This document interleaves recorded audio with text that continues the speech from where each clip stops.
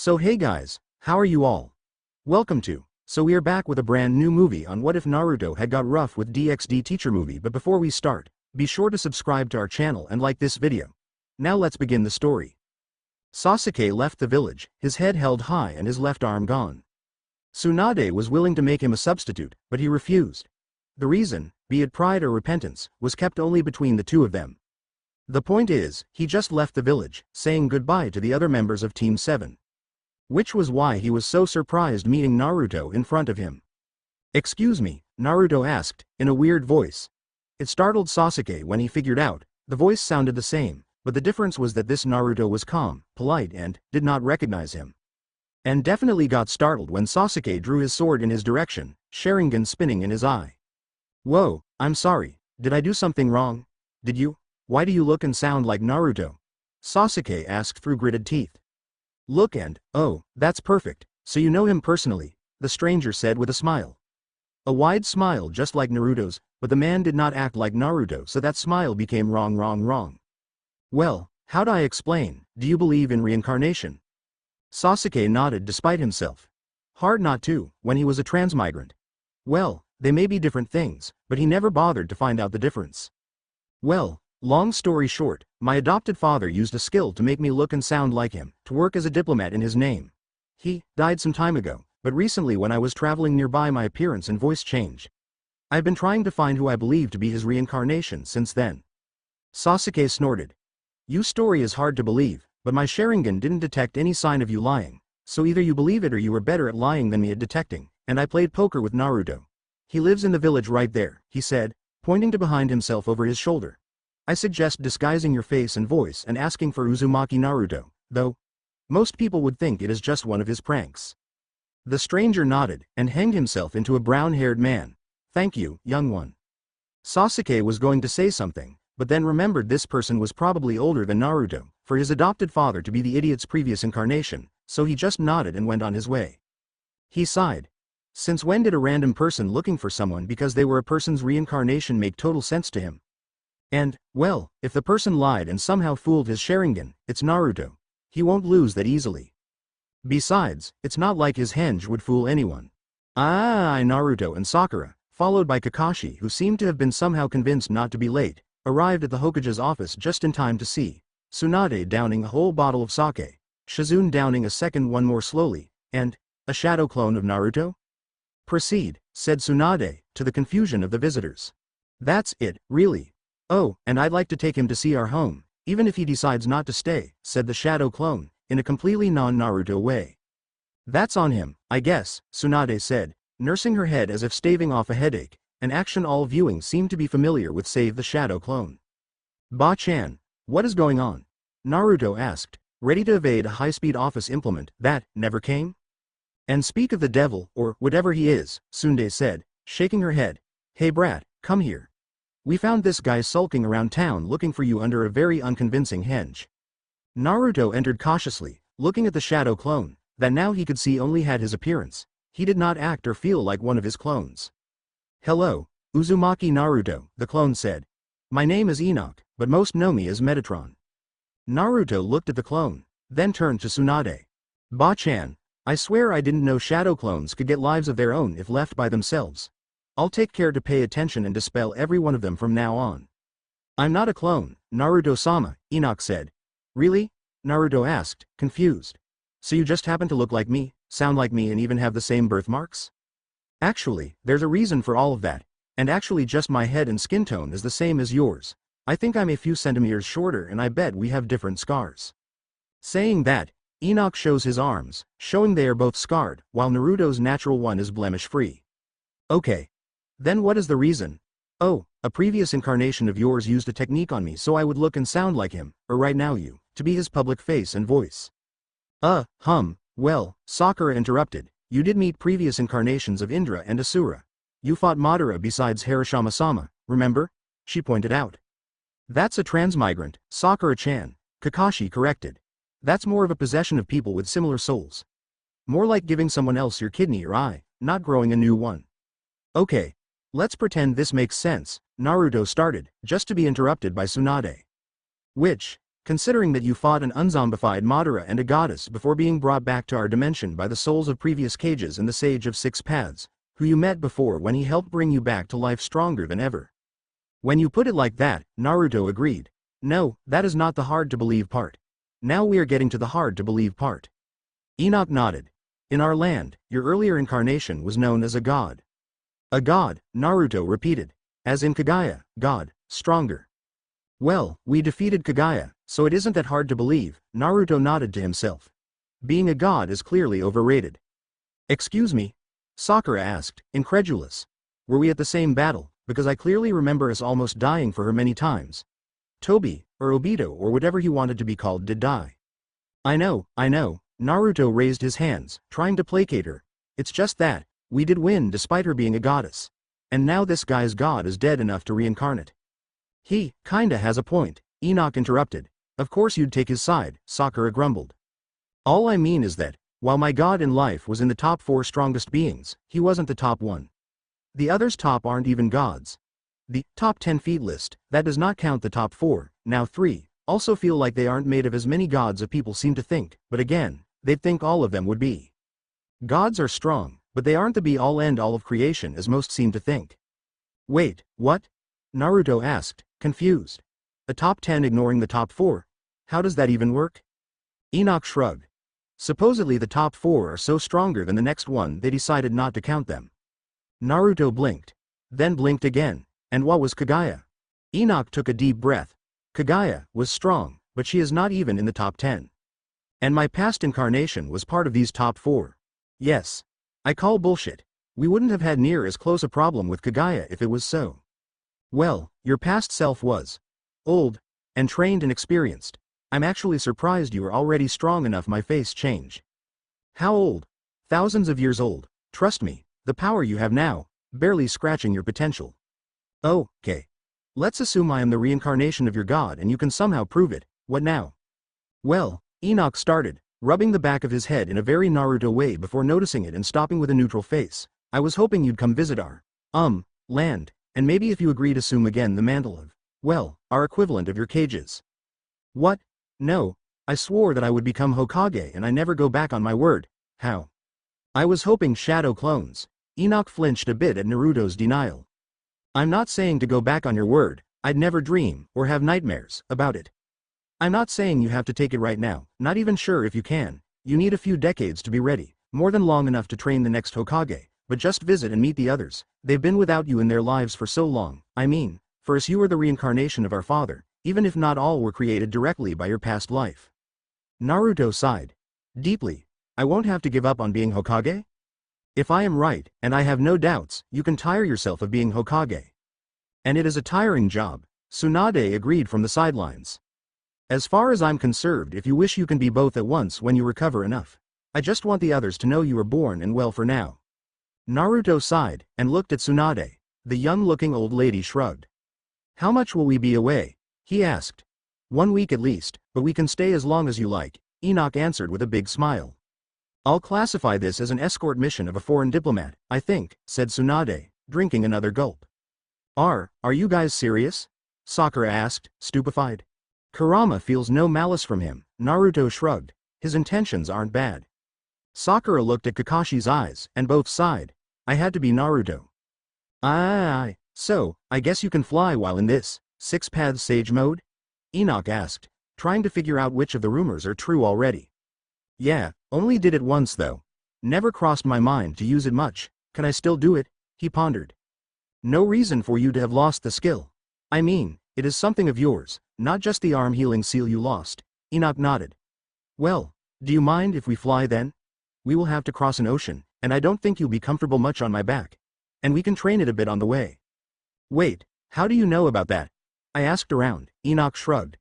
A young man was telling me about how it was a shame you lost the youthful arm seal that saved his sensei's life. Naruto couldn't help but let out a laugh before trying to enter Six Paths Sage mode, classic Lee. He closed his eyes and concentrated, and when he opened them they were golden. Golden energy was also covering his body, and his whiskers were now dark black lines. Black lines and symbols also covered his energy clothes. Enoch nodded, before releasing his wings. 12 wings of pure white feathers apparently made of light itself extended from between his shoulder blades. By the way, what is your religion? Enoch asked while they rose, not bothering to flap his wings. I know it isn't from the one your predecessor rules over, since you didn't recognize my name. It seems like a mix of Shinto and Buddhism? It is called Ninshu, Naruto said. I'm not the most religious of people, though. Understandable. They flew for a couple hours, passing through a passage in the dimensional void, but as Naruto wasn't used to flying yet, they eventually had to stop to rest. At Japan. In Kuo. To Naruto this meant nothing. To Enoch this meant danger, and if he did not know he'd ask what his father was sending him there for. Then Naruto tensed, and started running towards a park nearby. Surprised, Enoch followed him. The scene he saw was bizarre. A devil, apparently a newly converted one, was trying to save a nun from a fallen angel. Luckily he was able to catch Naruto and cover his mouth before he did something stupid. We can't let them see us, Enough whispered with urgency on his ear. She is kidnapping that girl, Naruto whispered back. I can sense malice from the one with black wings, and the blonde one is scared and sad. I got to help her. And then, something Enoch never thought would happen, the reincarnation of his father hit him to make him let go. He was so surprised, he lost sight of him. If he had asked anyone in Konoha, he would know that was a terrible idea. Rainare didn't care for anything anymore. She had fallen. She didn't even remember why. That meant that the thing that gave her the most happiness in life was taken, and no other fallen had ever gone back. She doubted she'd be the first either. So, like all other fallen, she indulged in vices, an attempt of filling the emptiness. And right now, she was preparing a ritual to kill a pure soul and steal her sacred gear to become stronger. To try and get Azazel's love. In an attempt to fill his love that she lost. She looked to the other three, the three she had no idea why they were helping her. Donaseek liked to fight. So he was probably there hoping for trouble. But Calawarner and Middlet. She did not care for the stray exorcists. They were more hired help, specially freed Selzen. Being lost in though would be her excuse for her surprise. But if she was honest with herself, somehow the blonde boy wearing orange was unnoticeable until he dropped behind Selzen and knocked him to the wall repeatedly until he passed out. His features were Japanese, but as mentioned his hair was a clearly natural blonde and his eyes were blue like a clear sky. Before anyone else could make sense of what was going on, though, the boy exploded and became an army. The next time Rainare could make sense of things, she was pinned to the ground by one of the blondes, as well as everyone else but the girl chained into the cross-shaped machine. Then she saw out of the corner of her eye a sphere of pure energy cut the chains as if they were nothing. What? Who are you? The nun asked, confused at what just happened. My name is Uzumaki Naruto. The boy finally said something. I noticed you were in trouble so I came to save you. Why? She asked in confusion. Rainare agreed with her. Did he just come and help someone because he felt like it? The boy, Naruto, thought about it for a second. Why not? Tears of frustration entered Rainare's eyes, as she just couldn't budge the copy of Naruto holding her down. What, so you really want us to believe you just helped, out of the good in your heart? Pretty much, the boy shrugged. I once made a promise never to carry any regrets on why I do something. I'll go against my superiors if it is what I think is right, and I definitely won't turn my back on someone who I believe I can help. Pretty words. How do they measure to reality? Naruto shrugged. I'm not perfect, but I do my best and that's all I can ask myself for. Was this guy even real? He was answering it all so matter-of-factly, as if it was obvious. He felt human, but his attitude was like those goody two-shoes that still had her father's love. Then, to the surprise of everyone, especially the blonde, Donaseek created a light spear and hit the copy holding him with it, and it burst in smoke.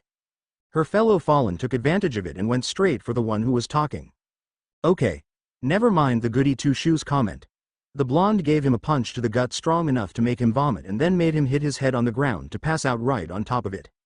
Rainare's mouth opened, but there was no sound coming out. After all, what could surprise her more? Her answer was Metatron entering their stronghold in full regalia, a silver mask covering his face and his robes flowing around his body. Uzumaki Naruto. His voice echoed, and Rainare whimpered. Okay, Metatron, the Metatron, was there and seemed furious. At the guy she just called a goody two-shoes right before he defeated Donaseek with 2 merciless strikes. You punched me in the gut. You were in my way, the human replied, matter-of-factly. Could he not feel the power filling the air at every word the voice of God spoke? Wait, he punched Metatron in the gut. It was a battle between a devil and a fallen angel. Yeah well, there was a girl between them that needed help, the blonde said, pointing to Asia. Wait, oh crap. Metatron was right there when she took the nun from Issei. Both the devil faction and the fallen angel faction are our enemies. If they find out how important you are, you will be in grave danger. Well, you didn't tell me that. Rainare then saw something she never expected. Metatron, huffing in annoyance. Would it have changed anything? Of course. I would have been more stealthy and taken them away from the shadows instead of jumping in the middle of them and being recognized. I'm a ninja, you know. You wear orange, Middle said. And yet I was able to surprise all of you, he shot back, and she younger fallen had no reply. Excuse me, said a meek voice, and everyone turned to the rescued girl. I am very sorry, Lord Metatron, for causing trouble between you and the one you were trying to protect. Fear not, child. I should have expected his actions. Please don't punish him for trying to save someone who was excommunicated, he did not know, she continued. I doubt it would have made any difference in his actions. He is known as a selfless person nowadays. Yes, Naruto-sama? What does excommunicated mean? It means she did something so terrible the church judged her unworthy of going to heaven, replied Rainare. I used the power given to me by the Lord to heal someone, but then we found out that person was a devil, and as punishment I was cast out by the church. Naruto looked at her and blinked. Once, twice, then a slow one. He then turned to Metatron. Before you want to punch me in the face. Too late, the now identified Naruto replied, cracking his knuckles. Seriously. Who was that guy? I have nothing to do with this, it is not my department. I was looking around for you, remember, okay. The blonde sighed. But warn whoever is responsible that I do not like this. Neither do I. One of the teachings attributed to Christianity is to do good without paying mind to whom. Whoever punished her did so not for going against this, but for embracing it. This will not do. Naruto nodded, serious, and that's when a bunch of people entered the room. Issei-san, Asia said, and only now Naruto noticed an accent, and that she wasn't speaking his language earlier. So he could understand other languages. Neat. Asia, are you all right? A brown-haired boy around their age yelled. Worry clear in his voice. We came to save you. Issei-san came for me. Naruto smiled at her, giving her a small pat on her back as he moved away from her and towards the three conscious prisoners. Now, what to do with you three, he mused, looking in their eyes. Oh, and Sleeping Beauty right there, he pointed to Donasek over his shoulder. Rainare looked around, and the four fallen were the only ones remaining. Even Freed had escaped, despite being the first one knocked out. The others were clearly just following orders, Naruto explained. Save for the creepy guy, he actually escaped while I was distracted. Something you four won't do. Why? Was all she could ask. I'm new at this whole detecting malice business, okay? Naruto huffed, as if offended. So I didn't notice he was awake until it was too late. Now, I want you three to swear to me you and the other guy will not go after that girl again. What? Calawarner said. You will let us go, just like that. Sure. Naruto shrugged. I mean, I'll stop you guys again if you ever try to do something evil near me again, but as long as you learned your lesson and don't try to repeat this just because you think my back is turned. The three felt it then. Killing intense, so intense they felt like they had already died many times on his attention alone. What is going on here? Said yet another voice, clearly irritated. The voice belonged to a redhead, her hair a bit deeper red than Naruto's mom. Following her was a girl with black hair in a ponytail. Now that he was looking at that direction, Naruto noticed the guy who the Rikyu'd girl called Issei, and that called her Asia, had been followed by a blonde dude wielding a sword and a petite white-haired girl that looked at him like she saw a ghost. Something easy to notice when the swordman and the two that just arrived were looking at Metatron instead. This, the redhead started, before swallowing her nervousness and trying again. This town was agreed by all three factions to be a joint territory between the Gremory and Seatree clans. Explain your presence. Others would think her trembling legs would lower the effect of her words, but Naruto was impressed she was well enough to keep standing with that nervousness. Metatron did not comment about that. I am aware. I was guiding an important charge, when we had to take a quick stop in your town. That was when my charge witnessed someone being attacked by my fallen brethren. He impulsively escaped my guard and came to rescue her. And I'd do it as many times as needed. Naruto crossed his arms, looking away from Metatron's stare. I am aware. Reincarnation clearly didn't help with your stubbornness. That drew everyone's attention. So that guy was the reincarnation of someone important for the forces of heaven. Bucko, he saved Asia. But he is also letting Yuma go. I am so confused if I should insult him or not. Issei finally said. My real name is Rainare, she replied on instinct, forgetting for a second she was being held by someone who defeated their most experienced fighter with 2 hits. What's the problem with letting her go? I mean, sure she wanted to do something bad, but I stopped her and I think I already punished them enough to put the fear of ever facing me again on them. But, she killed me, Issei whined. Naruto just stared at him. I got better, thanks to Bucko. High-level devils can resurrect the recently deceased as their servants. Well, I can understand you dislike her, but if you got better you don't need to hold that much of a grudge anymore. Don't hold everyone to your forgiveness standards. I reject his forgiveness anyway, Rainare said, anger pouring through her words. He doesn't deserve an apology from me. Okay, what did he do? Naruto asked, confused by all the vitriol. He was born, she replied. So are you, Naruto pointed out. Rainare rolled her eyes. I was born an angel. I was created to be the example of all that is good in the world, and to serve both Father and the humans. Yet one slip and I was cast away by him forever. Yet he, a pervert, despicable, is blessed with his love, with a sacred gear, a special gift from Father. He is blessed by my father while I, who don't even remember what I did wrong, so small it must have been, am cast away from his love forever. Naruto's eyes widened. There was anger in his eyes, but it was not directed at her. What? He turned to Metatron of all people, and to her surprise said one word filled with command to the voice of God. Explain. Metatron shook his head. She is wrong. That is not what being a fallen angel means. The fuck do you mean? She could hear a voice ask in clear hurt and anger, and it surprised her to notice it was her own. I felt it, I felt him leaving me behind. Being a fallen angel is a punishment, but it was never meant to be eternal. From the first time an angel was cast away, Father explained how they could be brought back. I can only assume the older ones never told the younger generations, since they rejected his offer due to pride. Maybe, they even forgot themselves. All he asked for was for you to repent. A sincere apology, motivated not from desire to be forgiven but from true regret of your actions. Are you saying that the things we do to fill the void are just standing in our way from going back? That all we had to do was see that we did something bad and apologize? Yes. Rainare laughed and cried. Her laughter was hysterical and filled with self-anger. The other 2 fallen angels were crying as well, but they were not as vocal. Rainare was their leader despite everything, and thus the responsibility, the guilt, the punishment for everything was mostly on her. Even Issei said that he couldn't even hate her anymore in those conditions. But the one that asked the next question, something that made everyone pause, was not one of the fallen or Naruto, but the black-haired devil girl.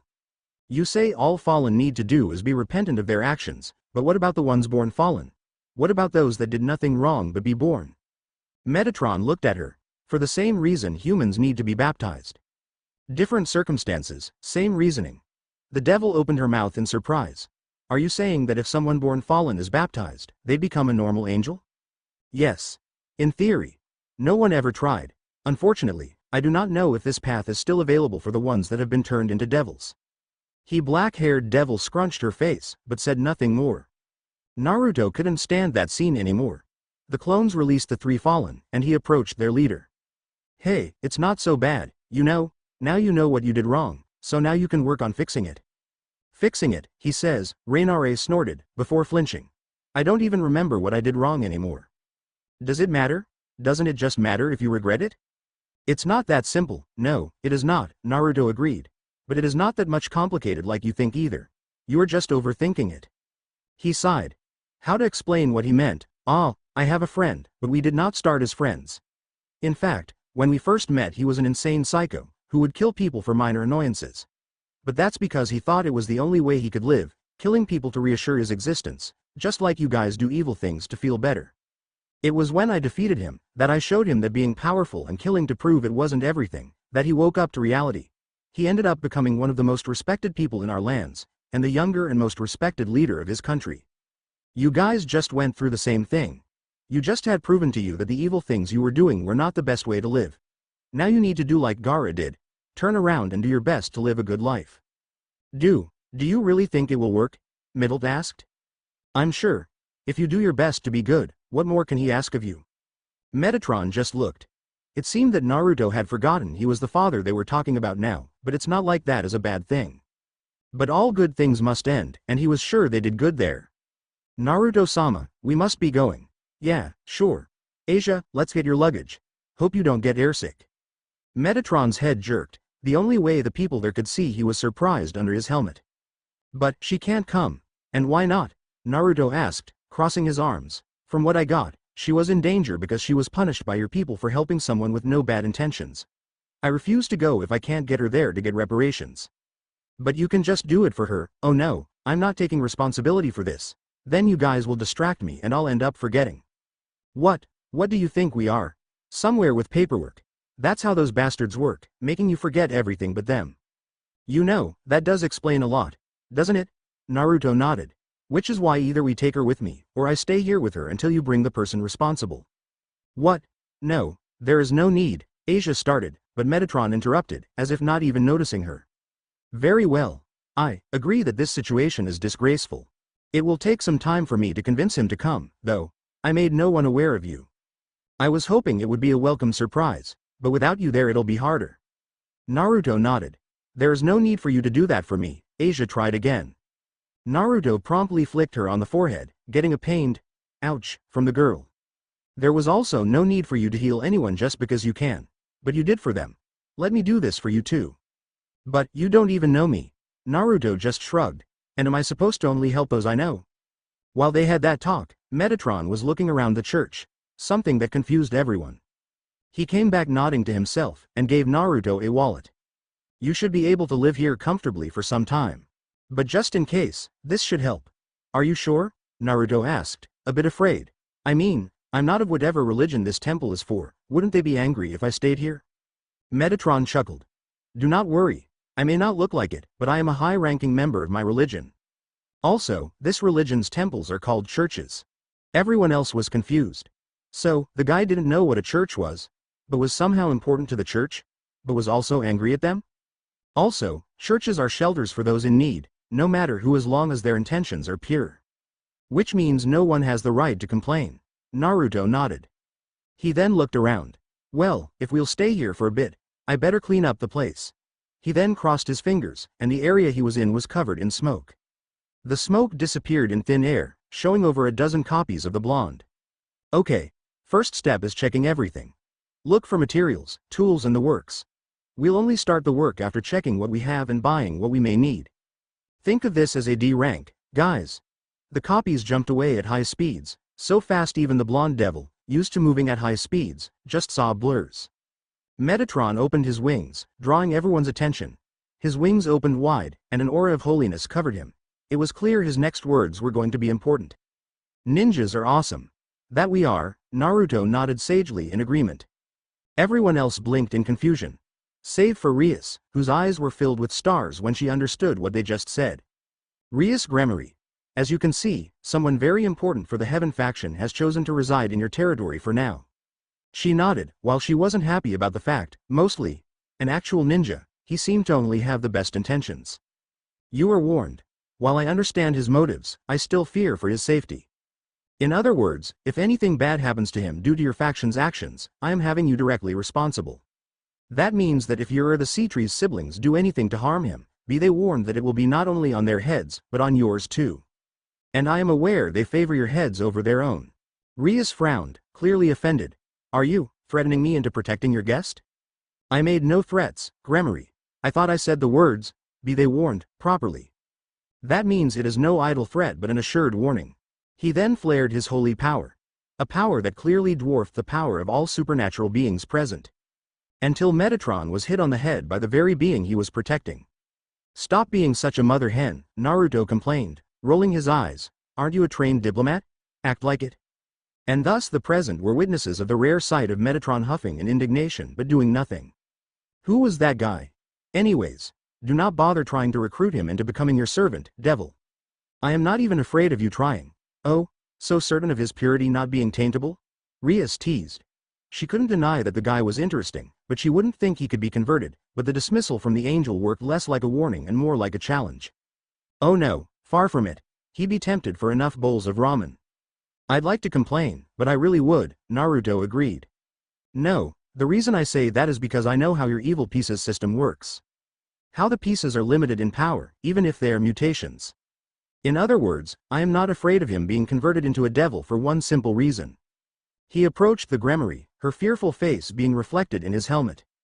You do not have enough badges to tame him. That said, Metatron shone extra light, like a slow flashbang, and disappeared in the middle of the light. Did that angel just make a Pokemon reference? Issei asked, fearful. The white-haired petite girl that arrived with him just looks at him, as if asking, this is what you took from the conversation. The blonde boy had a comment of his own. You and Metatron both are not what I expected of members of the church. Well, I'm not, as much as Metatron is trying to recruit me, Naruto said awkwardly. My religion is Ninshu. It has a small mix of Shinto, Buddhism and smaller influences from others. Naruto woke up in a nice bed. Not exactly a great bed, but not terrible either. It was the old bed reserved for the priest, that the other four insisted in him taking. He resisted the urge to groan. He was able to keep the conversation at just Enoch arriving at his village and telling their leader that he was the reincarnation of someone important to heaven and them agreeing on him visiting. He didn't go in details, making them think Enoch didn't go in details. That was enough for the nun that did nothing wrong and the three angels that wished to repent, maybe four depending on the fourth fallen's mood and if he listened to them, to treat him as their superior though. Anyway, better get up. Thanks to Enoch, he had to be under the devil leader's eyes while in town, and that meant going to their school. This is going to be so boring.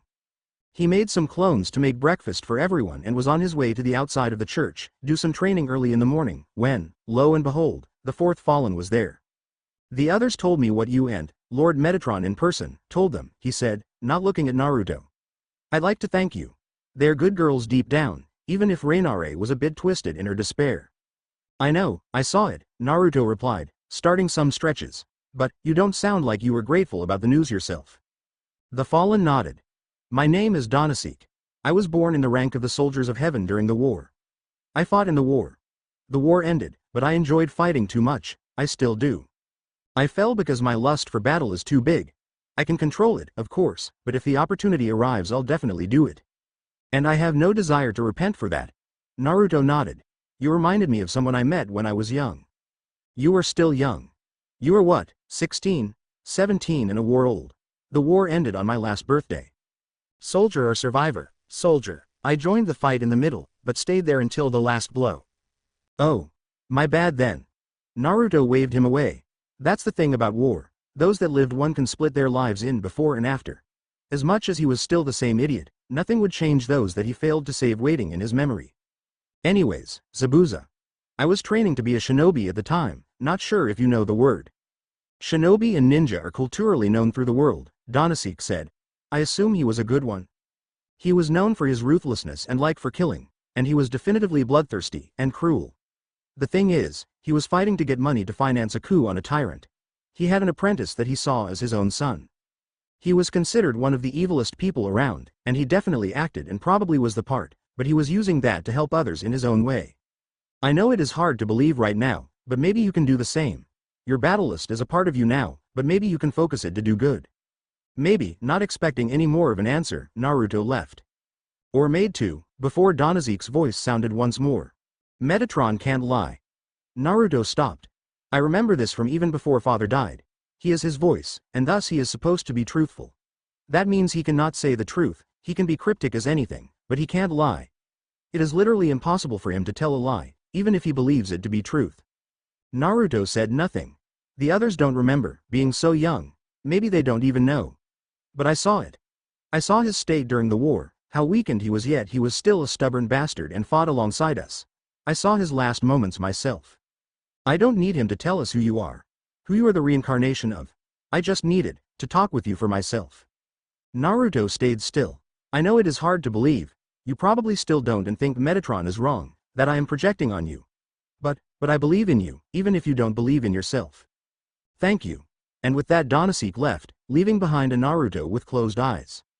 After talking to those four fallen, he really wished he was the one they were waiting for, if only so he could help them properly. And then a clone exploded while doing research, and Naruto found out about Pastafarianism. Naruto smiled. Metatron, having no idea why, wept. Donasek, having known his father yet having no direct work under him, had a sudden urge to buy popcorn. The ex but not really none and the three fallen girls were wondering why they were having ramen for breakfast, so they were distracted. What are you doing here? Everyone looking at the scene was confused, save for the two making it. For everyone's surprise, Hyodo Issei was angry at an attractive girl. Rainare visibly flinched. Oh right, she had been a bitch to him and to Asia. I'm going to study here. And yes, she was clearly a new transfer student, wearing the school uniform, yet no one in the school but those in the known would recognize her. And me too, said Middle to the side. We are trying to apply to work here, said Calawarner, wearing a business suit with a skirt while Donasek wore clearly exercise clothes and a whistle. Issei-san, I know that Rainare-san did some bad things, to both of us, but she is trying to turn a new leaf. Please at least give her a chance. Issei took a deep breath, but eventually calmed down. Alright Asia, I'll give her another chance, for you. But then, turning to the black-haired girl, his look was clearly not of someone who forgave her. Do not make me regret this. Rainare just nodded. The group kept going inside the school, and only then Issei noticed the blonde guy. It was Naruto, right?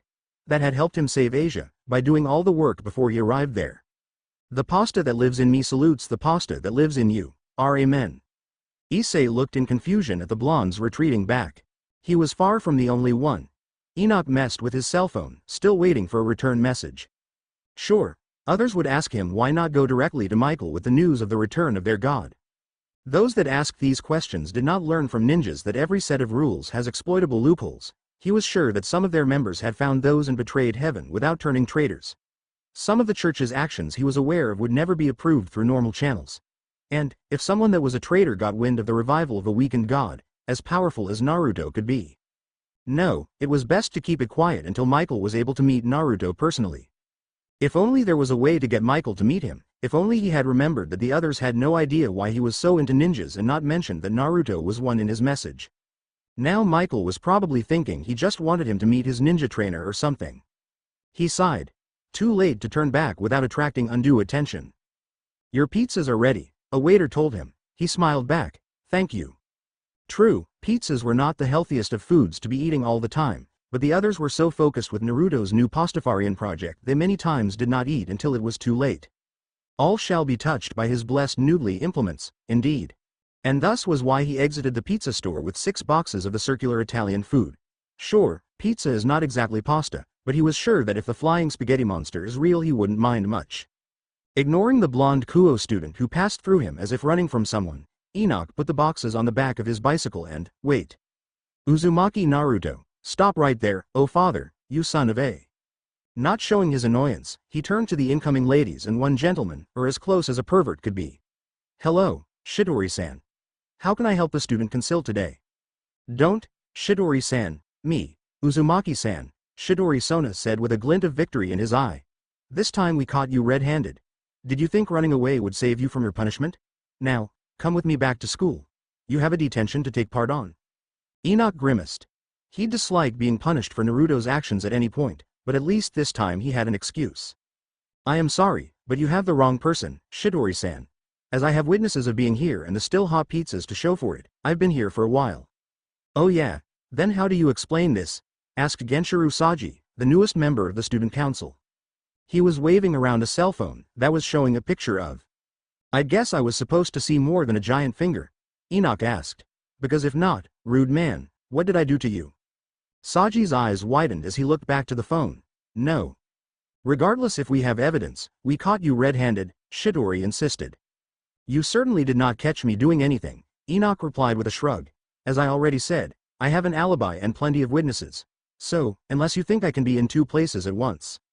The glint in her eye was gone, and her whole behavior deflated. Enoch could suddenly appreciate why Naruto was doing those things to her. She looked adorable. Like a sad puppy. He had to resist the urge to pet her. As much as he saw her as an adorable young girl, she'd see it as a similar age classmate doing that, and that would be awkward. While it would be entertaining for him if something happened to Naruto due to that, Sona was a victim in this. The temptation of still doing it as a prank on Naruto was strong, but he was also strong. Somewhere else, Naruto frowned. I'm sorry, but I need to go before the pizzas turn cold. I'm taking them for the others, and I need to enter through the back else the people there think it is for them too. Not that it'd be bad but we need to eat too. You're still doing it? I thought you would have stopped already, said Saji, surprised. No, sorry.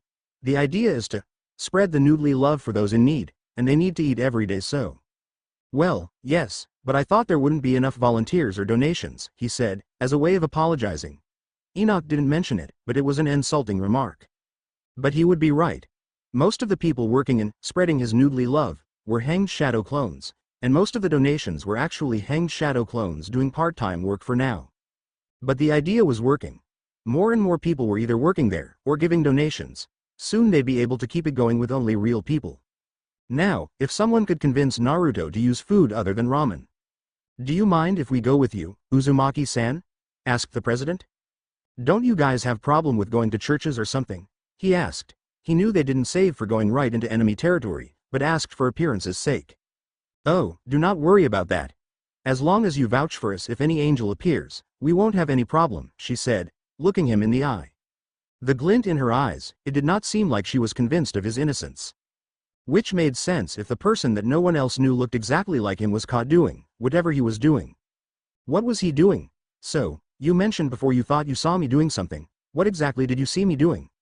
You, well, supposedly, we're in the president's exclusive bathroom adding mint green hair dye to her shampoo, answered Tsubaki, the vice president. Then when we caught you, you yelled, "You'll never catch me, blue flash blueberry," and jumped through the window. I see. With what he knew of her sister, he wondered if she was more angry at the hair dye or the magical girl reference. As they approached the church, they saw the people, a bunch of poor ones, homeless and not, and a few people with more money to spare, but not all of them eating. The food was for free for anyone, but donations were encouraged for those that could pay. Hey, you, sounded a voice none of the present knew, save for Enoch, who heard it a few times while he was in Konoha. It was a blonde woman around their age, a parent, in Enoch's case, wearing an apron. Her blonde hair was in a ponytail, with a strand in front almost covering an eye. Yamanaka-san? He asked. He was ignored, which kinda answered him. What took you so long? Did you walk all the way here while with a bike? She asked, making the student council members blush. Put them in the back, please, she said, eyeing the boxes. Let's hope enough remains, we don't need many of them. She then turned to the student council, more specifically their clear leader. Thank you for coming with him. You know how Naruto is with doing what he is supposed to. Enoch snorted.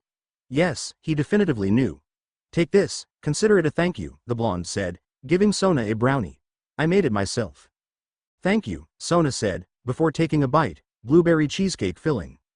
Really? Enoch asked, entering the back and meeting the Naruto wearing a chef hat topped with FSM miniature. I mean, really? Hi Enoch, did you say hello to Christopher Walken?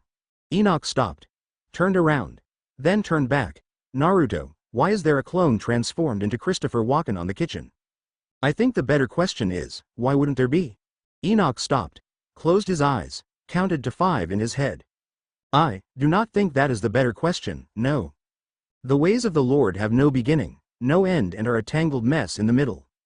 That's even less impressive since I know that isn't the proper Pastafarian quote, or Lord. Naruto shrugged. The people eating won't care. Well, I care. And that is important in its own way. Enoch rubbed his eyes. Why does no one say hello to me? He sighed. Hello, Christopher Walken. Hello. He knew it was a Naruto clone, but he seemed so happy he said hello to him. The student council president caught you playing a prank on her. Now, I know you like playing them. It wasn't me, Naruto said, but mirth was clear in his voice. Enoch's annoyed look was answered by an equally annoyed one back. I find your lack of faith in my pranking abilities insulting. I am sorry, Darth Prankster. It won't happen again, he answered in a deadpan voice. Make sure it does not. But seriously, he continued after rolling his eyes, you were outright caught. The only reason they don't have it on image is because I ran interference, actually. They were so focused on what was in front of them Saji didn't even notice the clone beside him with the finger on the camera lens. So you admit it? I admit I was there. Enoch just looked at Naruto, confused.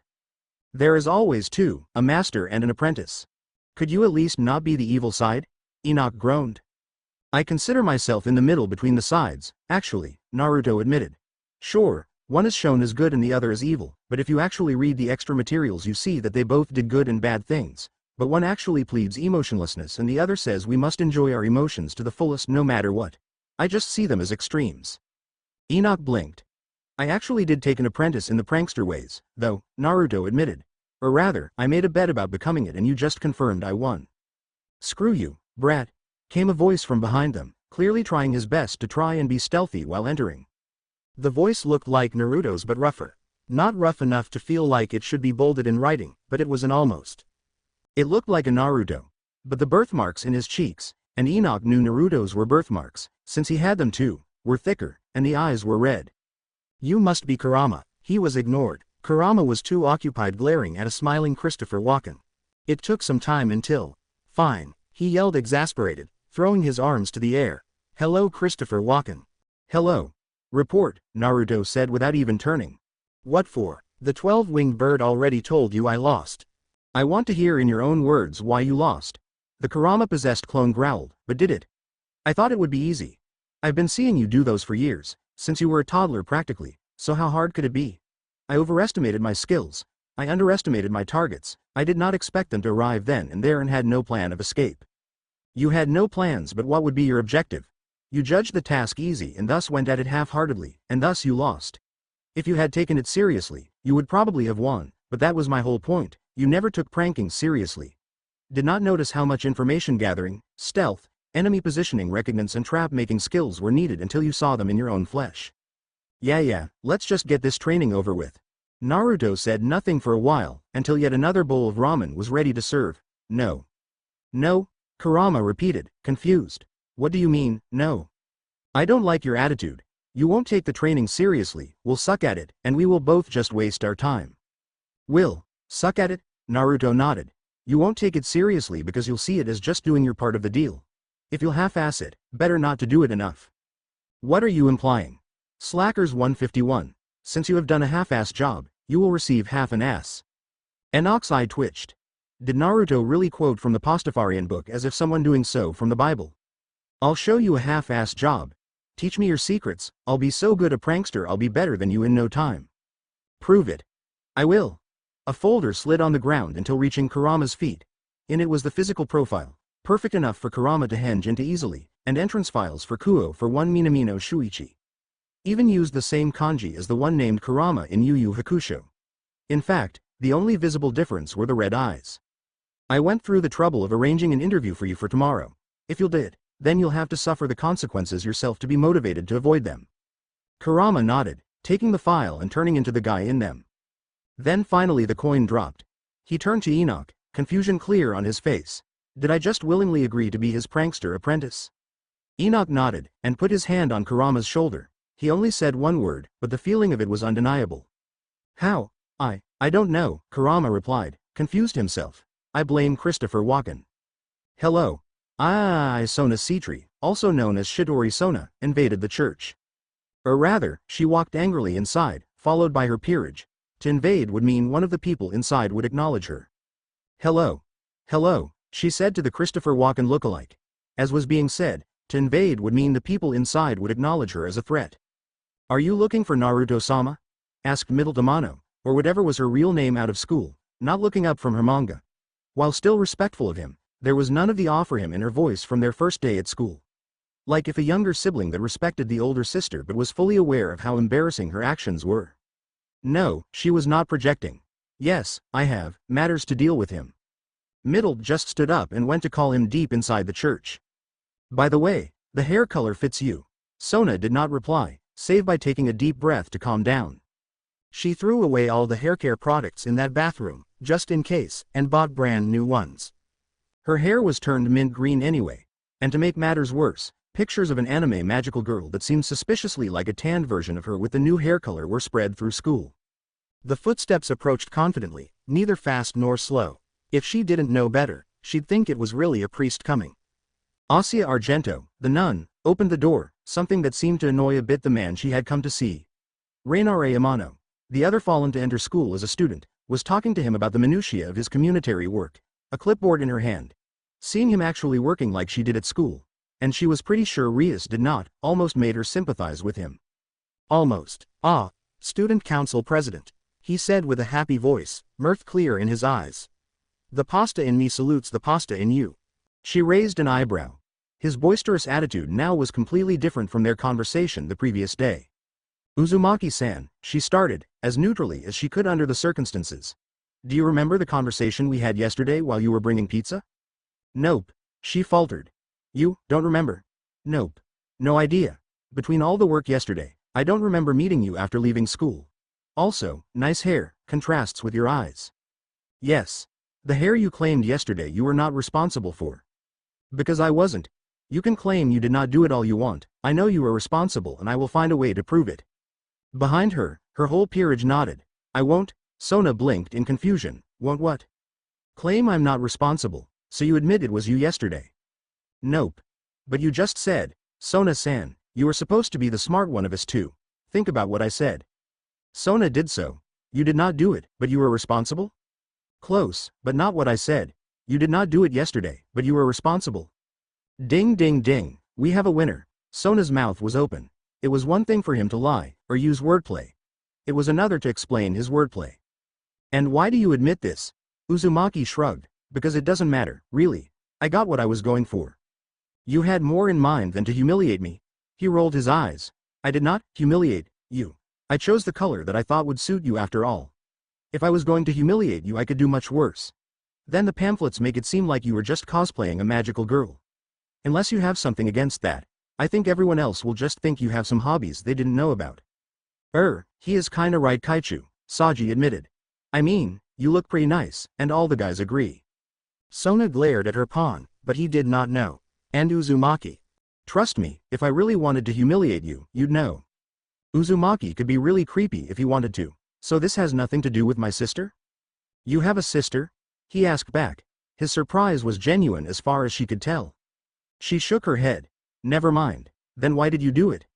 I never claimed I did it, either. Her mouth opened, then closed. He just claimed he was responsible, but... You never claimed you did not, either, she countered. He smiled at her. Yeah, I did not, did I?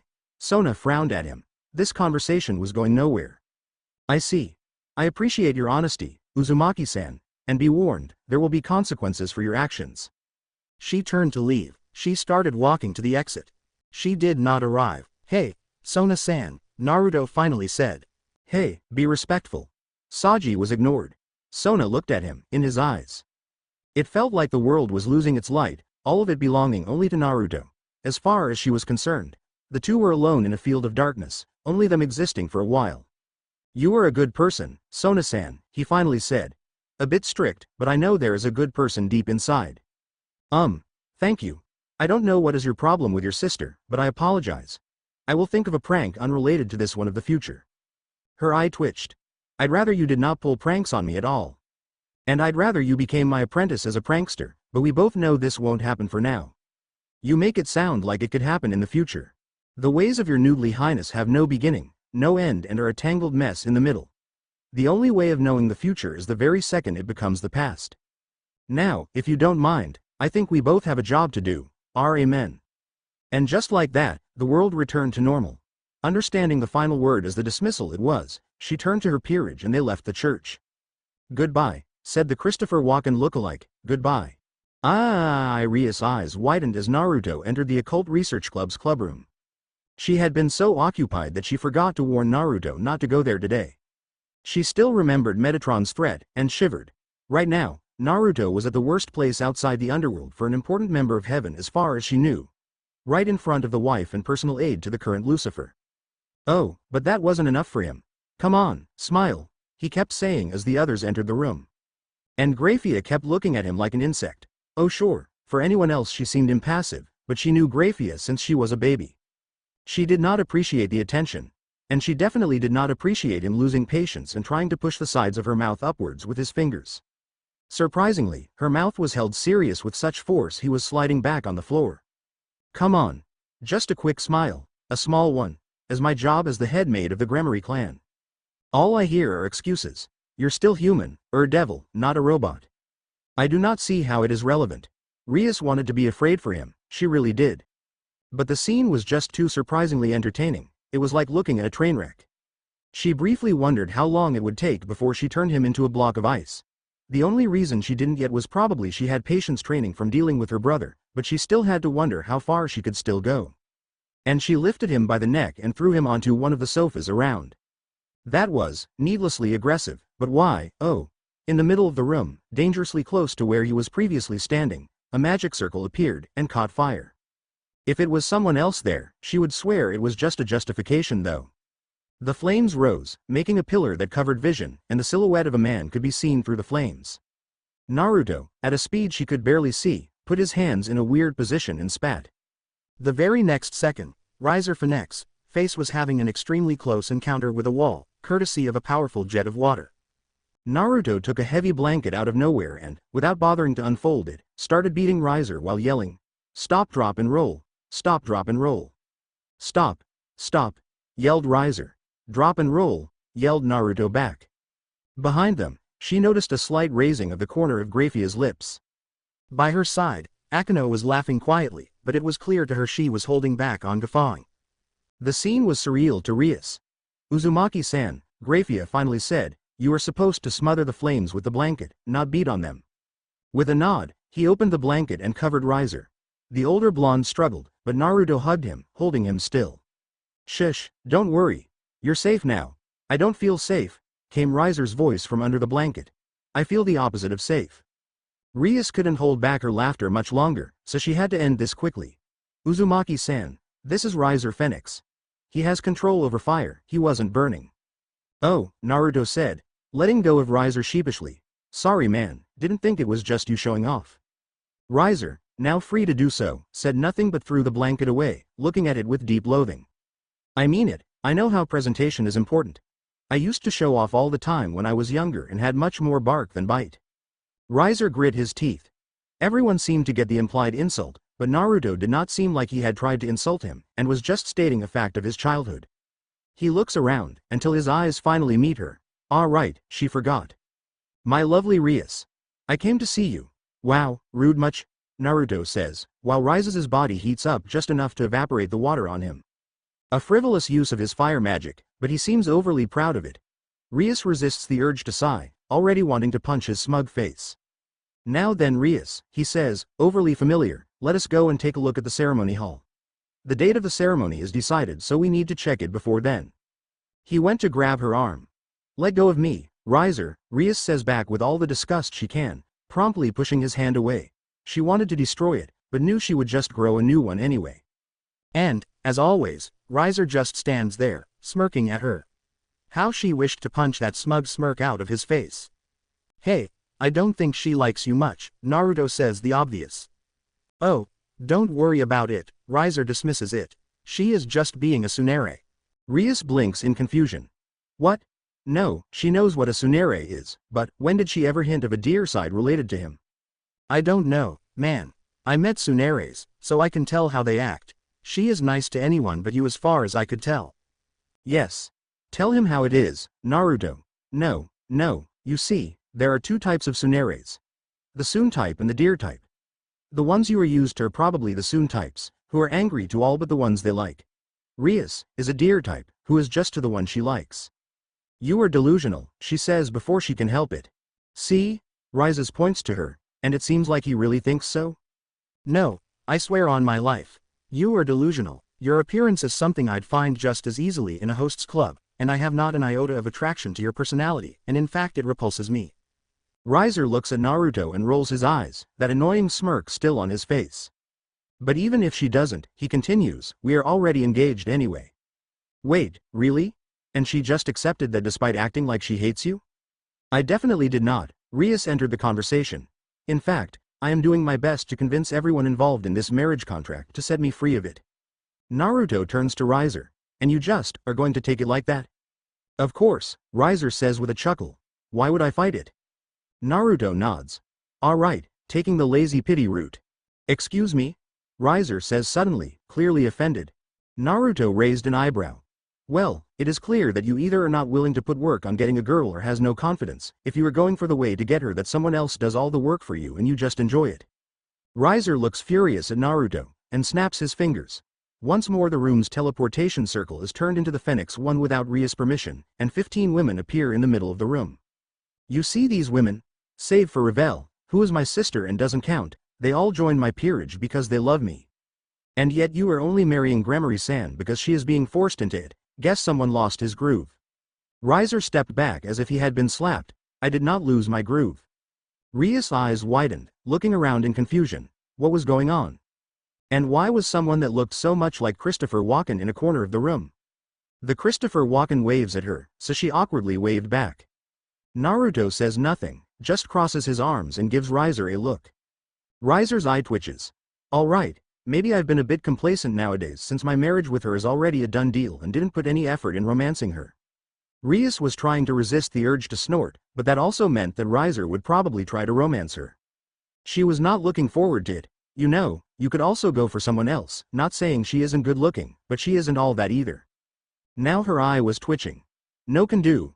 Riser shook his head slowly. You see, not only she is a pureblood devil, which are becoming rare, she also got the power of destruction. Can you imagine the power available to someone with both the power of destruction and a phoenix, regeneration? So, she is the only pureblood Gramarye available with the power of destruction? The power of destruction comes from my mother's clan, the Bales, Rias interrupted. That said, I'm pretty certain I have some cousins that are pureblood and also have it. Naruto nodded, and turned to Riser. So Riser Phoenix, what will you do? Will you throw your pride away and prove your lack of game going through the motions of the contract, or will you do things the worthy way and try to get a wife worthy of you on your own? But what of Ria's feelings for me that she is too shy to admit and masks them with disdain? If she really likes you, for real, she will be able to throw her pride aside and admit it for you before it becomes too late. Trust me, this is the best for the both of you. Riser Phoenix looked to the ground, then back at Naruto's eyes, a fire literally consuming his. Graphia-sama, please inform the Gramaryes that from now on the marriage contract is being considered invalid by both parties. If Rias Gramarye ever change her mind, a new contract will have to be made. Then Riser, along with his peerage, left the room through a magical circle.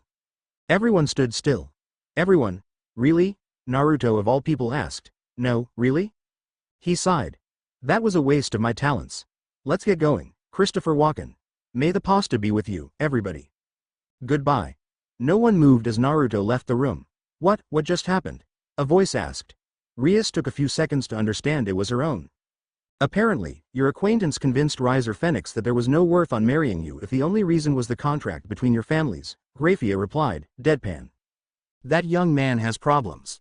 Riser or Naruto, Graphia-san? Akeno asked, a bit of her energy returning. The maid thought for a bit. Both. Now, if you excuse me, I have a marriage contract to nullify.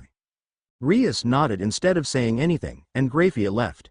All she could think about was Naruto and the stunt he pulled, replaying the whole conversation in her head. Was this guy for real? Rias had to wonder how much of his performance had been real and how much was an act. But more important, what did he mean when he said she wasn't all that? Naruto stared at the empty table in front of him. He held this power before. He saved lives and recreated whole organs with it. Eyes are organs, right? It was his power, Enoch had said, not the sun marks. The mark only helped him focus it. After all, Sasuke wasn't throwing Izanagi's with the moon mark. So, he should be able to use it again even without the arm that once held the mark. And even if it was the mark's power, it was really linked not to his arm, but to his soul. He should still be able to use it to help. Taking a deep breath, Naruto put his chakra in his newly invented technique. What's going on? Asked Middled, seeing the strange scene. Naruto, the one that gave them hope back, was crying on a confused Reinare's shoulder. A cup of noodles was on the table, uneaten.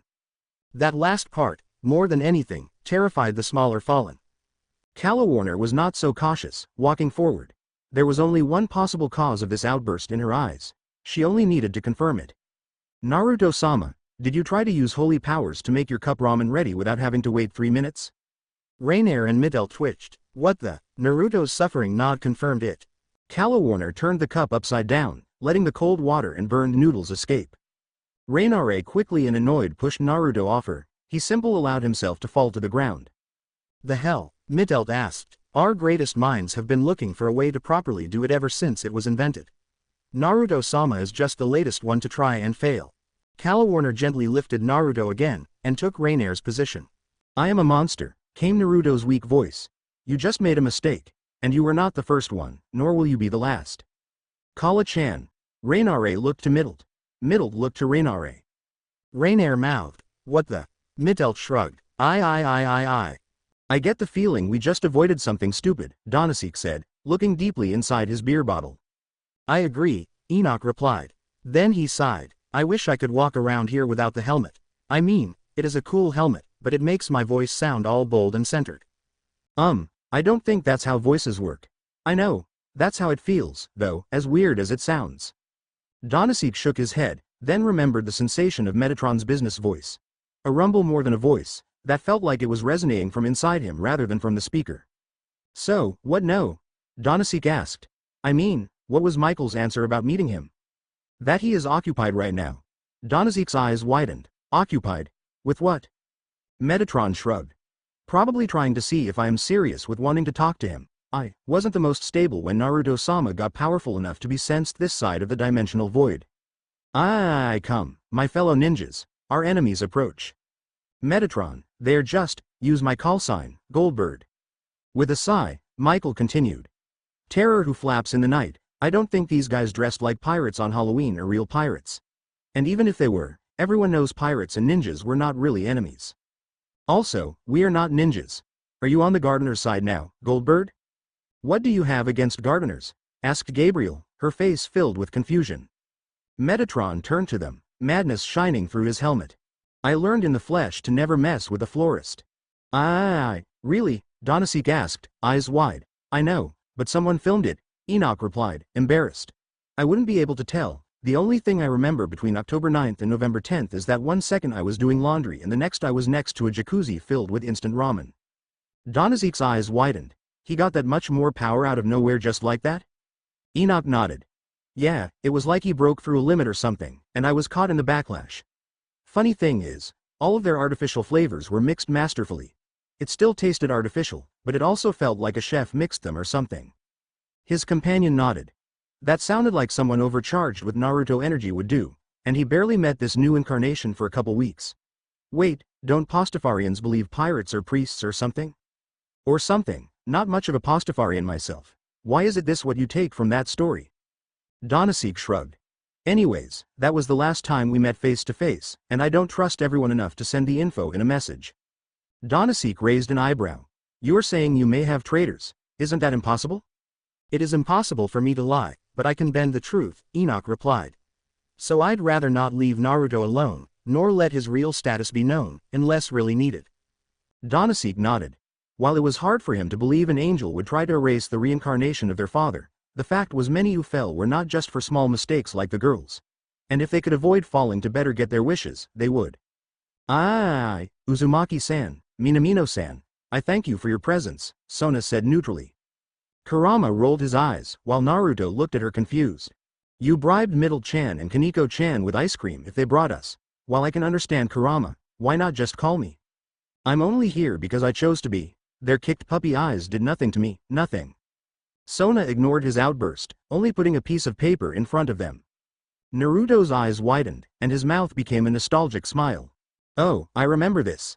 Man, hard to believe it has been almost 10 years since I made this. Wait. He looked at Sona in surprise. How do you have this? Why is your eye twitching? We found this in the teacher's lounge, Sona replied. Where it was used. We also found strands of red hair stuck to the fan that were of an auburn color most associated with Minamino-san. Naruto blinked. Sona blinked back. The next second, Naruto was holding the ear of a cursing Kurama.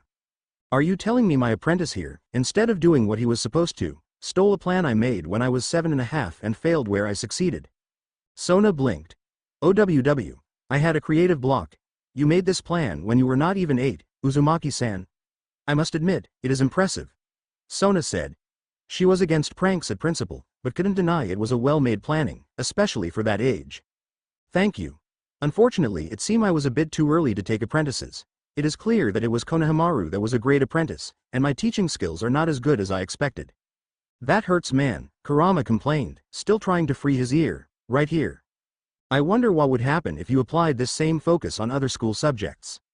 Nothing much, I think, Naruto shrugged. While there are freaks that can do both like I read about Da Vinci, you can't expect most artists to be good at physics calculations. Do you consider pranking an art, Uzumaki-san? Sona asked, curious. An art, training in various fields both physical and mental, entertainment. Pranking is a field with a wide range of skills demanded, and also a wide range of benefits when properly applied. And, I still believe you have potential in this field. Her eyebrow rose. Really, Uzumaki-san?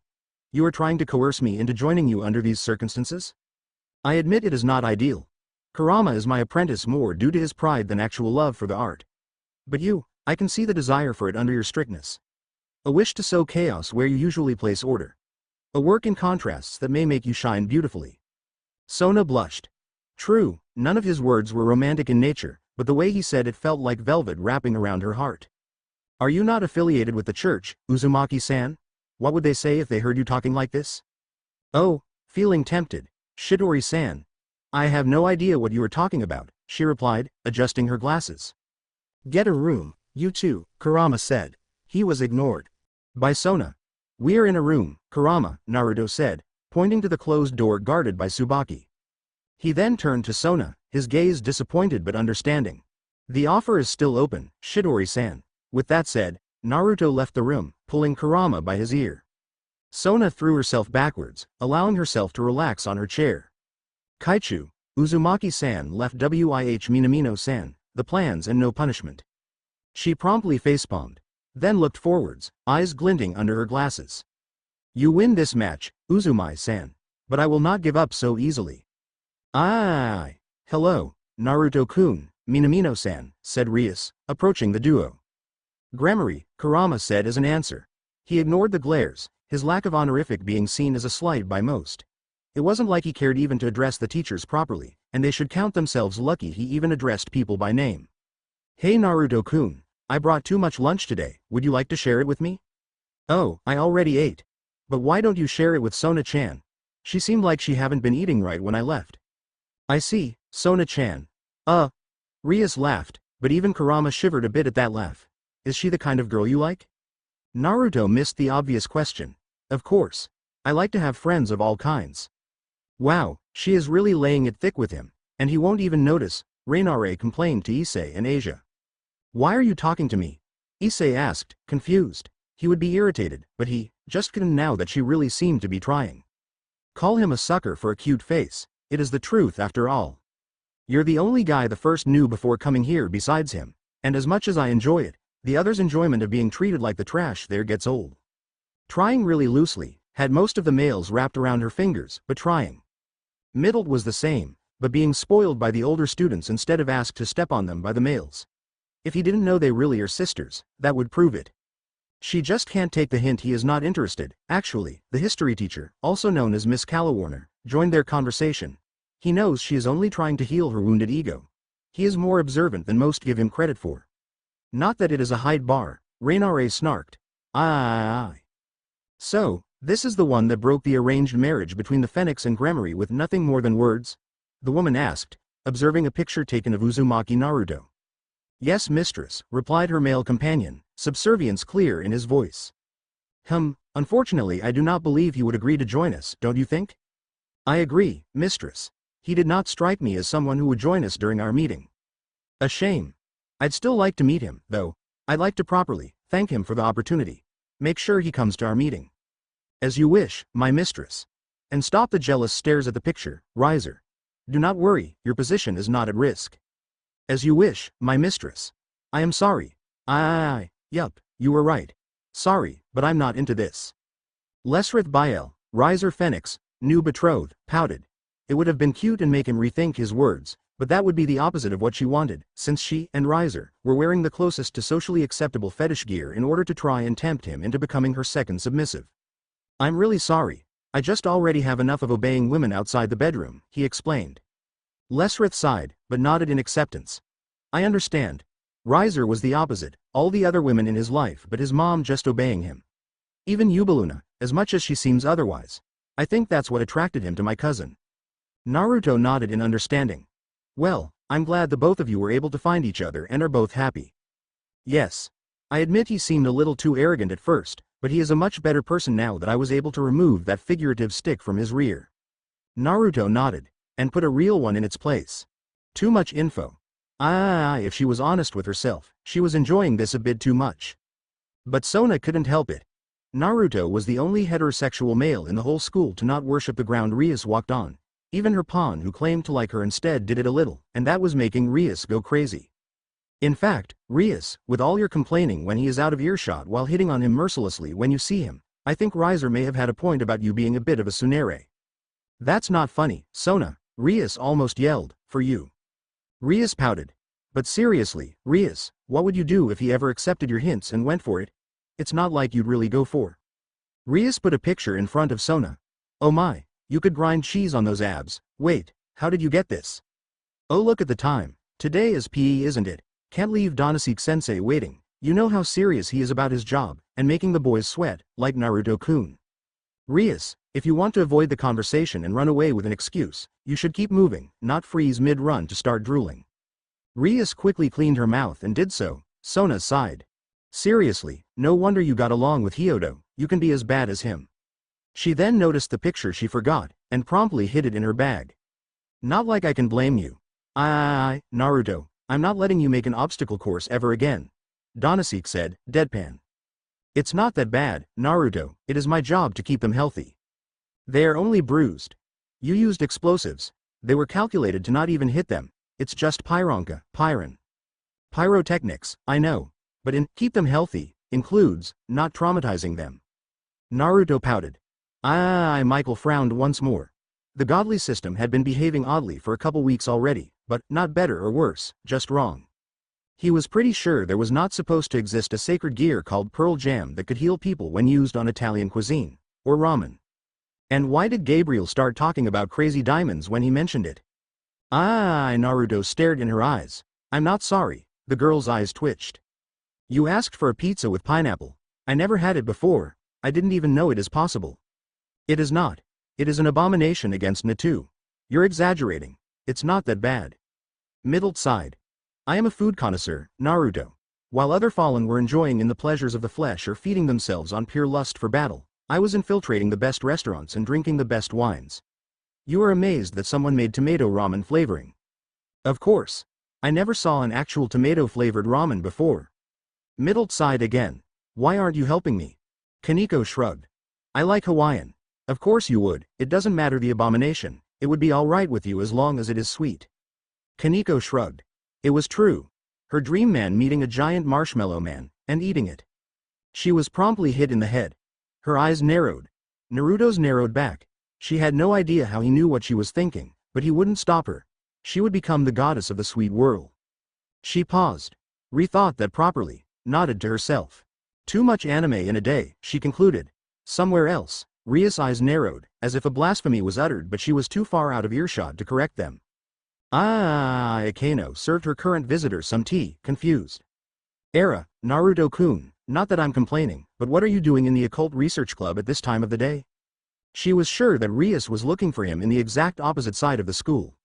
Actually, I wanted to ask you guys for a favor. Rias-sama's measurements are 995890, she replied with a smirk. It probably wouldn't be what he wanted, but knowing how much boys like to have these numbers. Okay. I'm not thinking of buying her clothes, though, or transform into her, but not like they knew he could do that. Akeno blinked at that. Well, that was a quick dismissal of something most males would be begging for. Not that she had any idea why the numbers were important herself. She was more proud of how she looked with her measurements than their values. Well, no matter.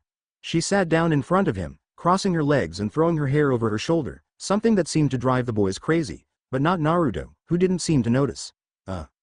Rias was getting frustrated with her inability to approach the boy in front of her, judging from her complaints. Well, Akeno now had him right where Rias wanted. Now, how to better tease him. So, she said, one arm under her breasts pushing them upwards while the other hand played with her hair, what exactly is it that you were wishing for?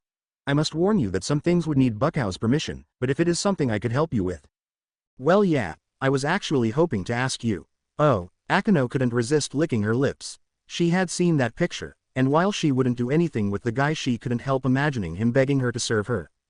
Well, I may be wrong, but you seem like a magic specialist judging from how you seem to stay away from the fight in the church, while the others save for your leader seem to be close quarters. I was kinda hoping for some help learning it. I tried some of the light-based magic the guys with me in the church knew, but it was mostly instinct for them. Oh, it was that. Not what she hoped, but, oh. You must have been observing me very well. Naruto nodded. Don't tell Rias, but my instincts tell me you are more trouble to me than her. Akeno licked her lips again. It may not be what she wished it was, but it was still a very nice compliment in her opinion. Oh, would you say I am more dangerous? No doubt about it. Rias is more powerful, but your eyes are definitely more predatorial. She giggled.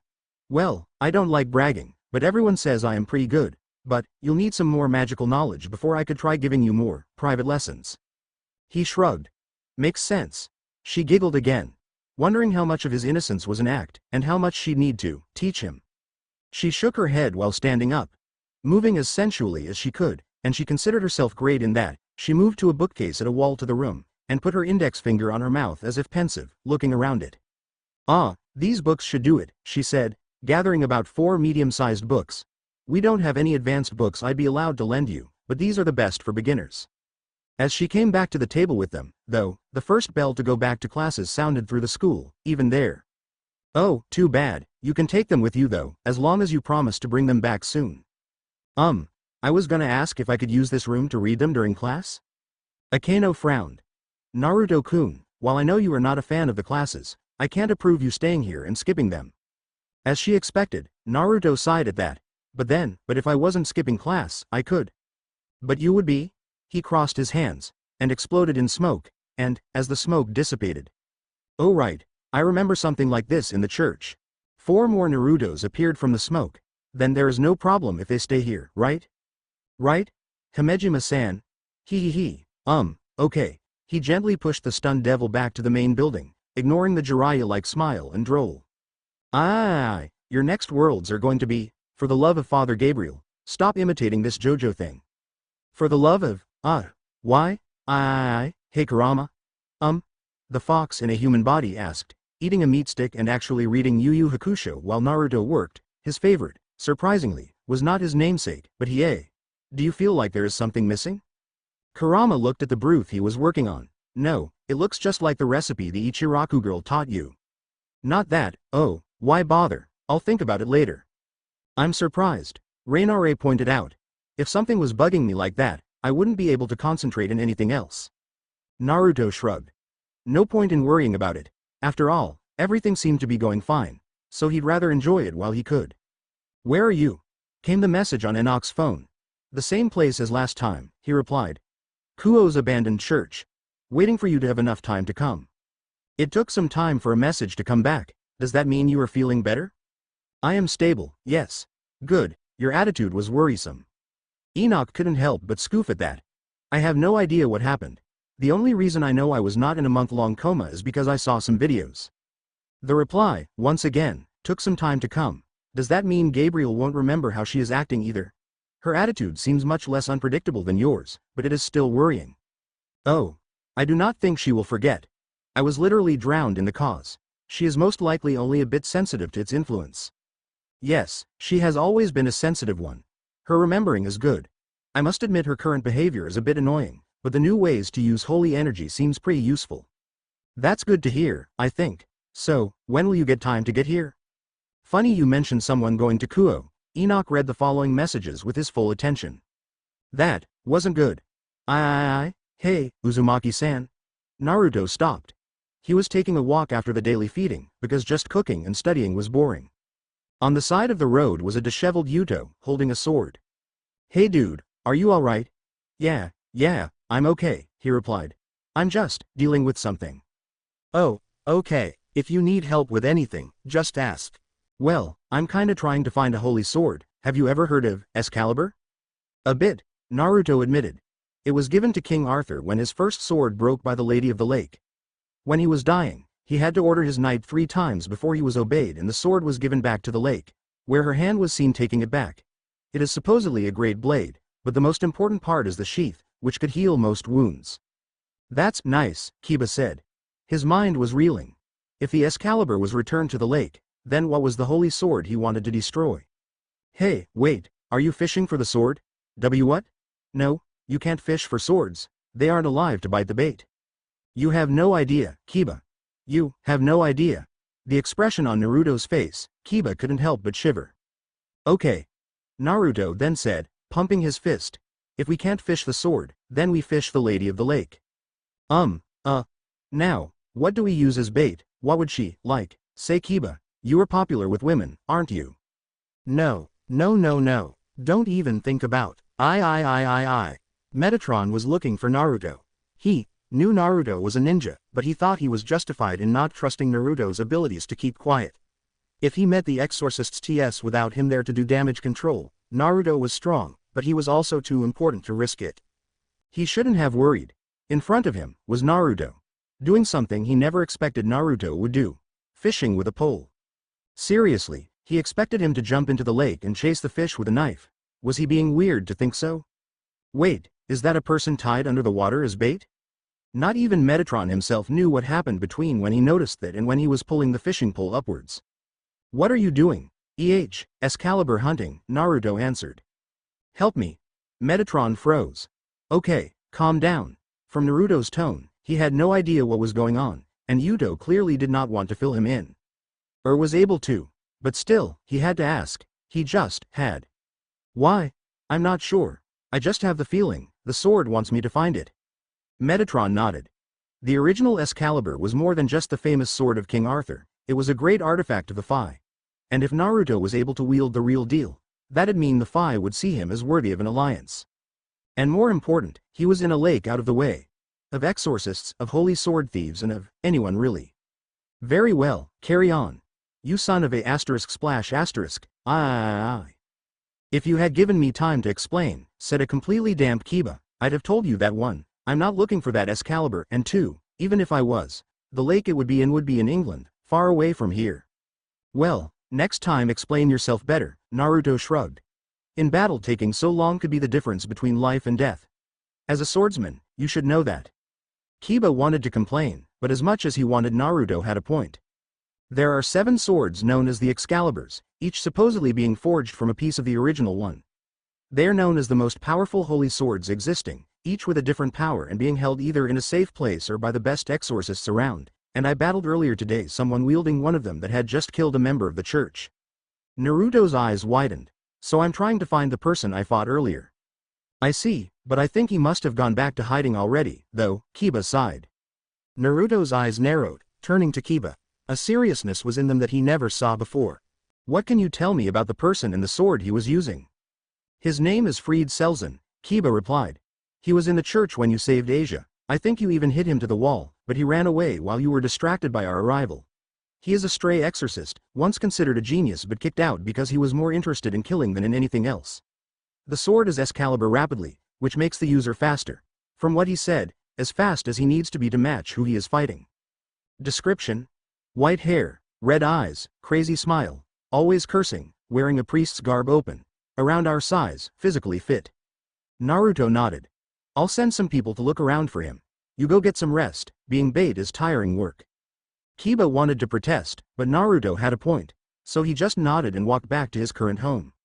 Naruto himself sent a few shadow clones to look for this freed guy and went back to the church. Where, he found a battle going on. Kinda. Rainare was floating out of reach of a blue-haired girl that was trying to jump and hit her with a big sword, while Middle and Calawarner were dancing in the sky while a brown-haired girl, so light it was almost orange, awesome, with twin tails, tried to hit them with a metal whip. Come down here and fight us like a man, the blue-haired one yelled angrily. Donaseek just flipped to the next page in his book. Hey, he yelled, what do you all think you are doing? Rainare froze, her tongue still out of her mouth. I'm reading, Donaseek said. Naruto looked at him. I am, and what are you reading? Donaseek looks at the title of his book. Good Omens by Neil Gaiman and Terry Pratchett. Is it good? I'm liking it, he shrugged.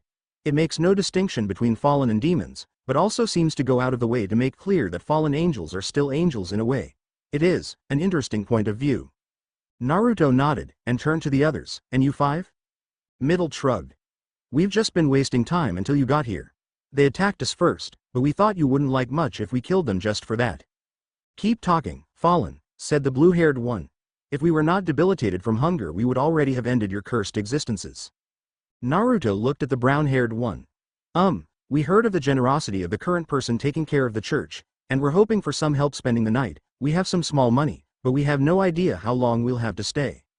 Then, when we arrived here, we met them and Xenovia. Naruto nodded. Then the next second he was in front of the Xenovia girl, flicking her forehead. Stop that. Xenovia's eyes widened. How dare why? Flick, are you calmed down now? I'm the opposite of calmed down, Flick. Stop that. Are you calmed down now? She took a deep breath before speaking through gritted teeth. Yes. Good. Now, these 4 fallen angels are living here for a bit.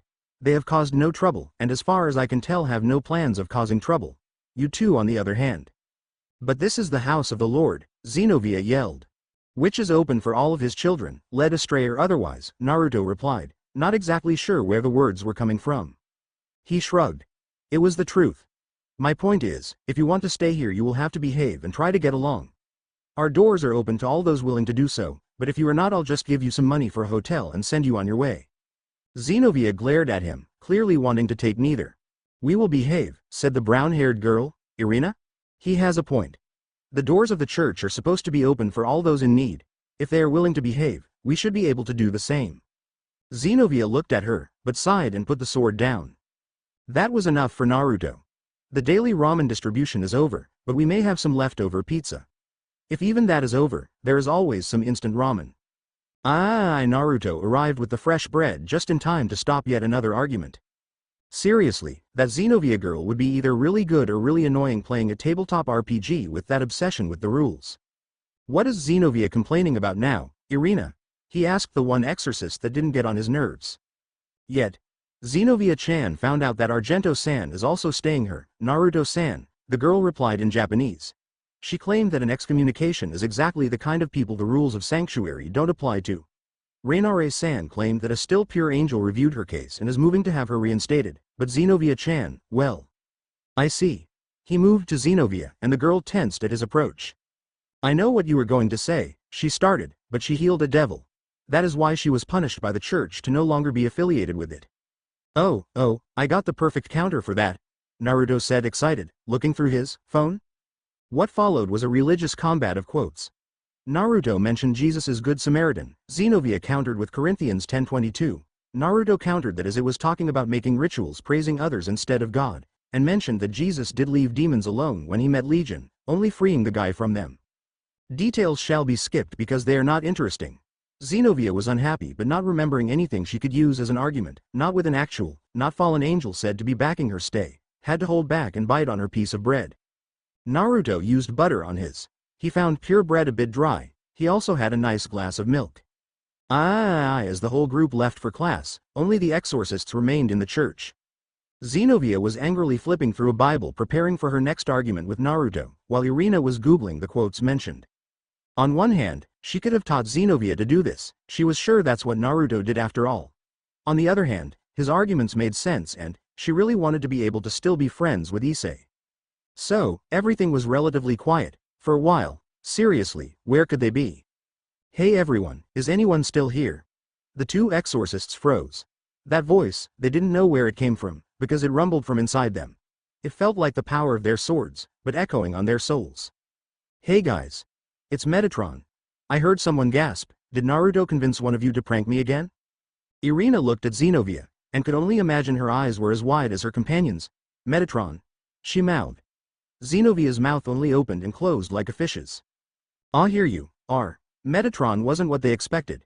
He was wearing jeans and sneakers, and a t-shirt that just said, "In God we trust," if not for the white wings, and the silver helmet Irina could swear she saw in an album cover, they would think he was just a normal guy.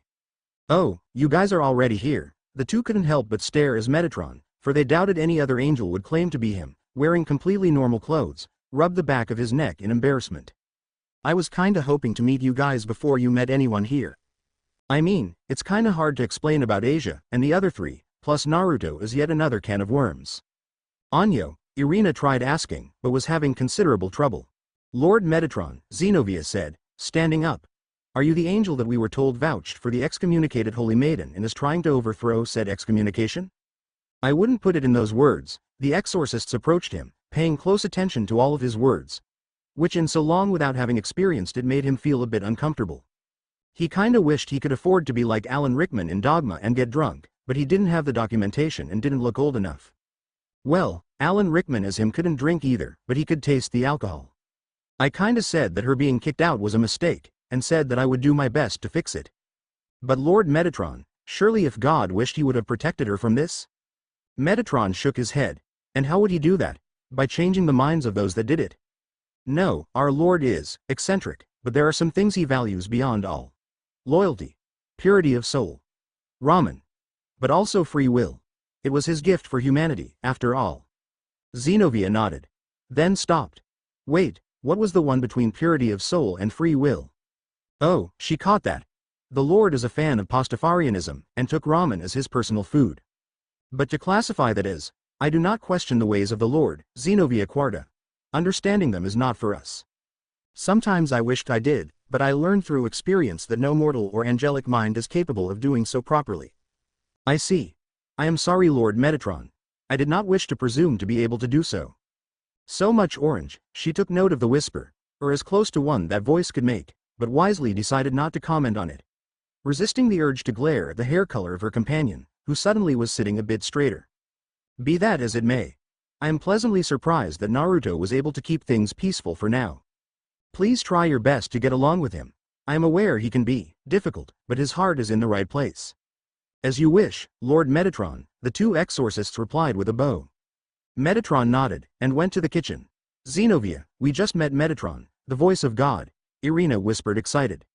Yes, it is amazing, the blue-haired girl replied, and if there was any doubt about Asuya Argento and Uzumaki Naruto's actions and beliefs, I guess they have been sated. You don't have to sound so bitter about it, Irina pouted. I am not bitter. Yes, there is still some pizza, no instant ramen for Metatron this breakfast. We have bread. Irina yelled in the direction of the kitchen, and fruits. But bread every day gets boring. No buts, get a proper breakfast. There was no verbal reply, but the refrigerator was closed with a bit more force than it was needed and heavy steps were approaching the two. Xenovia's eyes narrowed in confusion. Did you just, Mom, Metatron? Irina just shrugged. Hey Rias-chan. Wait up a bit. Rias stopped, confused.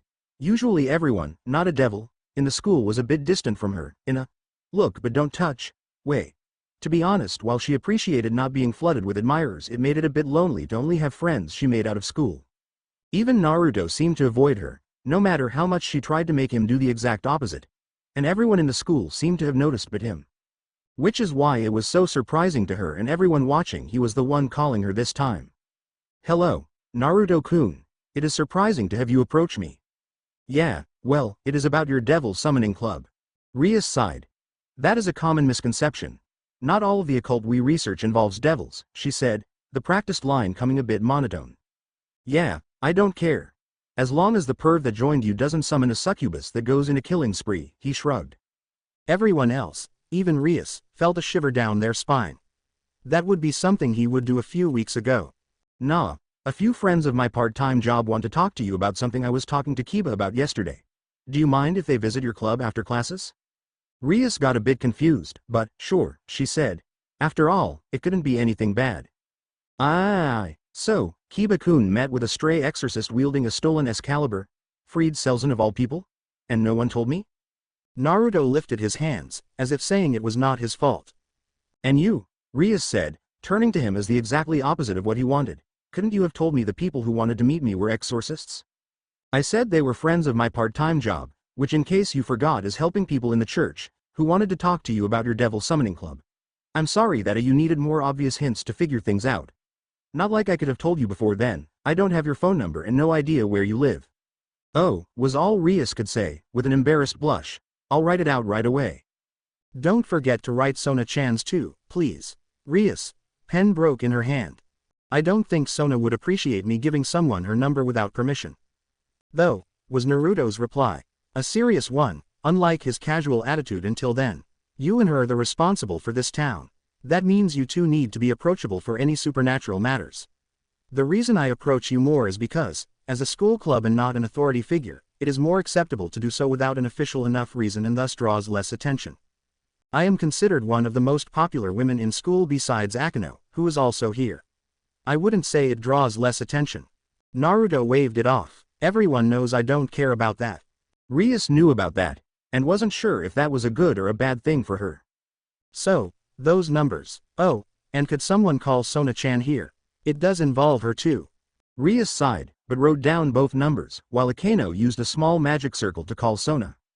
And will you give me your own number then, Naruto-kun? Rias asked while giving him hers, in a tone most people would consider flirty. As far as Naruto could tell, this was how she always behaved when not angry at something though, so he decided long ago not to read anything more into it.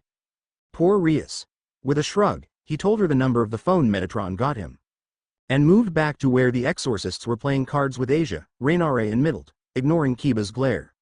So, I think that's it that I had to say for now, Naruto shrugged, while sitting down on the same sofa as Kalawarner and Donasek. Your turn.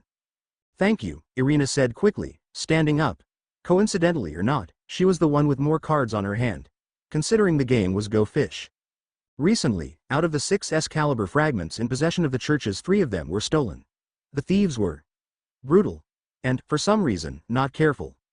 We were able to figure out that they were fallen angels that worked for Kokabeel, or exorcists helping them, and that their plan involved bringing the blades to Kuo. Which is why we were sent here to recover them. Xenovia entered the conversation. And we are here to ask you devils not to get involved. And I guess we are now obligated to ask the fallen the same too. What? Issei jumped to complain. Is it because you think we may be involved? Rias asked, serious. Xenovia nodded. It would be very useful for the devils if one of the most powerful weapons against them was destroyed in the ensuing battle. And since it is visible that, if not allied, the fallen are at least in a cordial relationship with you. Well, that's stupid, Naruto said from his position on the couch. Excuse me? Asked Xenovia, clearly offended by his words. As I said, it is stupid. You are in enemy territory. Without backup, using 2 more of the same kind of artifact as the stolen swords. Following information that is sure to be planted, because if they were to be stolen and guards were killed, they'd have no reason to leave enough hints for you guys to come here, and yet, under such suspicious circumstances you turn away the very people with more information about the landscape because they may benefit in your failure. Something that cannot be said yet because we have no idea what the swords were brought here for besides bait for you. Only you 2 versus however many there may be. We would gladly give our life for the mission, Irina started. Naruto stopped her. That kind of talk only is acceptable, if at all, when you are able to do the mission if you give your life. Preferably, EVN, then it is best to do both at once. If you lose both anyway, then keep your life. In this case, you have about no chance of doing this mission even if you die because of your stupidity and pride. Xenovia turned to him fully, lifting her sword. How dare you? We are being guided by the love of God. He'd never let his loyal followers behind like that. He would if he gave you all the tools to do it properly and yet you refused to do it, Naruto countered. Free will was a gift from him, remember? He can give you all you need to succeed, but it is your right to be an idiot and leave it all behind and fail. Before the now red-faced Xenovia replied, the door was kicked open by a metallic boot. In it, there was Metatron, wearing a silver armor covered by white holy shrouds. Anyone order a distraction? Was all everyone but Naruto could say. Naruto was more focused on what Metatron was holding. Pizza again? It is the perfect group meal besides barbecue. And barbecue is better if made on the spot. Naruto thought about it a bit, and nodded. Does the fact he arrived with those words not bother you? Naruto looked at Issei, who had been the speaker. Then around the room, where everyone looked at them the same way. So he looked back at Metatron. Good job, thank you. Well, getting the conversation back on track, I can't do that for the simple reason that I can't change the past, said Naruto, taking a piece of the pizza. Forgetting the argument, just as Metatron planned, Xenovia asked, suspicious. And how would you already be looking for the Excaliburs? We just met yesterday and did not give you the info. Naruto pointed to Kiba over his shoulder. You know how their job is to keep the peace here? Well, the swordsman there, Kiba, met a stray exorcist killing someone from the church with one of them. So I've been investigating to find the guy and whoever may be with him since then. Also, I've been trying to find out why they're called Excaliburs. Because they were forged from pieces of the original Excalibur, Xenovia explained. The original one was broken in 7 pieces. Naruto shook his head, showing that was not what he was asking about. Okay, I have a big question. Bigger than how are there so many Excaliburs, or even any if the original one was given back to the Lady of the Lake before being broken? The exorcists and the devils opened their mouths. That was a part of Arthurian legend, but wasn't King Arthur from Celtic folklore? I mean, many pieces of the story even use things that are not considered in Christianity, like Phi. I can understand his sword being a powerful thing, but isn't holy, in this case read as blessed by the Christian God. The exorcists opened their mouths, but no words came out. Metatron shrugged, in plain view of everyone. Everyone's eyes widened, especially Kiba's. Are you saying the Excaliburs are not holy swords? Naruto shook his head. They must be. Else someone would have noticed they don't work as they should. But they can't be Excaliburs, not in anything but name. Metatron nodded. Names are powerful. As a devil, you must understand this. Probably why they were named thus. Kiba wasn't calmed down by this, though. But the Holy Sword Project, all the dead children just to wield them, are you saying we all suffered and died for fakes? Naruto's eyes hardened, and he turned to the 3 people he could ask about this. No words were said. No words were needed. A normal sigh was heard coming from under Metatron's helmet, before Ho's booming voice returned. Correct me if I am wrong, I did not have much time to find this out in my quest to bring you. Your homeland had Danzo, who held authority and believed he was in the right, and Orochimaru, who experimented on children without remorse. Naruto nodded. Orochimaru seemed to have turned a new leaf last he heard of him, and they were willing to give him the benefit of the doubt after he was crucial in saving everyone, but it was undeniable that him and Danzo were monsters before then. Unfortunately, the church got both at once in the form of Valpyr Galilei. When his actions were found out, he had already escaped and there were no survivals that we could find. He was obsessed in being able to wield a holy sword, especially an Excalibur, so he was trying to make it so someone could wield one without being chosen to do so. He thought it was acceptable to kill his test subjects if his research yielded results. Since he had already escaped, we were only able to excommunicate him, but if I ever get my hands on him. The present were witnesses to something they never thought possible. The feathers of Metatron were darkening in the tips. The angel in question frowned. Great, I'm raging yet again. I will need to purify myself when I'm able to return to heaven. That is so boring. Naruto sighed. Great, Orochimaru was a monster obsessed with his experiments, but he was able to wake up in time to help save the world and seems to be making a recovery, even he is under watch. And we found out that Danzo was an asshole that would justify everything in his head as for the best even if he ruined everything. Give both of these to the same person. I can't say for sure, I didn't meet them, but it sounds like him, yes. Wait, Kiba interrupted, did you say the guy that experimented on children did a 180 and helped save the world? More like a 90 for now, Naruto admitted. We are keeping him watched by the survivors of his experiments, at their decision, so we'll know if he really is getting better. It's going fine for now, I think. Having seen how hard he is to kill, and how different he can be when not trying to take over bodies for power and immortality or giving people power-ups that have a high chance of killing them, I say that it is better for everyone if he did become a better person. And the survivors of his experiments just accepted it? Naruto shrugged. Somehow, most of them actually worked for his underground operations before he got better, and the others are Yamato, who is watching him like a paranoid hawk, and Anko who just wants him to be away from her. Oh, and Suigetsu, who, for some reason decided to learn from him.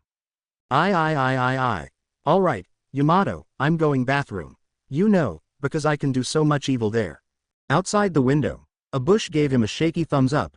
Orochimaru just rolled his eyes. Suigetsu, don't try to do anything stupid. Who do you think I am? Suigetsu asked, clearly offended. Orochimaru gives him a glare, but goes, I don't have to try. Anyways, as I said, I've already got many people looking into it. They should have over half of the town covered by now, since they are trying to be discreet. That doesn't make me comfortable in the least, said an entering Sona and her peerage, the fading magic circle beside her ear making clear she had been listening to the conversations. I am surprised you even know what the word, discreet, means. Sona-chan, I am a master prankster, he replied in an offended tone. I wouldn't be worth the title if I didn't know the meaning of discretion and misdirection. Not that you use the first much, grumbled Kurama from the side. Naruto shrugged at that. People who do know me would know something is up the second I tried to be discreet about anything. Point. But anyway, chances are low of them finding anything during the day. If they are smart, they'll act at night, out of the public eye. Even if leaving a breadcrumbs trail, they need the right people to find it, and avoid the wrong ones. And since we only know of one agent of theirs, and one that draws attention. Are you saying we need to wait until the night to go look for them? Xenovia asked, impatient. Naruto rolled his eyes.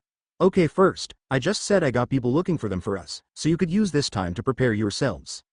And are your people trustworthy? I'd put my life in their hands, already did many times, actually. Xenovia nodded. And second, he pointed to the window, and everyone had the urge to facepalm, since it was already past sunset. I should be getting the info at any minute, so, let's all get ready. A shame that you can be so efficient, though, said Kiba. I was hoping for a spar with the wielders of the famous Excalibur blades. Naruto shrugged. We have some time, and I must admit I didn't spar with anyone ever since arriving in town. It'd be fun to join. They went to a nearby field, and Naruto felt himself unwatched enough to frown. Kiba's negativity and desire for revenge was big. He seemed to know a bit too much about that holy sword project. Maybe he was related to one of the killed, maybe even a survivor.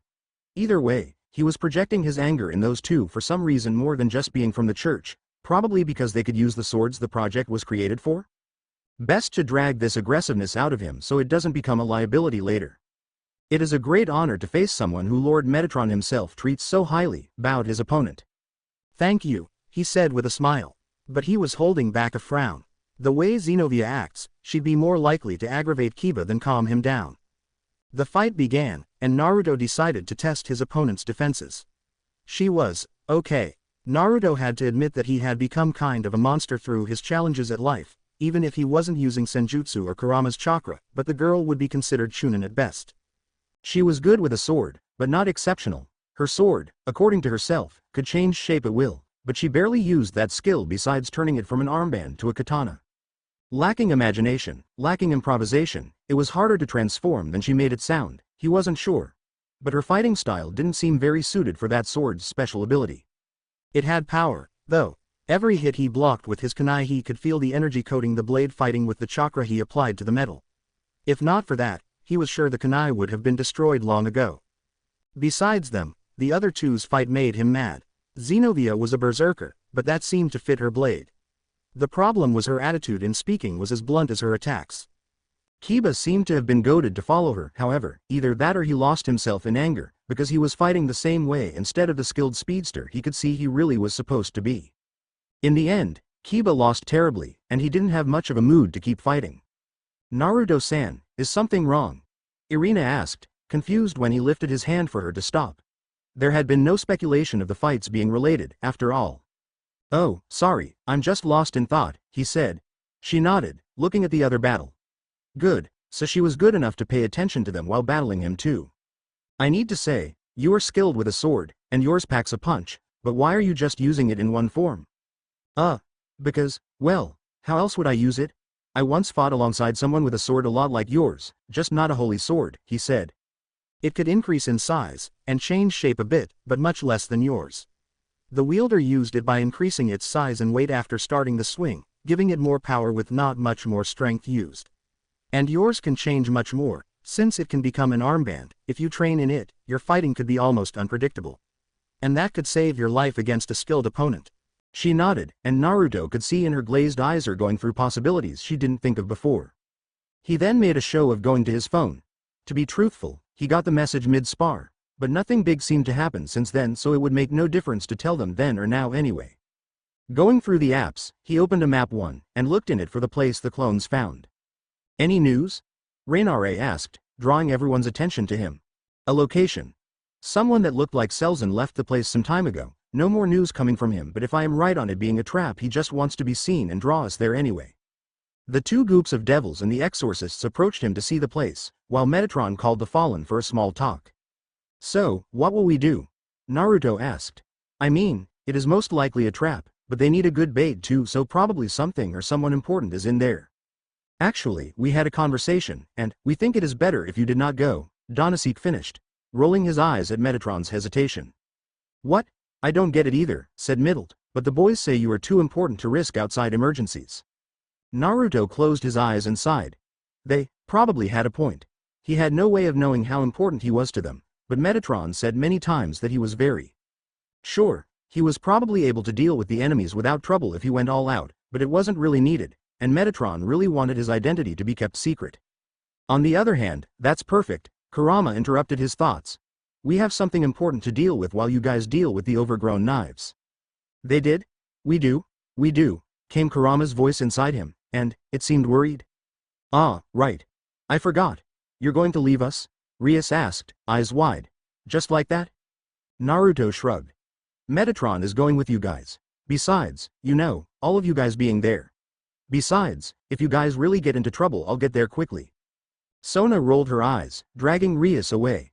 Naruto, meanwhile, just waved for everyone and followed Kurama. Who kept going. And going. "Where are we going?" "Back to the church. He is waiting for us there." "Ah, okay." They kept going in silence. "So, gonna tell me who is he?" "You know, I had forgotten." Naruto was confused, but kept silent. "When the angels who knew who you were supposed to be started acting like it was a big deal, I snorted. But now I remember how it feels after I felt mine." His eyes widened. He was reborn. Kurama shook his head in negative. "It is the same deal as when you last met him, which is why it is so troublesome." Naruto nodded in agreement. Last time it was an emergency thing to stop Kagaya. His spirit was supposed to be unburdened now. If he had reason to contact them again. The clone Kurama was inhabiting was dispelled. Naruto opened the doors. "Ah, Uzumaki Naruto. It has not been long since we last met. Old man sage, Naruto nodded. I thought you were resting in peace. I was, the old spirit confirmed. Then something extraordinary happened, extraordinary and troublesome. Me being the reincarnation of this god of the Bible? Naruto tried. Yes. While it would usually be no trouble, your increased potential puts your chakra and your brother in arms in disarray. If it was a matter of weakening or even death of one, the chakra used would be self-sustainable, but it is still linked to your soul, and your divine awakening is causing big changes. Naruto had to take a minute to try to decipher that, and paled. There was only one active jutsu where both his and Sasuke's chakra would be mingled like that. The sphere cracked. It kept cracking until a hole opened. White hands with long fingers hurriedly scratched the hole, opening it until it was wide enough a human female could squeeze through it with some trouble, and it was exactly that the human female inside the sphere did. She was free. She had returned. Unfortunately, she was not aware that the sphere was floating in the sky, so Kagaya Otsutsuki could only scream as she fell. I'm assuming the imprint to be at least a week old. She has been weakened quite a bit by the removal of the 9, which explains the fall, but she is still a threat. I'm assuming she must still be in the same power range as you at your best. It is worse than that, old man sage, Naruto pointed out.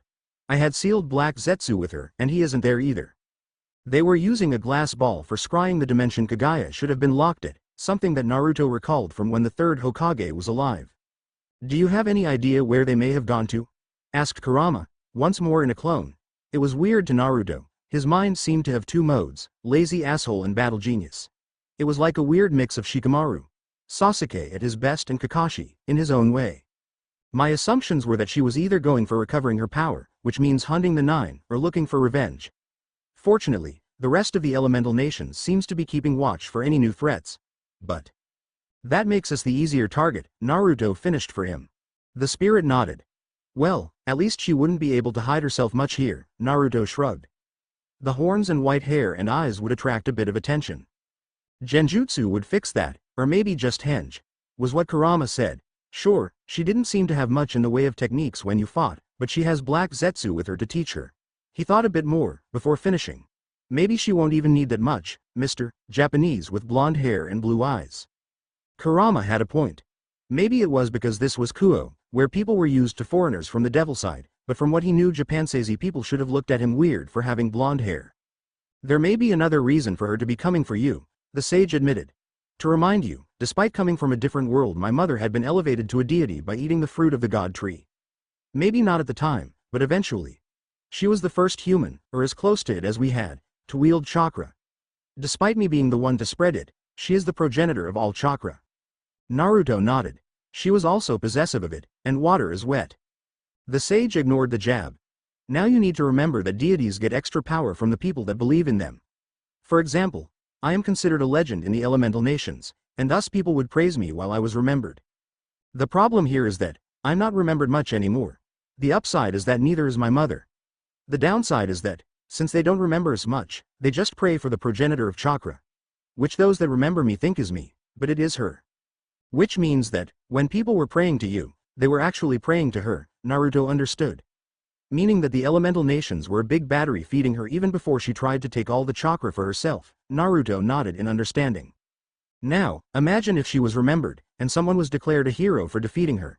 Usually it would make no difference since it would still be immortal praised for something related to her, but Naruto winced at that. Make him be a deity, at least in part, and as far as she is concerned, I'm stealing her chakra and her followers. The sage of 6 paths nodded gravely. I'm getting a headache. The sage didn't seem much concerned. As long as you understand the danger you are in right now and are careful. My mother is still powerful, even if without the power of my children to fuel her. Naruto nodded. Nodding back, the sage started to fade. Hope you don't think badly of me saying so, but considering the circumstances of our every meeting, I hope we don't meet again for a while. I get it. Take care of him, Kurama. Don't have to tell me twice, old man, the clone grinned. And thus the sage left. And thus Naruto turned around and made a shadow clone that promptly dispelled, sharing the info with the others around town. Now he had a warning system if Kagaya ever showed up. Kagaya gazed hatefully at her opponent. Oh, how she wished to just attack with all her strength. Take what was hers by right. But no, doing so would make the victory lose its meaning. She had to defeat her opponent in its own game. Zetsu, another coin. said coldly the white-haired beauty, adjusting her bonnet, her eyes going between the accursed crane and the plushy bunny she wanted. Behind her, the heavily tattooed man, so heavy most would think half his body was a mass of black from a distance, sighed. Mother, another coin. Zetsu obeyed, his eye twitching. Aye. So, what do I do while I wait for her to show up? Naruto asked Kurama. I think it'd be a good idea to tell Rias and Sona about this, since they are responsible for the town. Not a bad idea, said Kurama. You'd need to explain about her, but just that she is a powerful being that you fought and may be coming for revenge may be enough. That should be enough to satisfy the angels about keeping your identity secret yet yourself protected. The blonde released a sigh. I wish they'd tell me why I need so much protection. I mean, sure, I'm the reincarnation of their father or something, but I'm a fighter too. Don't forget, all they got from that is your small meeting with the fallen and some hearsay Enoch heard while visiting. We are not even sure how good was his assessment of Kagaya. It may have been her while locked instead of while she had our power too. Naruto sighed again, but nodded. So, what do we do? We have no idea where Kagaya is, promise not to go to where the others are, and have no idea where that lake lady may be. Lady of the Lake, it is a title. I'll keep that in mind. I'm more worried about the others right now. Kurama nodded, then snorted. The two devil groups are led by people considered good enough to be responsible for the town, and they are helped by Metatron, who from what I gathered is supposed to be a big deal. They must have it all under control. It was a hard pill to swallow, but Issei was less than no help. He was an outright hindrance. And it was a pill that not just Issei himself, but also Rias had to swallow. She knew he had lots of potential, taking all 8 of her pawn pieces to reincarnate. The problem was, potential untapped was useless. Her plans were at first to let him deal with the fallen angels that killed him by himself, hopefully unlocking said potential. Then Naruto showed up. Her next plan was to train her team, including him, on her last chance to fight Riser for her freedom. Naruto made that not be needed. She admitted that she kinda forgot about him after that. Now Issei was in the middle of battle, only slightly better than when he was a pure human. His apparent sacred gear, twice critical, she doubted it was the final form, since as said it took 8 pawn pieces. Only doubling his meter skills, only enough for him to survive a bit more. Meanwhile, they were facing a group of stray exorcists, trained to fight both fallen and devils, and that apparently thought Metatron was a trick, since why would he be associating himself with devils? At least having Sona's team and the angels, fallen or otherwise, was giving them the advantage they needed to survive. But she took note of this failing. Next free time the club had they would be training hard. Well, saying, the advantage they needed to survive, was a bit of a pessimistic view. While Issei was clearly being held back by his lack of training, the others were doing alright. The official exorcists, coupled with Metatron and the Fallen, were doing good enough. The devils were mostly avoiding being hit rather than actual fighting. It was clear, comparing what they saw of the Fallen before and now, that Naruto did not share her mistake. Which was to be expected, hearing how the 4 played with the young but properly trained exorcists when they first met. Metatron flowed around the room as if floating instead of flying, his powerful hits throwing the enemies around in a way she only saw in martial arts movies. Rainare batted everyone in reach of her light spear, or should she call it a light staff. Calawarner seemed to have been trained personally by Naruto, since her movements reminded her much more of his. Her light knives also reminded her of the weapon she saw on his hands when they first met in that church. Middle used something reminding her of trench knives, using her smaller size to flow through the exorcists. And Donaseek, well, he used his weapons still in the form of spears, but his apparent older age showed in his movements, showing that he was experienced with it. She resisted the urge to sweat. While she was confident her peerage, save for Issei, could have defeated the Fallen still, it was a much closer fight now. And speaking of her peerage, she was more than aware of the lack of her knight. But she couldn't blame him, could she? After all that suffering, the man responsible for everything was in front of him, teasing them. Even Metatron darkened his wings a bit in rage thinking of his actions, and Kiba was his actual victim. The man ran away as soon as he noticed the stray exorcists wouldn't protect him like he thought. After all, he was only expecting some devils. She couldn't blame Kiba, but seeing him leaving them behind to chase Valpier Galilei still hurt. She was so focused on her personal thoughts, she didn't notice a stray exorcist reaching behind her. Bucko, watch out! She rolled away by instinct, just in time to get out of the way as Kiba locked swords with the opponents that was attacking her from behind. Wait, what? Sorry Bucho, I was so concentrated on revenge, I forgot about you guys. She smiled. So, in the end, Kiba chose them over revenge. Wait, Kiba, What happened to the two exorcists? They went after Fried and Valpier. I thought that was all right since one of them defeated me and Valpier isn't a fighter. Not a bad thought, but, yeah, I got a bad feeling too. When the group reached the exorcists, they were not doing fine. Oh, if it was just Fried and Galilei it would be 2 against 1 and a smear, but unfortunately that was not how it really was going. Because, Kokebile, everyone heard escaping Reinare's lips. Oh, what do we have here? Kokebile, the Kadri, wielder of 5 pairs of wings, let go of Shithu Irina, the girl extremely hurt. Zenobia was standing up a bit away, using Excalibur Destruction as a crutch as she lifted herself from the broken tree. 2 peerages of devils, 4 of my fallen brethren, and an excommunicated witch come to help 2 members of the church. But the last one ducked. Wah! Was all Kokebile could say as he was kicked in the face by a falling Metatron. Hard enough he broke a tree in half. Oh, by the way, dynamic entry, the body in the tree trembled in rage as he stood up. No, now that it became visible, it was clear that the fallen Kadri was trembling in laughter. Hello, Metatron. Long time no see. I see you are stronger than last time we met. Did Michael find a way to restore a bit of your powers? Metatron said nothing. A spear of light appeared in his hand. Kokebile smirked. Hit a sore spot, did I? He said, in a clearly false apologetic tone. It has been 2,000 years, you should stop being in denial. Metatron said nothing. He just disappeared. Kokebile's eyes widened, and he ducked just in time to avoid a roundhouse kick from behind. What the? I am the terror that flaps in the night. What? Did Metatron just quote Darkwing Duck? Issei asked the person at his side. It was Kaneko, who just stared at him, stared, then shrugged, looking as confused as he felt. Regardless, I must thank you. I was going to attack the school to attack the 2 sisters of Satan's, and what do we have here but you bringing them to me? What? Rias said aloud. Why would you do that? We didn't do anything, and all it would do was. That's his goal, Rias, Sona interrupted, isn't it? You wish to restart the war. Kokebile's smile widened. You're smart, just like the rumors say. But that's insane, Rias commented. All that will do is cause more deaths in all 3 factions. Frankly, Rias, I don't think he cares. Please, this will be much easier for us than last time. Your side is weakened by your own civil war. And the Angel's side. Shut up all of you. Oh, are you getting out patience, Metatron? Kokebile mocked. A secret you don't want to get out, perhaps? Not the one you were thinking, I assure you. Kokebile's eyes widened in confusion. But, what? I won't deny there is a secret, but not the one you think, and you know I am incapable of lying. But that is not why I stopped your conversation. Oh, you noticed. Notice what? Everyone started analyzing their conversation in confusion. A deep sigh sounded, as if coming from everywhere, a sign it came from Metatron. Where are Galilei and the stray exorcist? Eyes widened, but none more than Kiba's. Keep going. I will keep him occupied. Keep me occupied?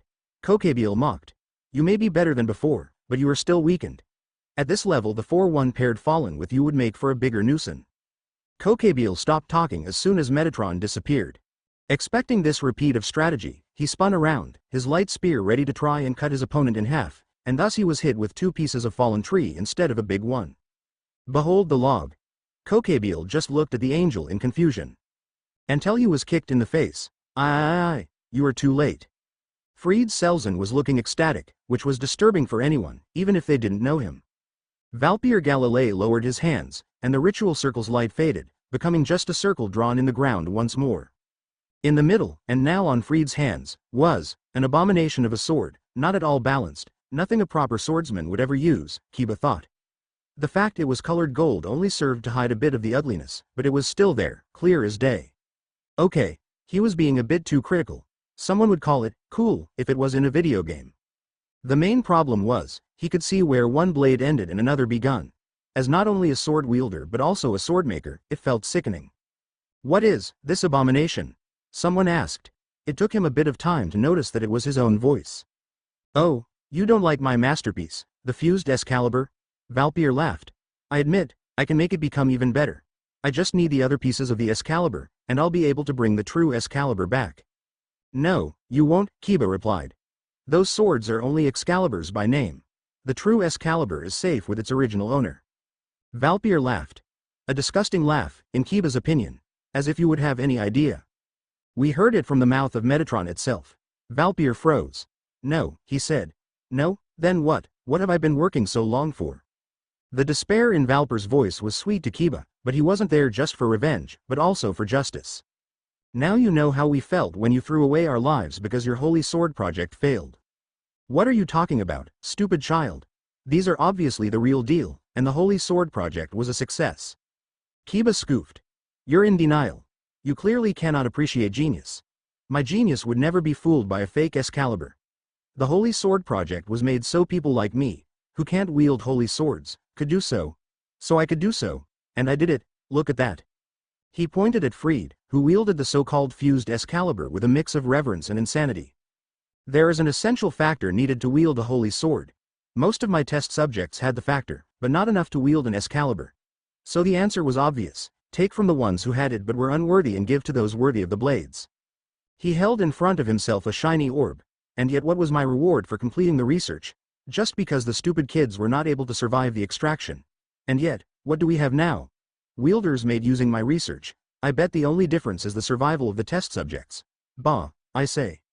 He threw the orb at Kiba's feet. The boy got a hold of it, almost reverent. Just though, that in that sphere was a part of the spirit of his old friends, the friends that died while he survived. And this is its culmination.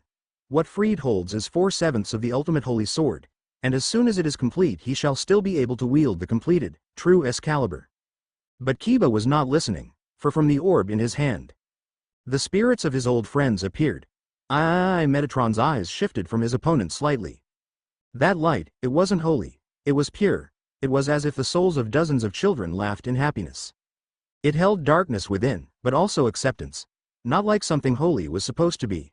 Holy was the antithesis to darkness. This light. It reminded him of when Naruto was covered with that golden energy shroud. There was light and darkness. But the darkness didn't fight the light, for the light accepted it, and the darkness accepted it back. He looked at Kokebile. Kokebile looked at him. The two turned to see the source. I see, came the voice of Valpyr Galilei. Holy and demonic. It will be an explanation, if the beings that represent the two become unbalanced. Metatron froze. Oh dear. Kokebile did not. Cursing himself, Metatron followed the thrown spear of light, hoping that he could reach his allies before they were hit. Then not only the Satans but God has also. He shouldn't have bothered. It wasn't his side of the battle the spear was aimed at. But even so, he couldn't help but feel surprised at Kokebile's actions. Valpyr, you were remarkable, Kokebile said to the dying man. The reason you reached this conclusion proves that. From your actions before, I think you would approve of word getting out. Everyone was stunned. Metatron's words served as confirmation. Hysterical laughter began. It was Rainare. I remember now. That's why I fell. That's why all three of us fell. We couldn't accept it, so we looked for a way to fill the emptiness. The ways of our kind were not enough to fill the emptiness. What? Irina gasped, in Asia's arms. Asia's eyes were filled with tears and incredulity herself. No, it can't be. Yes, in the battle between the three sides, not only the four Satans but also God died. Lies, it's a lie. No, Xenovia. Metatron was merciless. God did die. Everyone froze at that. They recalled something. Metatron himself claimed he was incapable of lying. And they doubted he would lie about this. Yes, little exorcist. The God you believe in is dead. Even your mighty Metatron said so. Now, I didn't say that. Everyone froze again. What? Kokebile said, surprised. But you just said? I said God died. Not that God is dead. Everyone on the battlefield blinked at that. Did that mean what they thought it meant? Impossible, Kokebile said. You are saying God came back from the dead? Xenovia blinked. You know, that wouldn't be the first time. There is the whole Easter thing already. That was Jesus, Kokebile pointed out. Divine Trinity, Xenovia countered. Kokebile opened his mouth, then closed it, then opened again. Explain how it works. Xenovia had no answer. Kokebile didn't either though, so he went through another tactic. And if God is back, why the mask? Pardon? The mask. The whole reason for you wearing it was because God is dead. Because without God you, who shares the face and voice of God, ended up with no face and voice of your own. Ah, right, I just got used to it. It also looks cool. Really? You got used to the mask? I think that you just got used as to being able to lie. I am not lying. Then prove it. Prove that you are not lying. Prove that God has returned. That your face is more than just a void and your voice is more than a projection. Oh, really mature Enoch. Metatron lifted his helmet, and his real face was currently showing his tongue to Kokebile, with all the maturity of a millennia's-old angel. Seeing the face, everyone froze. Rainare began laughing hysterically. Irina gasped. Asia's eyes filled with incredulity. Xenovia kept repeating, "No, eyes wide. You guys suck," Metatron said, in the face and voice of Uzumaki Naruto. He then wore the helmet again. "So, God is back," Kokebile mused. "This changes nothing. I mean, if you were hiding it, that means he is still weak. That means I can defeat him easily." Metatron said, smiled at that. After all, where would he be if not right under your watch? Not safe. "Excuse me," Kokebile said, confused. Metatron revised what he said, and answered again. "Not safe." Everyone finally understood what was happening. Metatron, in a last effort, pointed to the grass in the ground. The grass is a light green, gray in the lower parts, because it hasn't been raining lately and no one is bothering to water it. Wait, so if he tries to tell a lie, he tells the truth even if he thought it was true or did not know the truth beforehand? Asked Issei. Damn it. Quick, if Pinocchio says that his nose will grow right, then what happens? Unlike God, who gave me this ability, Pinocchio isn't omniscient. His nose only grows when he is being dishonest. So if he expected his nose to grow, he would be disappointed, and if he did not, he'd be surprised.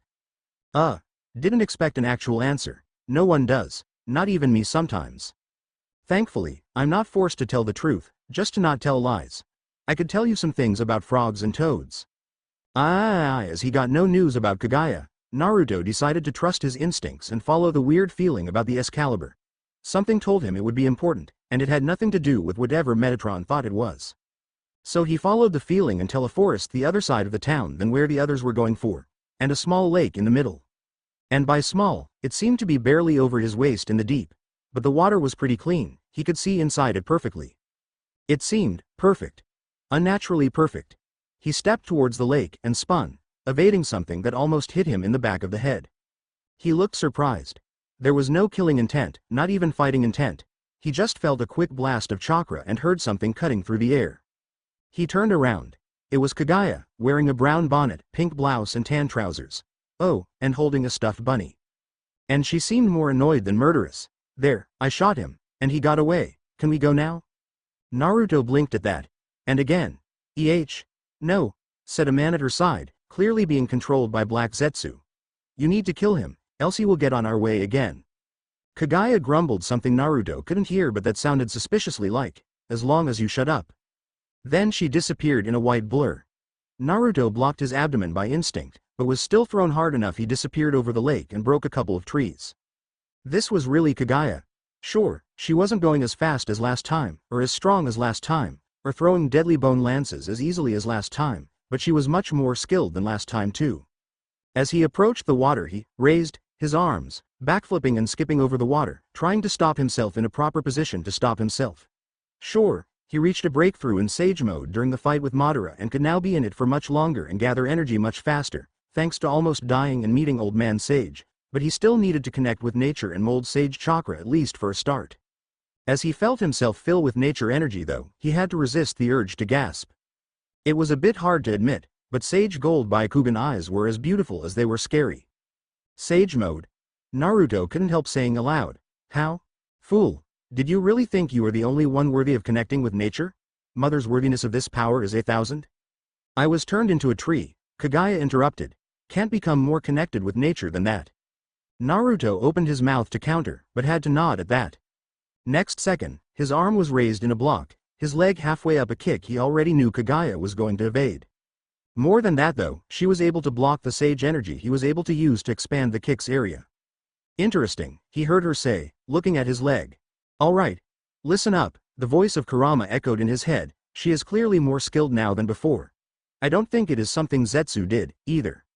That means she was holding back then, underestimating us? Or overestimating herself? Don't forget, as strong as she seems with Sage mode, she is still much weaker than before. Kagaya advanced once more, jumping in a two-legged aerial kick, probably due to being wearing a skirt. Naruto flipped to the side, and was forced to block as two strong points of energy tried hitting his side. He still skidded on the water. Is this what fighting me feels like? No, fighting you is usually worse, Kurama replied. As much as your sage mode can be an annoyance, it is nothing compared to what you can be. Usually, Naruto said out loud, and then almost smacked himself. Kage Bunshin. They were the main strategy when fighting her the last time. He went to cross his arms in the hand sign. Soft hands held his ones firmly apart though, and he suddenly had a sage-reinforced bonnet hitting his face. Not wasting any time, Kaguya jumped, holding herself aloft through Naruto's arms, knees lifted to her chest, and kicked, letting go of his arms. Naruto went through the forest, breaking a couple of trunks in the process. That was painful, but that was good, too. He was out of her sight, and that meant. He quickly rolled out of the way of the thrown tree, stopping his second Kage Bunshin attempt. A crater appeared, as deep of one of Tsunade's stomps. Alright. Bye Kugen. You were not this good last time, Naruto mentioned offhandedly, avoiding her charge, and the energy that expanded to try and still hit him. Yeah, I was kinda drunk last time. Was all Naruto could say to that, before dodging her next attack. A swipe of her hand with her nails sharp as claws. The tree next to him wasn't as lucky, falling in pieces. He winced. So did she. Well, you didn't really think I would cry in my right mind just because you looked like my sons, did you? Naruto blinked at that. You're a very quiet drunk. Thank you. If only that also applied to someone. Both paused on their battle to glare at Black Zetsu, who was yelling at them like some sort of cheerleader. Complete with costume. Where did he even get the clothes? Well, Zetsu is technically a woman, but the clothes fit the person being possessed perfectly. Maybe they are his? Naruto just shook his head, and coughed on his head to draw Kaguya's attention. So, I take it you don't get along well with tall, dark and bodiless over there? For the kami, no, wait, is it alright to swear by the kami when I'm one now? Beats me, Naruto shrugged. I currently swear for the flying spaghetti monster. She nodded, lifted her skirt enough so it wasn't blocking her legs as much, then started attacking again. Well, it all began when my sons had the brilliant idea to share chakra with you humans. You speak like if you were not one. Well, once. Kaguya shrugged with a shoulder. Well, I guess since I did have fertile children I am close enough. But I came from another world. I am kinda an alien, just as you are to this world. Oh, I see, Naruto said, blocking a kick. But what makes you think you are more worthy of chakra than us? I mean, from what I got you ate the fruit of the tree of our planet. I didn't eat it for power, I ate it because I needed to survive, Kaguya glared, giving a fiercer than usual strike. But to Naruto's chagrin, it wasn't fiercer enough to leave a wide opening. But you humans were no better when I ate it to when the two gave you power. Greedy little bastards, wanting more and more power. And thanks to those two boneheads, now you had more power than you had control over it. Well, I don't know the other one, but Hagoromo Oji-san also wanted to teach them to use the power for good. His ninshu, I know, Kaguya said, and how many besides yourself do you know that actually practice it? We are still spreading. It has been so long he became a messianic figure for you, yet only now you are starting to spread. You're welcome, by the way. Well, it would have been much easier if your Black Zetsu hadn't vandalized his writings to give the exact opposite message under his name. Kaguya opened her mouth to retort, then stopped. As in completely stopped. To the point Naruto had to hold back his punch else he probably broke her nose. Shut up Uzumaki.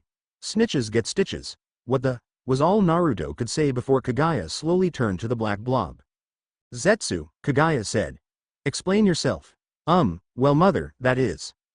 And then Kaguya wasn't in sage mode anymore.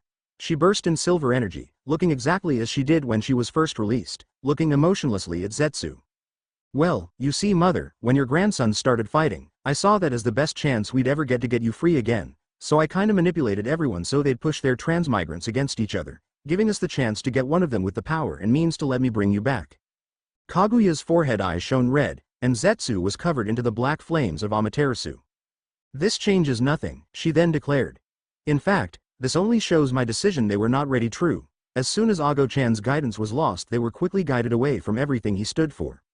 She threw an uppercut at Naruto's stomach, and he wasn't able to move fast enough and was thrown upwards, vomiting blood. Then he went 6 paths sage mode midair. You may have a point. But that doesn't excuse what you tried to do.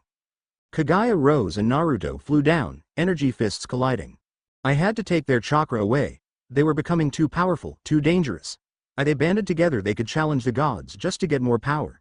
And don't get me started on what problems that could bring. You are more than proof enough they could do it. I'm only able to do it because I awakened 6 paths sagehood thanks to your son. Doubt many others could do that. Madara. Obito. Black Zetsu yelled from the sidelines. Okay. You may have a point there. Kagaya crossed her arms smugly. Her hair still fought just as fiercely, just as Naruto's sage energy did, but it was more background noise for them, their conversation being their focus right now. So you see, I had to do it to them, she said. Naruto resisted the urge to facefall due to her choice of words. At their current position, that could be a bad idea. Draining them of all their chakra, removing their memories and personalities, turning them into white Zetsus? Why do you call them black and white Zetsus? I mean, there is just one Zetsu and my plant human servants. That's my bad, Zetsu said from the sidelines. I kinda possessed one of them and pretended we were the same being with two personalities. It kinda stuck. Kagaya just huffed. Figures. And for your information, if I was on my right mind I'd have just drained them of their chakra, or at least their ability to mold it, and let them go. The white Zetsu. Fate is just for those that try to kill me and mine. Especially when they succeed. Naruto blinked at that. That's much more reasonable than what I expected. I mean, I would still fight you, since all-out technology and way of life is dependent on chakra now, but still much more acceptable. Wait. His eyes narrowed. Where did you get a drink strong enough to get you drunk for so long? Even if you couldn't get better while sealed, we fought for a while. It was a special mead from this land's main god, Kagaya shrugged. But that's not the main thing. Naruto raised an eyebrow. So she knew his previous incarnation? I, kinda, ate the god tree. What? Naruto asked, eyes wide. Why? What could you make you think that was a good idea? He then blinked. Wasn't that basically the same as sealing the 10 tails inside herself? Something Madara and Obito tried to do? Was it Black Zetsu again? No, Black Zetsu was created later. Well, how can I say it? You kinda have to see it to understand. She then offered her clenched fist. Naruto looked at her, surprised. Well? She asked, raising an eyebrow. I believe you know what to do. Naruto was wary, but nodded and fist bumped her. Aye. Oh, but it was not enough for them to kill someone that wouldn't hurt a fly, oh no. The older man complained. His skin was darker than Naruto's, but was still lighter than Killer Bee's. His hair was white as if emanating a silver light, just like Kaguya's. Besides the hair, he seemed like in the middle ground of everything he knew about human appearance. He was sure any female he knew would consider his looks perfect, though. Naruto just couldn't see his eyes. It was as if some white flame was escaping from the sockets and blocking his view. And to make matters worse, they crucify him. Among criminals. Like if he was one. And I can't do anything, because his last request was for me to forgive them. The man raged, before drinking his tankard in one go. Naruto's eyes widened. So, this was how the previous god of the Bible looked like. Well, what can you do? Kagaya shrugged at his side, drinking much slower, but her blushing face making clear she was already a bit tipsy. I'm having troubles of my own protecting that stupid tree. I know. I'd usually throw so much at them they'd be ruined for decades to come. I did worse for less, but Yeshua would never forgive me. He's still alive? Kagaya asked. I thought the problem was that he died. He is my son, I wouldn't let him die that easily. The problem is that they killed him, or as close as it possibly could get. And he is too kind to be angry, and wouldn't let me take it out on them. Kagaya nodded. Too bad you can't combine your minds or something. Can you imagine it, him punishing those that do evil but not as much as you do, and you actually being able to hold back your temper? God said nothing. Do you think that'd work? Kagaya shrugged, then his words sunk it. Wait, are you serious? Combining you two into one being? God shrugged, and stood up. Well, I need to talk to Yeshua first. You know how I swore to the humans that free will stuff, and he is very proud of me for that. As much good as it did. Kagaya nodded, and her face enlightened. Wait, if he can merge with his son, why can't I eat that overgrown weed? Aye. That was a bad idea, Kagaya finished. I was still pretty drunk, and the tree was already a huge source of power. It kinda made me drunk forever because I was drunk when I absorbed it. How does this work? No idea, Kagaya shrugged. I just absorbed it, something completely stupid now that I think about it, and the energy kept healing me, including keeping me intoxicated. At this point they already stopped sending punches at each other. Naruto wanted to know more, and Kagaya seemed to want to get it out of her chest. So there was I, roaring drunk, with more power than my mind could take, and my children doing something stupid and teaching humans to use chakra.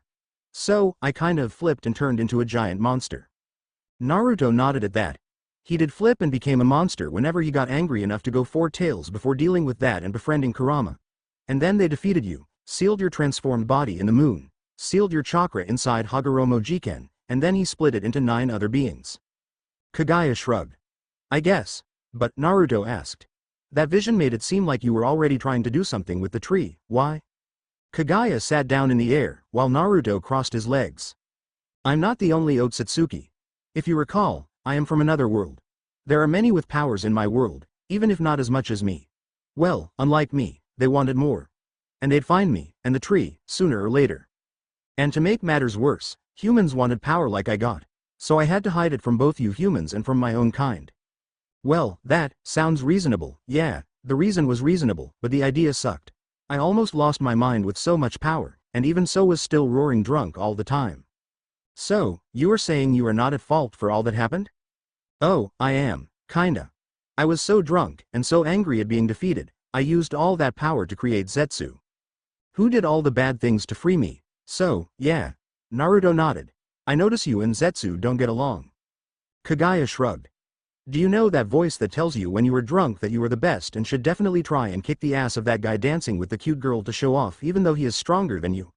Zetsu is that voice that won't shut up even when you're sober, and as far as I know is indestructible since I used too much power to create it. So, you can't just unmake it.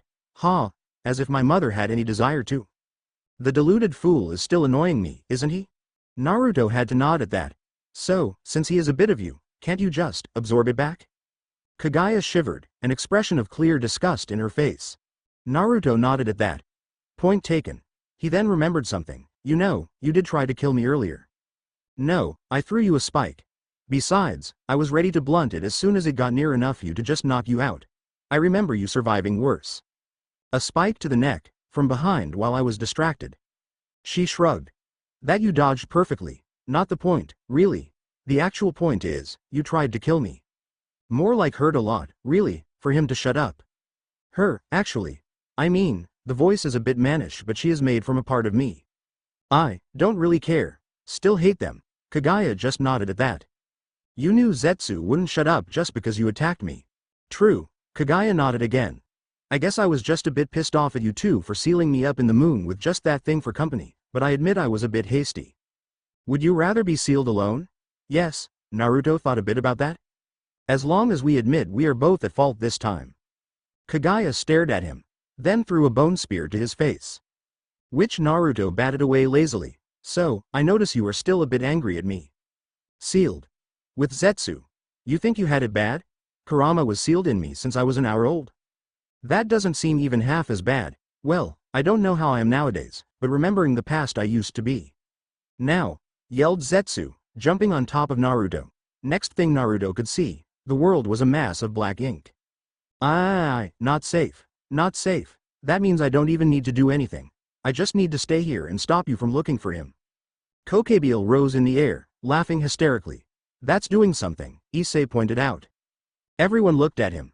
What, it is? Kokebiel said nothing, instead creating dozens and more dozens of light spears. Metatron cursed, and made a shield of light to protect everyone. Or as good of one as he could do at the time. Kokebiel had a point. He had been without God's power for so long he was severely weakened, and Naruto not having his full powers yet was not helping. Kokebiel grinned, a nasty one that whoever saw it would never guess he had once been an actual angel. More and more angels appeared around him. Fallen all of them. Much weaker than him, but all loyal, all creating spears. If they could not help with quality, they'd help with quantity. Kokebiel lifted his hand, his smile expanding, and he moved his hand forward, signaling the start of the attack. Get it off. Get it off, and then a mass of black came barreling into the spears, followed by a floating woman made of silver energy. Die, die, die for my mother, said a second voice from the same blob of black. Stop, drop and roll, the woman said. The mass of black fell to the ground and started rolling around. It didn't seem to do much. Stay still and shut up so I can strangle you properly, said a voice from the blob. Oh, okay, another answered, and everyone that recognized Naruto's voice froze. What the? And then the blob exploded, showering everyone around in it. The silver woman slowly floated down. What just happened? She asked. Everyone else wanted to know too. Naruto shrugged. I used my sage training to ignore whatever Zetsu was trying to do and released as condensed a burst of chakra as I could. What the fuck is going on here? Kokebiel asked, roaring in anger. Then his eyes widened. That face, that voice, they were the same ones Metatron was using. His father's reincarnation looked at him in the eye, glaring at him. He looked back, his smile widening. So this was his reincarnation? The one whose defeat would give a blow to heaven the likes of which they'd never recover again? He barely felt stronger than one of those devils in the ground. Admittedly the stronger ones, but still weak compared to him. Who's the ugly? Kokebiel's eye twitched, and a spear was launched at high speed towards his new father. The boy barely had time to lift his eyebrow before his spear broke apart on impact. What? Kokebiel said in confusion. But, he is so weak, and yet. And then he felt it. At first, the young man looked like nothing for him. A bit of an idiot, a bit powerful but not even in his league. And then he got glared. It felt like he was being pressed from all sides, an oppressive feeling like he was being killed 10 times over, and effortlessly at that. And then it was gone, just as quickly as it appeared. He took a deep breath. Then another. An illusion. For a second, the boy felt like he grew in power to the point of dwarfing him, but now he felt like nothing once more. He lifted his hand again, and the boy made a weird hand gesture. The next second, his light spears shattered, his followers' light spears shattered. And judging from how they were falling from the sky, his followers shattered. He blinked and looked upwards. Dozens of copies of the blonde, each emanating an aura of power much stronger than his own, were hovering where his forces once were. His eyes looked back to the original blonde. The blonde who now had an aura of power that dwarfed some factions' gods. So, who are you again? Kaneko shivered. It was a surprise when the blonde mentioned sage training, but he couldn't mean senjutsu, could he? Then he transformed. And she shivered again. She feared senjutsu. She feared how someone using it would lose control, would go insane and violent and lose sight of who is friend or foe. Just like she did. Naruto didn't seem to be using senjutsu, yet she could identify that energy he was emanating. It was senjutsu.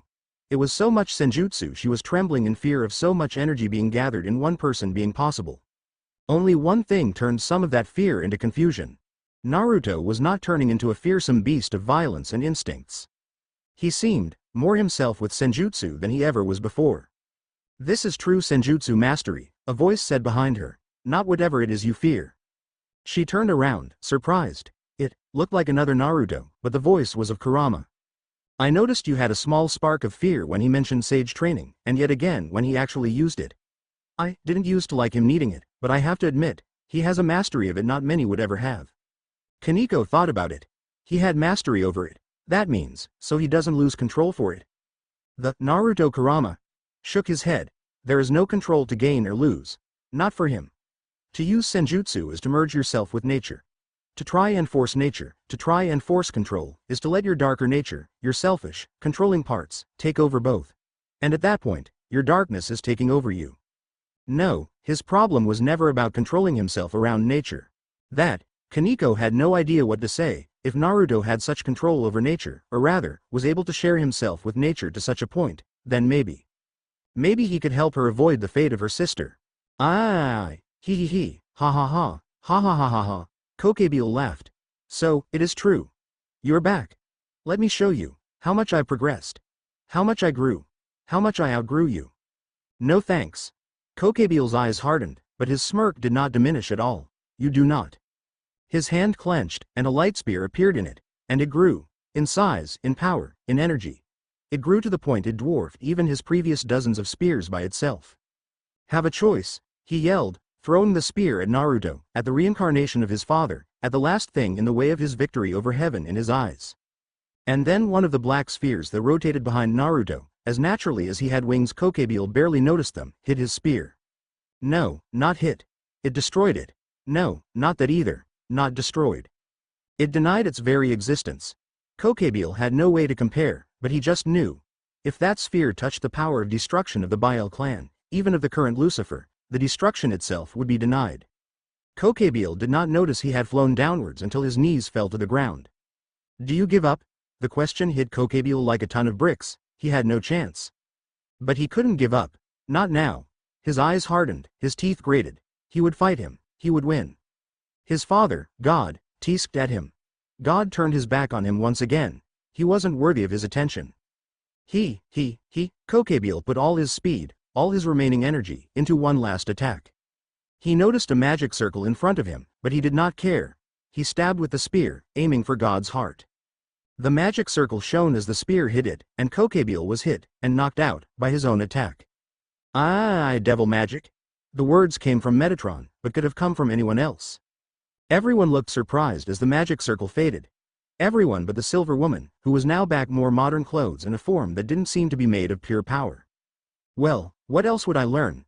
Naruto countered. "You taught me nothing, and using the marks old man Sage gave me were being harder than I thought. From the book Sakano-chan lent me all I need for devil magic is imagination, and I can do almost anything, and I'm a master prankster." Sona's eyes widened. He was a master prankster. He wanted her to be his apprentice. He knew devil magic was based on imagination, and saw more uses for it than anyone else, and considered her worthy enough to learn from him. The weight of the words only now reached her. "Well, it has been fun," Fried Selzen couldn't resist saying, even though he knew he had more chances to escape if he shut up. "But I think it is time for me to leave now." He then activated the fused Excalibur's transparency, and was promptly kicked back by yet another Naruto. "I'll take this. Thank you very much," the Naruto said, and promptly karate chopped the sword back into the blades that once formed it. No one had words to say to that. "Can I go now?" Fried asked, before being karate chopped into unconsciousness by Donasek. That shut up everyone for a bit. "So, Rainare started, that answers some questions, and opens so many more." Well, if you guys are done, can any of you give me some change so I can try the claw game some more? Issei said, looking at the older woman in confusion. Sure, here you go." "Thank you," Kagaya said, and left. "Wait, mother, don't leave me behind. Please tell me you guys won't act with me like Zetsu does to Kagaya." The three female fallen laughed nervously at that. That wasn't reassuring, Naruto said with a sigh. "Well, I think that's that. Let's go home. Everio, please tell me the two nuns are not the reason I'm feeling like my legs are running out of blood circulation." "Sure. The two nuns are not the reason your legs are running out of blood circulation." Metatron then pointed to Irina, who waved at him shyly. Naruto sighed and looked down. "Zenith." The blue-haired girl's eyes shone. "That's not the reaction I expected from you of all people." "Anyone help?" Everyone else just laughed at him. "Seriously, why are you laughing like the end of a comedy series episode? Help me." Diodora Astaroth released his breath slowly once again, getting away as slowly as he could. That human, he was God of the Bible reincarnated, and he had possession of his prize. His anger grew as he felt safer away from the group. He went through all that work to trick the nun to heal him, just to be foiled in his attempts to bring him into his peerage again and again. First the fallen recruit her, but he can maybe convince her to leave them. Oh wait, they planned to sacrifice her. He just had to be there to save her and recover her sacred gear. Then the Gramarye pawn had to befriend her and go save her, which was one thing. He could negotiate with her. Would be expensive, but she would be his. But then a human had to save her. A human backed by a high-echelon angel, to make it worse, meaning she had hope of returning to the church. And now he finds out that that human is no human, but the God of the Bible, and unless he was killed again, Asia would stay with him now. But if he killed God in front of her, maybe that'd be enough to break her like he enjoyed. Yes, killing him while he is still a weak human. That's perfect. Now, how to do it? Maybe I can help. That voice, Diodora quickly turned around, only to be grabbed and lifted by his face. Fun fact, the Naruto clone holding him said in a way that in no way made it sound fun. "I was aware of your presence since the first day I arrived here. Kurama allows me to feel dark emotions, meaning I've been aware of your bad intentions since then too." Diodora couldn't move. Couldn't use magic. There was magic holding him still. It was not just an extremely powerful devil magic, but it was being used by the God of the Bible, whose power was antithesis to them, so even giving his all he could not break it. "So I was watching out for you, and right now? Your dark emotions hit a huge height, and something tells me it wasn't just anger at me being the leader of your kind's enemies." Diodora's neck was twisted around painfully, and he could see now that his peerage was in the same condition as him. But there was something in their eyes. Something he thought he had broken completely.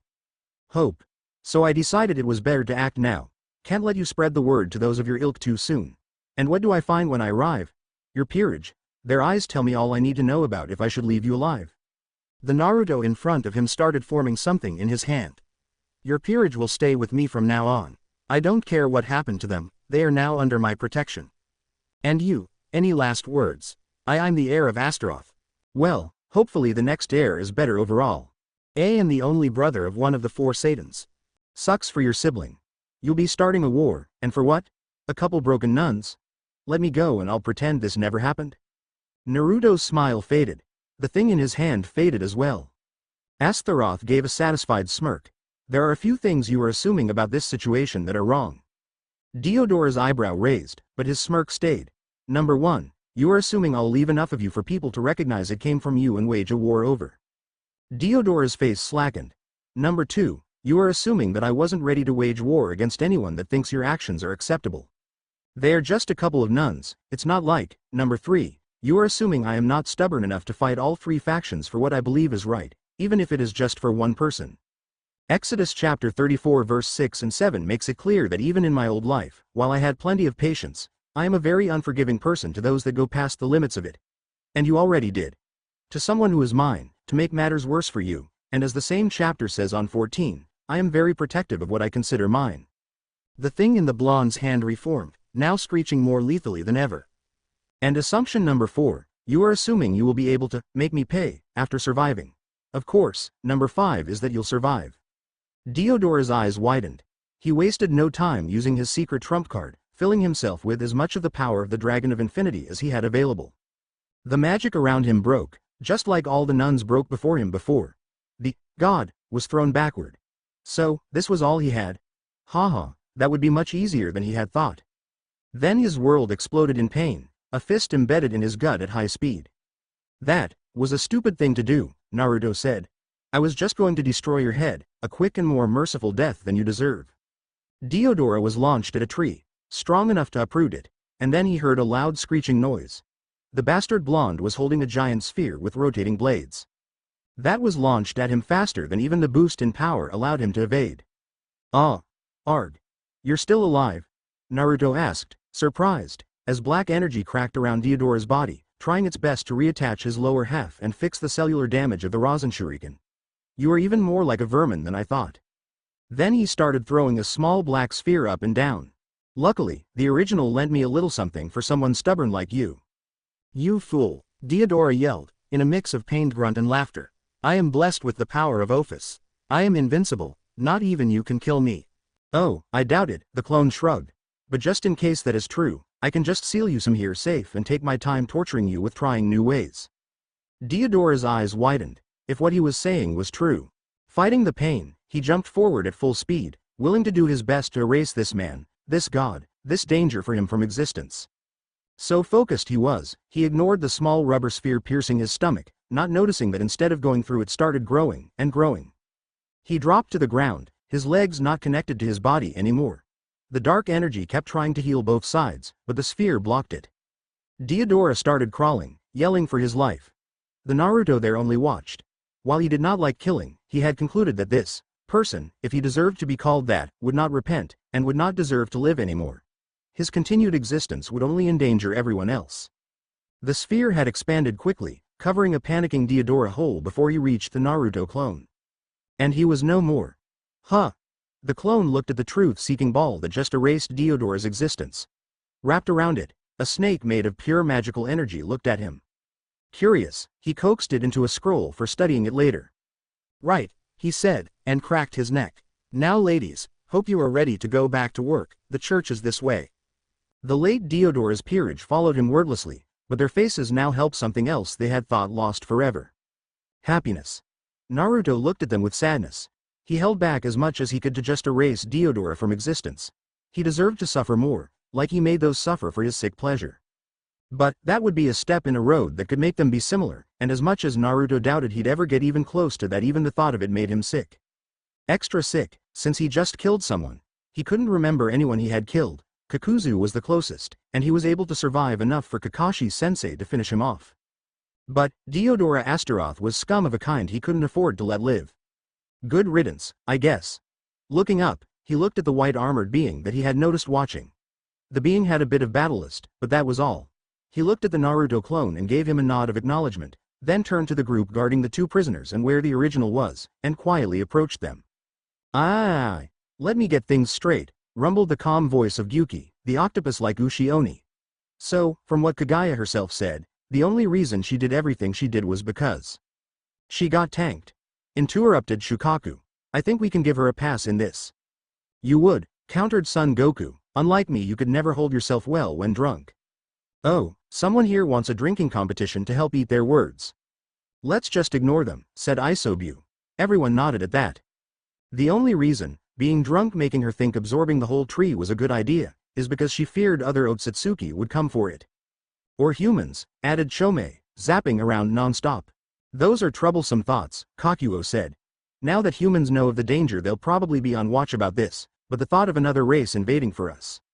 Call uncle. Call uncle. Don't put Uncle Hamura in this. Everyone ignored the two arguing. But at least now we are aware of the danger, added Matabi, not bothering to stand up. Not much more we can do. We can make plans, Yuki said. Meh, I'll leave that for you and Kurama.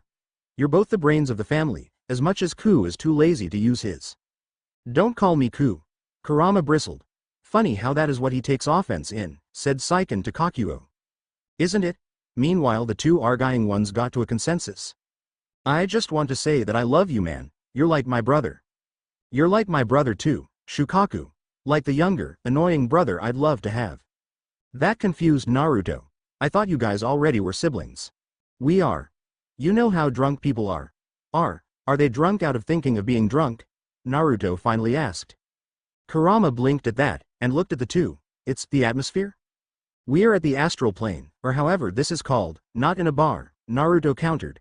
Are you guys actually able to drink in here? Oh, look at the time, you'll have to wake up soon. That's a yes, isn't it? No, it's not a yes, it's a, Which is a yes?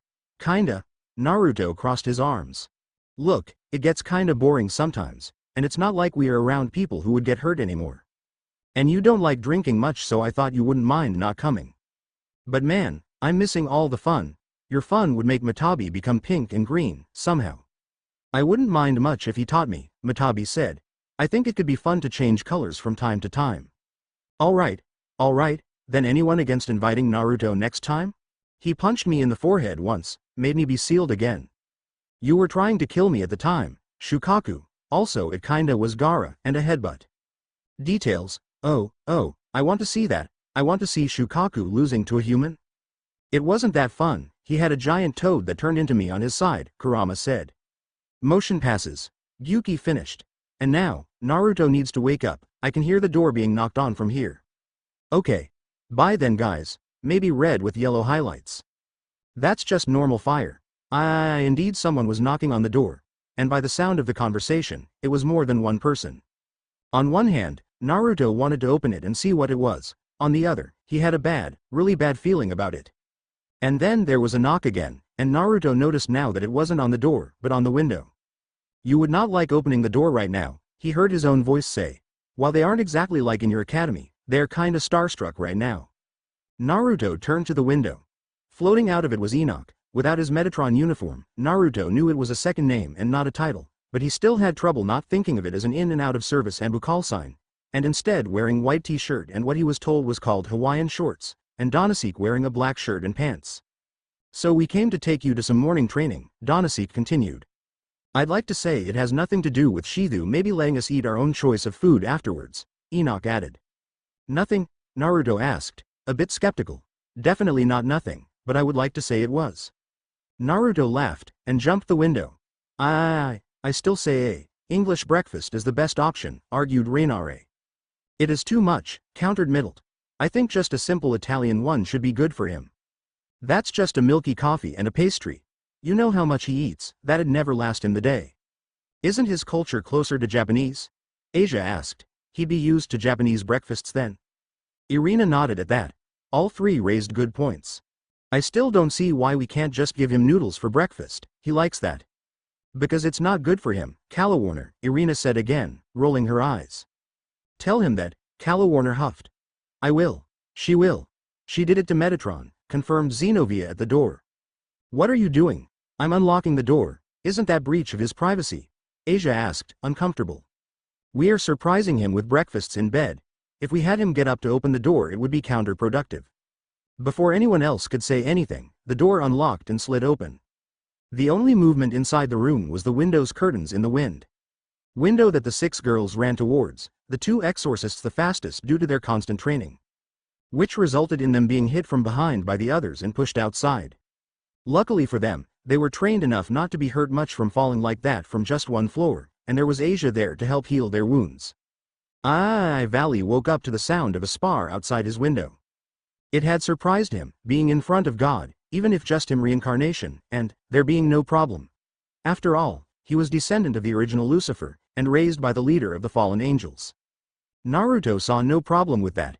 He actually judged him more by what he did than for who he was born or raised by. Shaking his head, he looked out the window, just in time to see two female bodies fall from it. He blinked. It was too soon to deal with this. Wonder if they got ramen? He then shivered, feeling like something just then started observing him, judging him. What was that? The not yet reinstated devil. Nuns watched as Naruto sparred against both Metatron and a fallen angel. It was mesmerizing for them, like watching a martial arts movie. Naruto simply flowed between attacks as if they were being done in slow motion, rarely blocking, most of the time redirecting them to the other attacker instead. Even after bodies fell from the church, when he froze and looked at the window with a serious look, he would evade his attackers easily. It was clear that Naruto was experienced with being surrounded by attackers during a fight. And considering that Metatron was using a lance of light and the fallen two swords of the same, while Naruto himself wasn't using anything but light clothing he clearly slept in. That resulted in a blushing group of ex-nuns, including Asia, blushing fallen angels, and one blushing still nun. The other nun was jumping into the fray, Excalibur Destruction singing as it crossed the air and missed Naruto. Naruto himself smiled, jumping away quickly, leaving the three opponents together in their place, wondering briefly if that was how Kakashi-sensei felt when his team was doing the bell test. Probably not. His team was a bunch of brats at the time, while Metatron and Daneseek were already war veterans and Xenovia was trained to fight in sync with Irina. Xenovia let herself fall into her chair, not even noticing as her sparing teammates did the same in the other chairs. God, Naruto, he was a battle monster. He avoided her attacks like if they were nothing, and the same with the other two even as they coordinated their best. And it wasn't power, she could feel he wasn't even using his powers in that. It was pure, trained, battle skill. She had asked out loud how he was so fast. Metatron had answered in a spare breath that he was a ninja. And she had thought ninjas being so skilled were pop culture jokes. She wasn't even paying attention to what she was eating, as tired as she was, and considering Metatron wasn't complaining Irina was forbidding him of eating pizza, she guessed the other two were in the same mechanical state. Naruto was eating a bowl of cereal with milk. While he'd enjoy eating ramen, he now knew eating it all the time wasn't healthy. It was still his favorite food though. He noticed the devils he had brought the previous day were acting a bit skittish, but considering how he imagined they had been treated, for years probably, he had to resist the urge to sigh. They still hadn't opened up to him, following his lead more of a sense of duty than anything else, but hopefully they would to the other girls. He had explained to them what had happened already, as soon as the other devils left. As much as he would fight for them if it came to it, he'd rather avoid starting a was right then. With the exception of Valley, everyone there was now part of his group. Speaking of Valley, the guy was staring him in a way that gave him a few shivers in his spine. So, he began. Fight me, Naruto sighed. You should have asked before breakfast. Now we need some time for digestion. Oh, Valley said, disappointment clear in his voice. But, can we fight later? What about the afternoon? Naruto shrugged. As long as we don't take too long. We make ramen to share with people at night. Valley's eyes shined. Really? Yeah, when I was young I didn't have much food, so some people from a ramen stand used to give me some. I guess I'm trying to spread the goodwill or something. Even today I still eat instant ramen from time to time. It is not as good as the one they made, but when I was young, my mother didn't have much food to give me, so she used to feed me things like instant ramen. Even after being able to eat other foods nowadays, ramen will always have a special place in my heart. The two men looked at each other's eyes and nodded. And everyone else there could feel that small conversation had forged a bond between them. A bond forged in ramen, that explains the bathtub. No one else made any sense of what Metatron muttered. So, what are your plans for now? Naruto asked. That's a good question. I was ordered to bring Kokebile back so he could suffer imprisonment in the Kokaitis like other traitors, but him saying you were God. While some fallen would be overjoyed with your return, like present company, others would take it as an excuse to restart the war. Metatron added his 2 cents. I was thinking of keeping him imprisoned together with that stray exorcist guy until I was able to give them a proper punishment. No idea what I'd do for the other guy, but turning Kokebile into a normal human would probably be enough for him. Speaking of it, when will I be able to do it? Naruto asked, turning to Metatron. Who sighed? I guess there is no more time to move at Michael's pace. I guess I can move my summon to an emergency one to talk about this. Well, Valley said, I can say that I was late and he was already captured, and the guy that had defeated him promised me a fight if I didn't try to rescue him. I checked and he isn't being treated worse than any other prisoner, so Azazel shouldn't have much of a problem besides chewing my ear a bit about trading the prisoner for a fight. He also won't try to bring up much trouble since he is trying to start an actual peace treaty between the three factions. Causing an incident goes against his plans. Don't bother, interrupted Kurama. Even let him take the guy if you want, one less problem to deal with.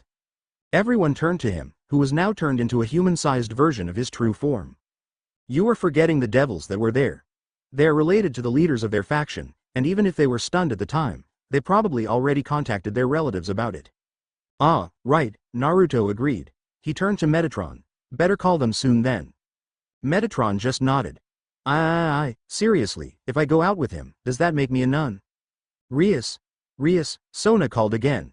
Would you stop stalling? We still didn't talk about what we came here for. But this is important, Sona. I mean, can a devil be a nun? Sona rubbed her forehead, resisting the urge to make it acquaintance with the table.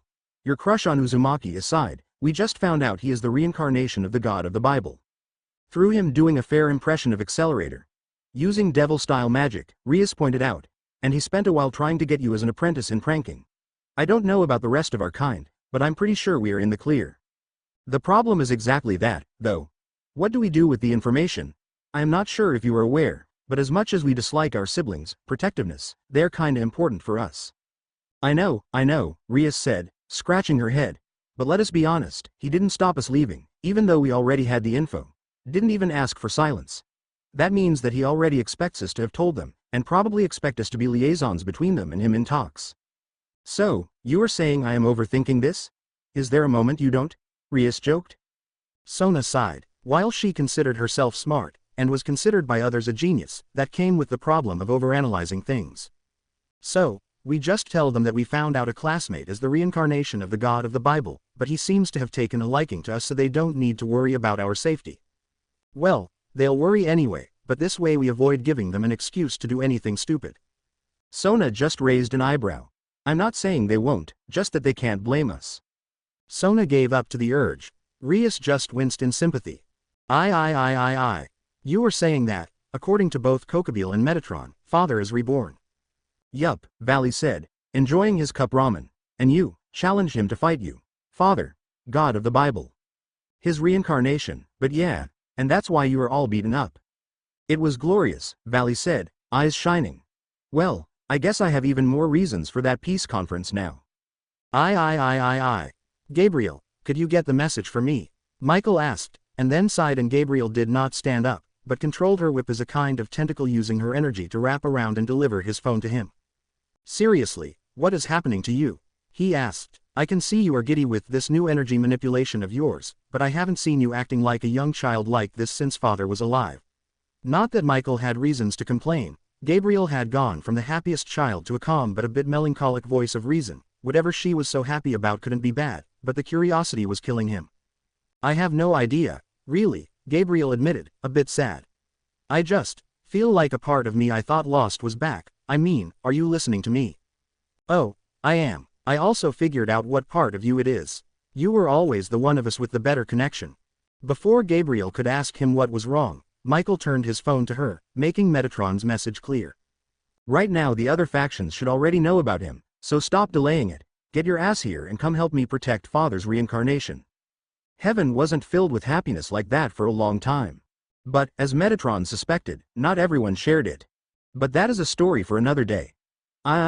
So, apparently our sisters are sharing the school with the reincarnation of the god of the Bible, said Seraphol. Yes, said Sirzex, looking at his sister's message numbly. And he offered to teach my sister how to play pranks. Good for her. Apparently he used devil-style magic too to defeat an attacking fallen angel and help protect our sisters. Great. Seraphol blinked at that. Okay, what's wrong? The god of the Bible, even if just the reincarnation, used devil-style magic to protect our siblings. I know it is hard to understand what is going on, but Rias apparently thinks he is delicious, and now wants to become a nun. Seraphol looked at Sirzek's face and started laughing. So, yeah, small chapter, just closing some hanging plot threads so I can advance properly next one.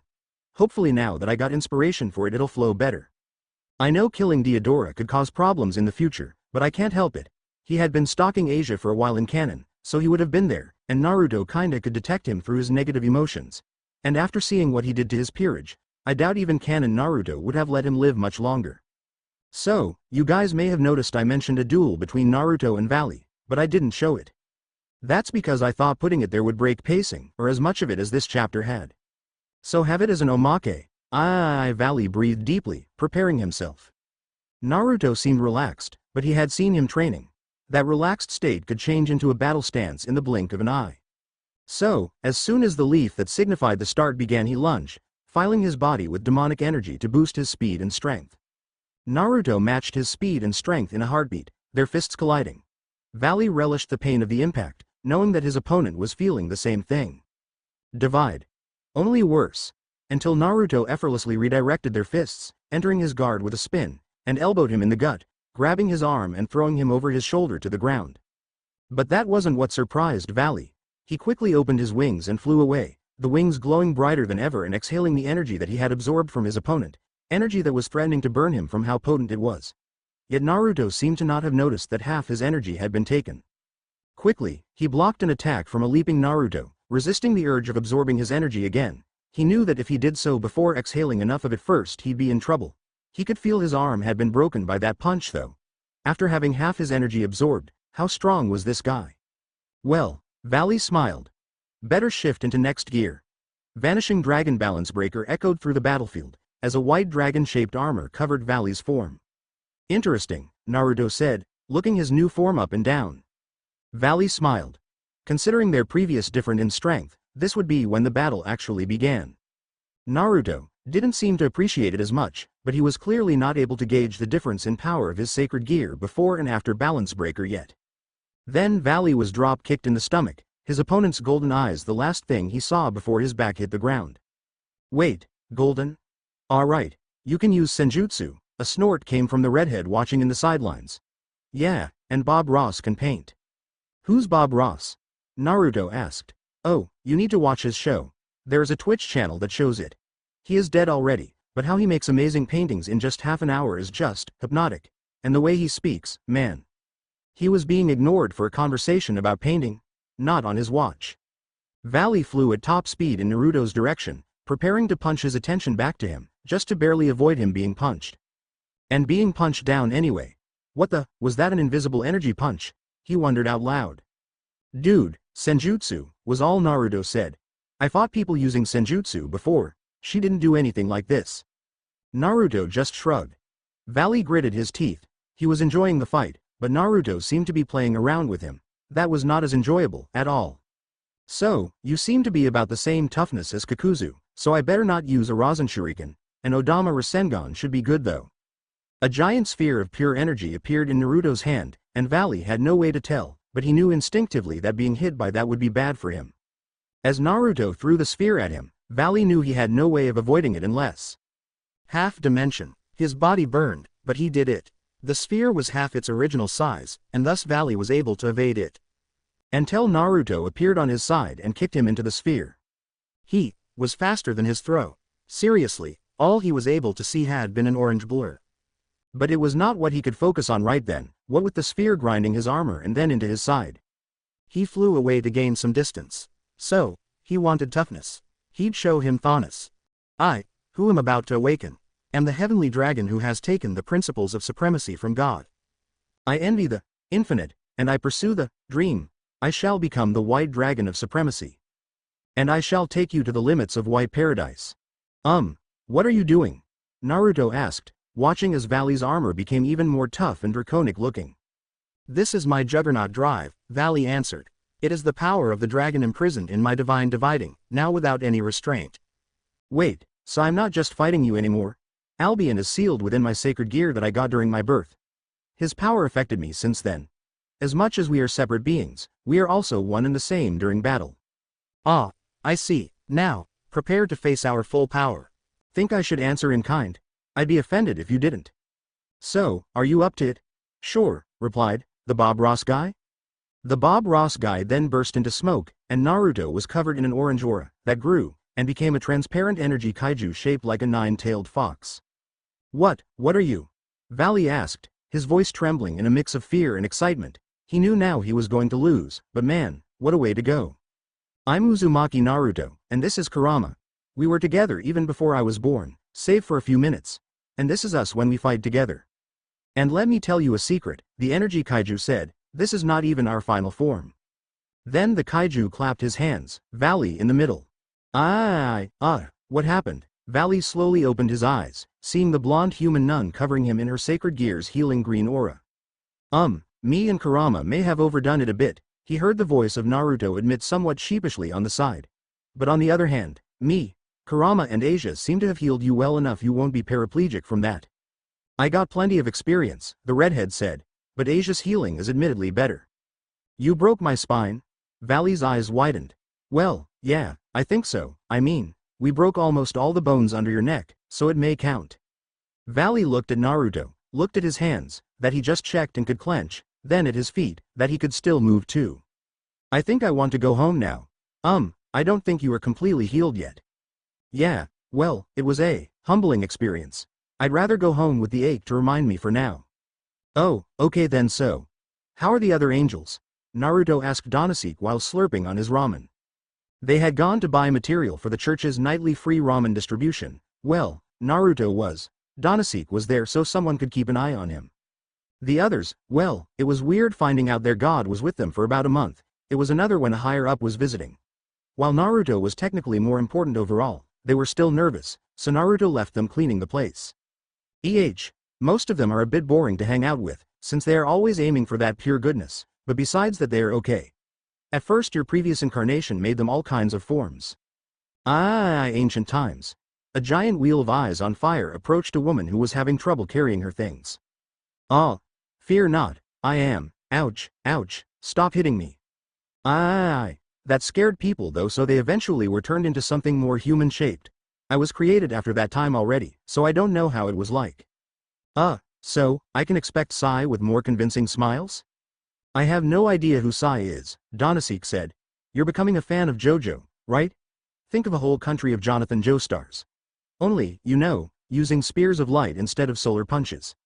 Nice people, but gets boring fast. I think Metatron uses solar punches. I could swear I saw him fighting hand-to-hand once. I think he makes gloves and boots of light. I mean, we've been fighting like this for years, one of our main enemies is weak to them, and the other were ourselves. So we never saw a need to develop martial arts. To be honest, before you came along, not many of us used them for more than spears or lightning. Naruto nodded. I'm a prankster. Imagination, creativity and proper planning are vital for my art. Speaking of it, weren't you trying to make that devil girl you're pranking apprentice? What happened to that?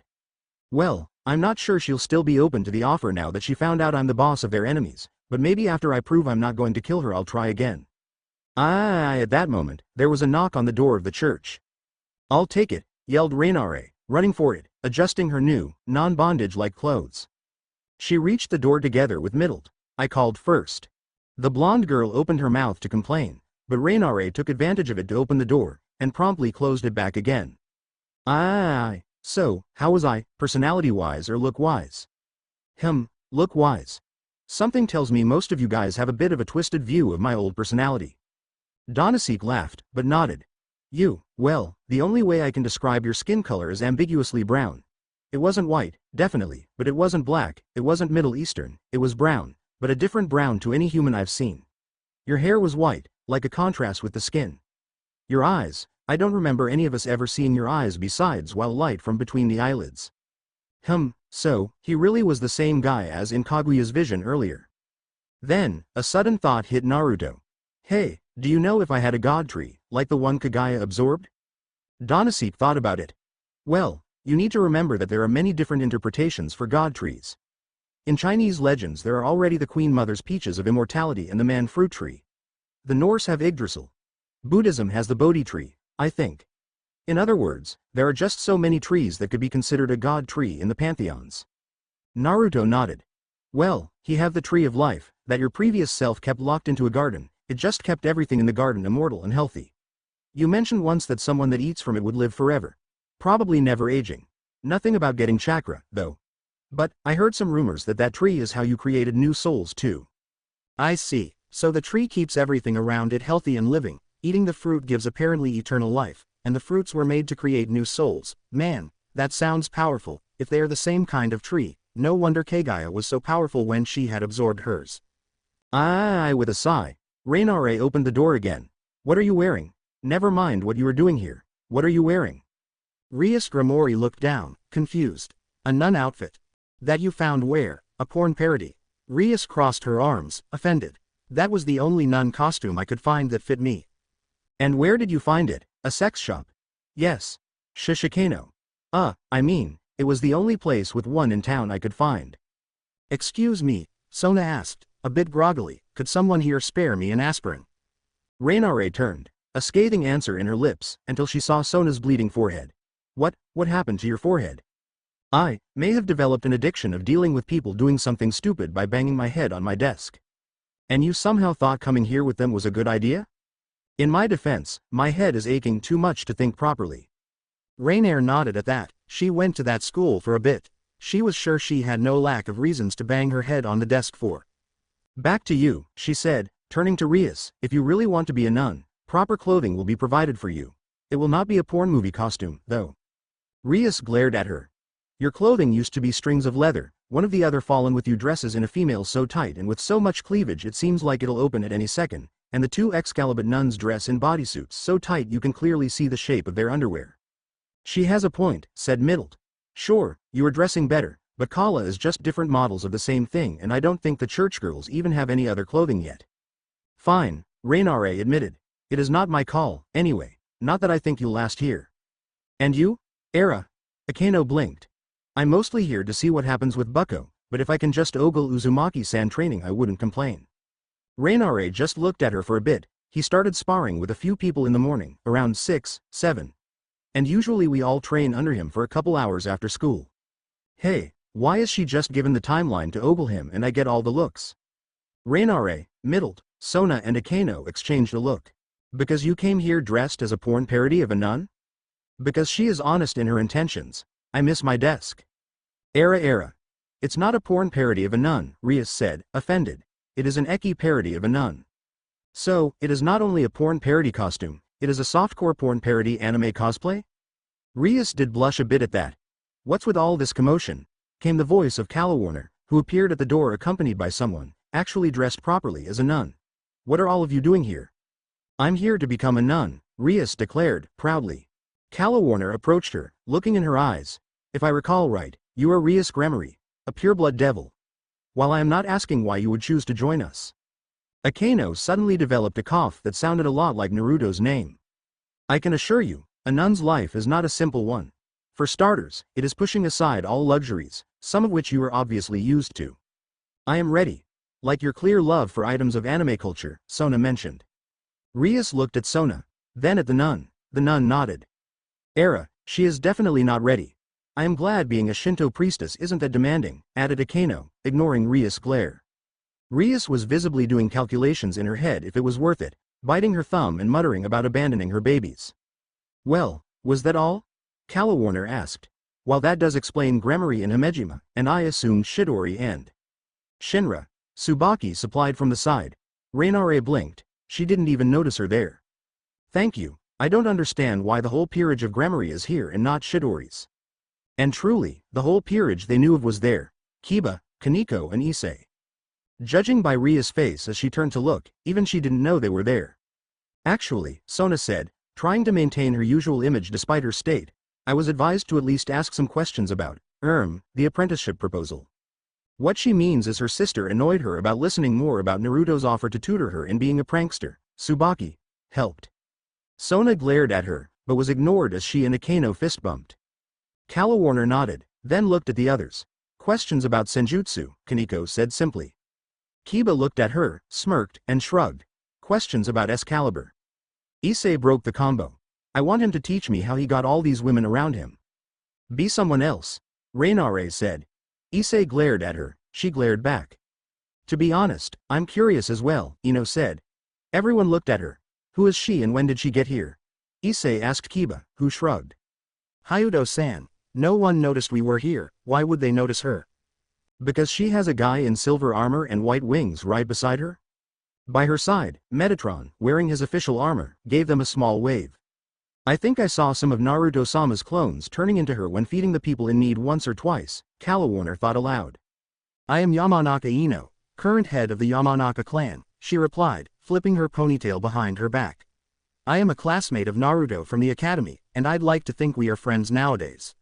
I may be young, but I am a fully trained medic, psychologist and psychiatrist in our homeland standards, and was brought here by this gentleman because Naruto got some people in need of my services. I see, the nun said with a small smile that, Ino noticed, barely reached her eyes. Please follow me. Metatron gave her a nod and she did so, a focused expression on her face. Silence reigned. So, Issei said, can we go in and see him? Naruto-sama isn't inside right now, Kalawarner said.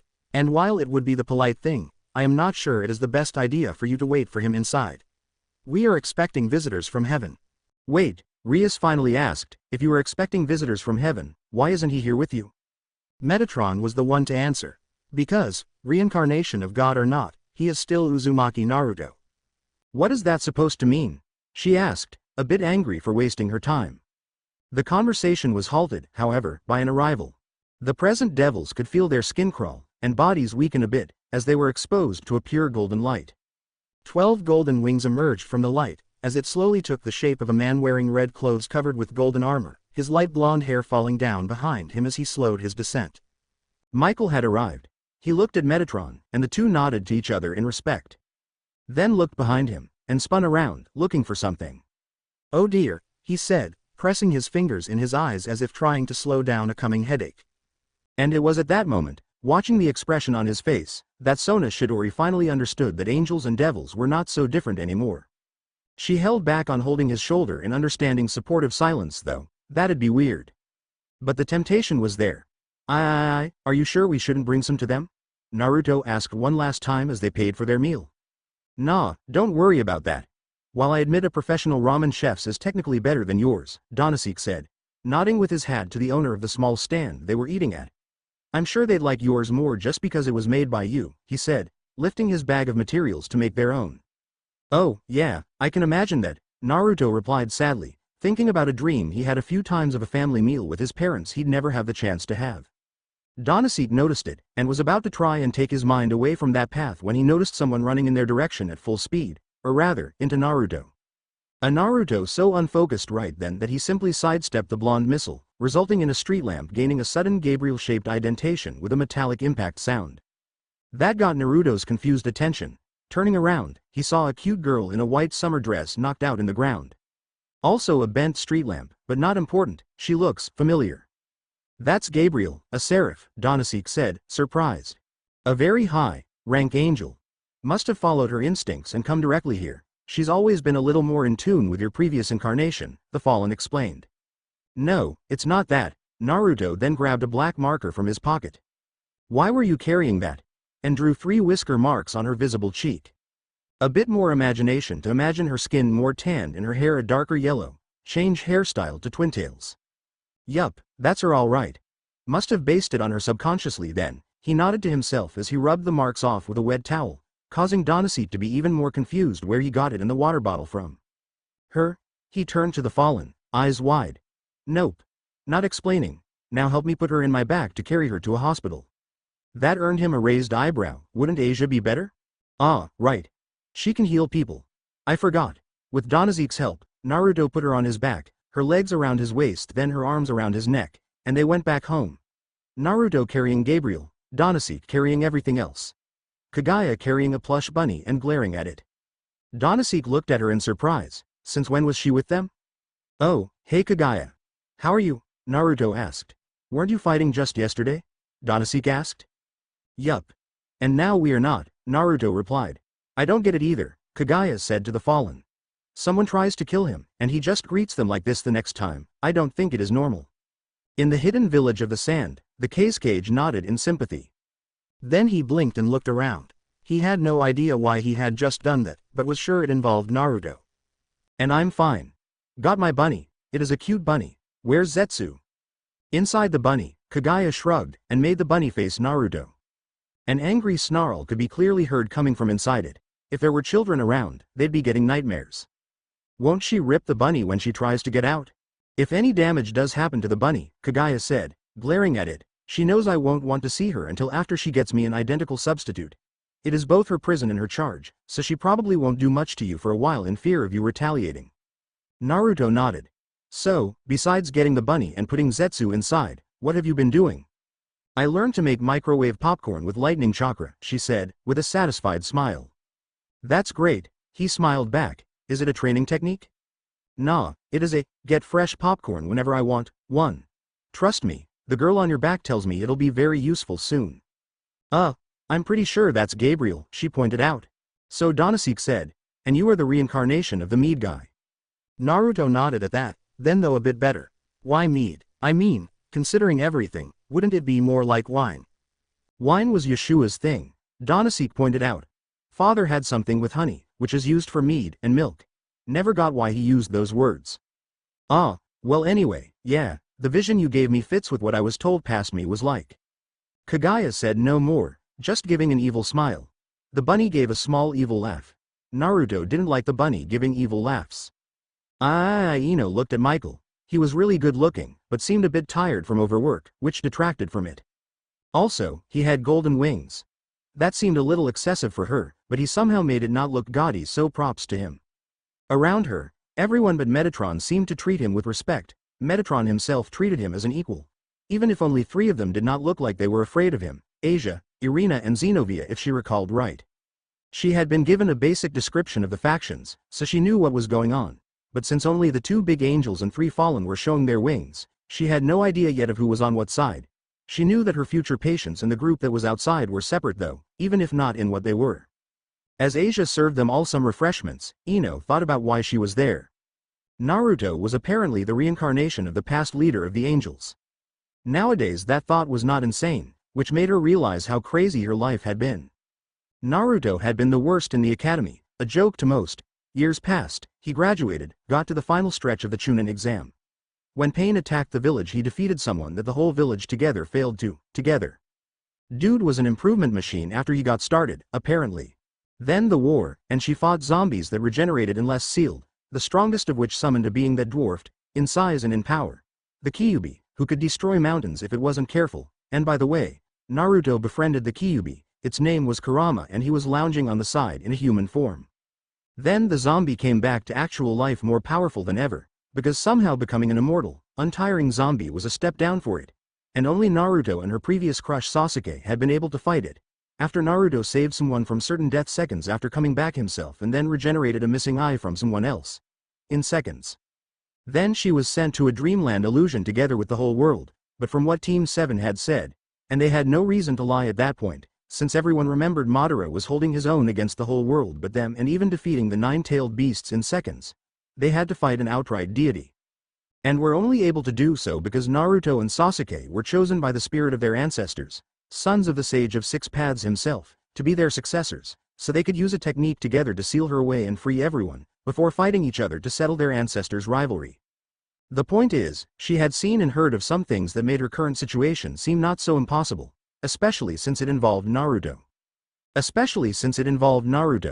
Anyway, some of his past selves, followers were tricked by someone, groomed to abandon everything they knew for said someone and then turned into slaves and had their spirits broken for their new boss's sick fun. Naruto found out, killed the sicko and rescued them, but of course they needed some psychological help. Maybe even some physical, depending on the abuse. As one of Tsunade's students in a Yamanaka, she was the best one to send for this. But that wasn't all she had been sent for. Else they'd have asked for the girls to be sent to Konoha, where they could have more people to treat them and she herself wouldn't be away from missions for months. Well, it'd be better for them to stay near Naruto for a bit in case they got overly attached to him, either for saving them, being their religion's deity and them being rescued, or even both because, well, it was both at once. But if it was just that they could have sent any Yamanaka with medical training. The other reason they were there was because hindsight was 20/20, as they said. Sending Naruto alone anywhere was a recipe for trouble, and they forgot that. She had wanted to meet Naruto with the others, but decided to go meet her patients first so Naruto's thoughts didn't cloud her initial assessment of them. He'd understand if she explained to him. Too bad she arrived at the same time as this was going on. The people that arrived in the temple, church, she reminded herself, at the same time as her seemed to be under the impression that one wrong move would be their death. The fallen and the ones she was told were her patients seemed like they were ashamed of something they had done. Not hard to imagine what, considering that the fallen were once angels that broke their rules and her patients. She drank her tea quietly, as everyone else was doing, a sigh on her lips. "Excuse me, child," Michael called for her. Ino looked at him with a smile, resisting the urge to correct him. While she didn't like being called a child after everything she lived through, he seemed to mean no insult, and was even trying to break the ice. "I am told by Metatron you are a childhood friend on the one that is the reincarnation of my father." "Well, I studied with him since we were 6 years old, but I wouldn't call myself his childhood friend," she admitted. "While we are friends now, I admit I wasn't the best person for him while in the academy." "Could you do me the favor of telling me a bit about him?" Michael asked with a small smile. Ino noticed that everyone in the room now was paying her their total attention. She smiled. "Well, keep in mind that, as I said, I wasn't exactly friends with him in the academy, but I still couldn't exactly ignore him either. No one really could, as much as we tried." Naruto, why are you carrying an unconscious girl around?" "Oh hey Shikamaru, I've been fine too," Naruto snarked, before blinking and turning around, finding out some of his friends there. The smile threatened to open up his face, so wide it got. "Wait, what are you doing here?" Shikamaru was wearing what he usually wore. No one batted an eye, because they weren't that much different from normal clothes. Black pants, a black shirt, a grayish-green vest and sandals, not the height of fashion, but not like some of the things he has seen people wearing sometimes in those Shibuya images either. Choji, who was obviously by his side because they are Shikamaru and Choji, couldn't wear his armor in public though, so he was wearing clothes that looked a lot like grown-up versions of his genin clothes. Sai was there too. He was Sai, with black clothes showing his midriff. Funnily enough, there were some fashion styles that were similar but that made his seem muted. So, not attracting much attention either besides his looks. "Hey guys. Donasek, Kagaya, these are my friends. Shikamaru is the lazy one. Choji is the strong one, and Sai is the creepy smile one." "It is a work in progress," Sai admitted. His smile was getting better, but was still creeping out the people going on their way a bit. Seriously, for all his thought about how emotions were not useful for his ninja, didn't Danzo think they should be at least able to be emoted, even if just for infiltration's sake? "This is Donasek." Donasek saluted through moving his hat a bit. "I'm here to keep him supervised so he doesn't end up doing something stupid."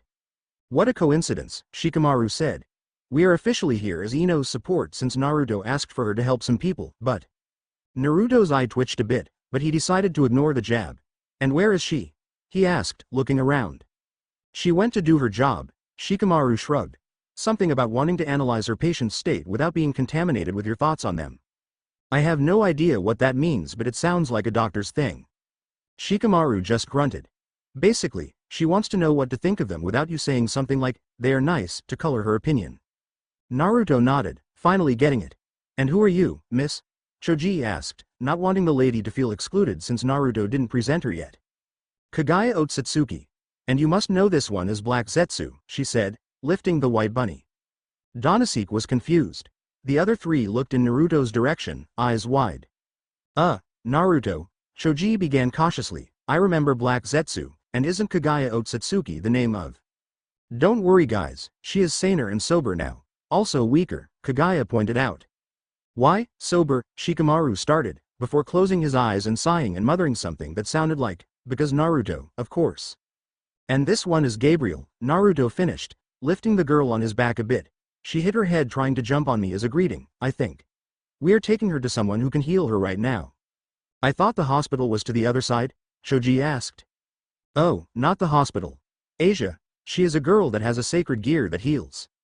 "Sacred gear?" Shikamaru asked again. "No wait, don't bother," he stopped Naruto before he could answer. "She can heal people, that's good enough for me."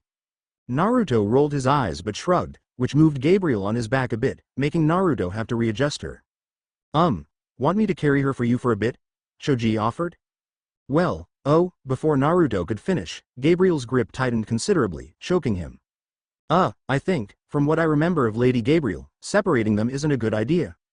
"WWYAYY, Naruto tried to choke out, "you'll see when she wakes up." "Well, guess I'm carrying her then," he was finally able to say, and the grip slackened immediately.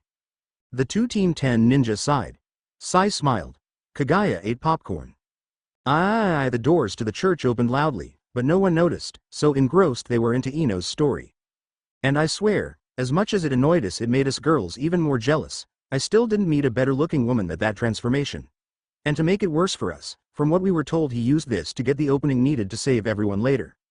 It was a male variation, actually, Naruto admitted, entering the room with Gabriel on his back, and of the harem jutsu, a mix of Orochi and shadow clones to create multiple versions with slight differences but hopefully equally attractive.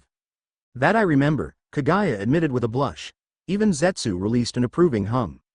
Hey guys, hey Ino. Telling them about my old pranks? Yeah. I still can't believe that Orochi thing was useful. Naruto laughed. It was useful even then. Did no one tell you how I graduated? Mizuki was a traitor and tricked me into stealing the forbidden scroll from Hokage Gigi, saying it was a secret exam. When Gigi found me, I thought it was part of the test, so I used it, and he was knocked out just by the view. That's how I learned the shadow clones, and then used them to capture Mizuki. Wait, the third passed out because of it? Ino repeated, eyes wide in surprise. And that was what happened to Mizuki-sensei. We all thought he was just sick or something the day of team announcements. Yup, that's why I have an old Hite 8. Iruka-sensei took it out of his own head to give it to me, Naruto told her, before he approached the guy with golden wings. I think this is yours, he said, pointing with one hand over his shoulder. Gabriel waved to him, a smile fretting to split her face. The next second, a blue blur and Xenovia was glued to his legs, glaring at the angel on his back. Gabriel glared back. Uriel just laughed at me and said it was just a copy of his flames, but they aren't. They're concentrated sunlight, not flames. They burn when I hit something, but that is because it is concentrated. Stop moving your arms, Ino complained, shining a light on Gabriel's eyes to heck if she was concussed. You are definitely related, no wonder you look like his Orochi. Naruto nodded at that. Yeah, I didn't tell anyone, but it was based on how I imagined an older sister would look like at the time. You know, orphan stuff. I'm just glad you remembered me, even if you didn't know it, Gabriel smiled, giving him a hug. While still sitting on his lap, she had been talking for a while about people of heaven Naruto didn't know but at the same time knew, like, he didn't need a description to imagine a dark-skinned Raphael or a ginger Uriel swinging a sword of flames. But anyway, this energy you are telling me reminds me of JoJo's Hamon. Yes. I really tried to recreate Hamon. I'm still not able to do most of the things they do, but I think I'm doing a good job. You are, Naruto said, rubbing her head and making the angel close her eyes with a smile. I wonder if she'd be so happy if she knew what kind of pranks were done with the Orochi, Ino teased. Naruto paled. Well, I always made sure not to harm anyone but their pride and never do anything permanent, so it's not like I did anything really bad. Oh, really? Ino asked, her smile turning predatory. Then there is no problem in telling her? Naruto started sweating cold. Gabriel looked at her, curious. Meh, I doubt she is as clean-shaven as. The bunny was quickly knocked out of Kaguya's shoulder by a flying shoe. Don't worry mother, the bunny isn't even dirtied. Oh, okay then. Kagaya relaxed and went back to her popcorn, ignoring the dizzy Zetsu. I am, though, Gabriel said. I consider it a matter of hygiene. Silence followed her statement, before the devil girls nodded in agreement. Naruto blushed. Ino was pensive. Issei was thrown backwards by the strength of his nosebleed, causing the people nearby to be splattered in it. Naruto's eye twitched. He felt a bit bad for exposing someone like that for a prank without knowing, but it was overpowered by the sense of being surpassed with one statement. On the other hand, that was the perfect distraction Naruto needed to change the subject. He turned his attention to the other angel there, well, not counting Metatron and the fallen ones. Well, a bit to Metatron. He had been filming them for a while with a small camera with Gabriel written on the side, because it is an important meeting, he had said. Michael shifted nervously, as unlike with Gabriel, Naruto's gaze was serious. He kept glancing from him to Gabriel, as if comparing the two. Sweating nervously, he wondered what exactly he had done wrong already to the young man that was the reincarnation of their father. Because if Metatron vouching for him wasn't enough, Gabriel's behavior certainly was. Fath. I mean Naruto-sama, it is, Sama, right? I am sorry for not coming for you earlier, if I has even imagined. Are you the one currently leading the churches? The question was asked without any mirth. If Michael didn't know he wasn't remembered in more than small sparks he'd be heartbroken, but since he did he just winced. Well, yes, technically, I mean, they have their independent leaders, like the Pope for the Catholics, but then who do I talk to, if I were to ask for an explanation for throwing away a holy maiden, whose only mistake was healing without prejudice? Michael winced again. Oh, the girl who was serving tea widened her eyes. Naruto-sama, There is no need. Of course there is a need. Even if it hadn't been you, Asia-chan, someone was punished without doing anything wrong. Who else had the same done to them? Michael's head dropped. It is true. Asia Argento is not the only one who suffered unjustly. Without Father in charge, our powers given to us by our believers began dwindling. We were forced to remove from our midst those who could cast doubts in our teachings, like Miss Argento with her ability to heal our enemies, or those that found out about your previous incarnation's death that did not accept it properly. Shame for his actions, for the evil he allowed to happen, filled Michael, but it was too late. It may not be the fairest course of action, but it was the best I was able to choose at the time. Naruto shook his head. I'm far from the right person to condemn someone for making poor choices, but you had other options. Shikamaru assumed from there. Talking with those that found out their god is dead to see their feelings on it, they may be willing to act even harder on his old desires. Or if they aren't willing to go away but still lost their faith, you could have had them transferred somewhere they'd still be doing their job but not interacting with those not in the know. And I'm not sure what happened with Argento-san, but the problem seems to be that she is able to heal those the religion consider evil too. Shouldn't the ability to heal indiscriminately be seen as better? And that's not counting the bad things that were done in the name of the church, Naruto continued.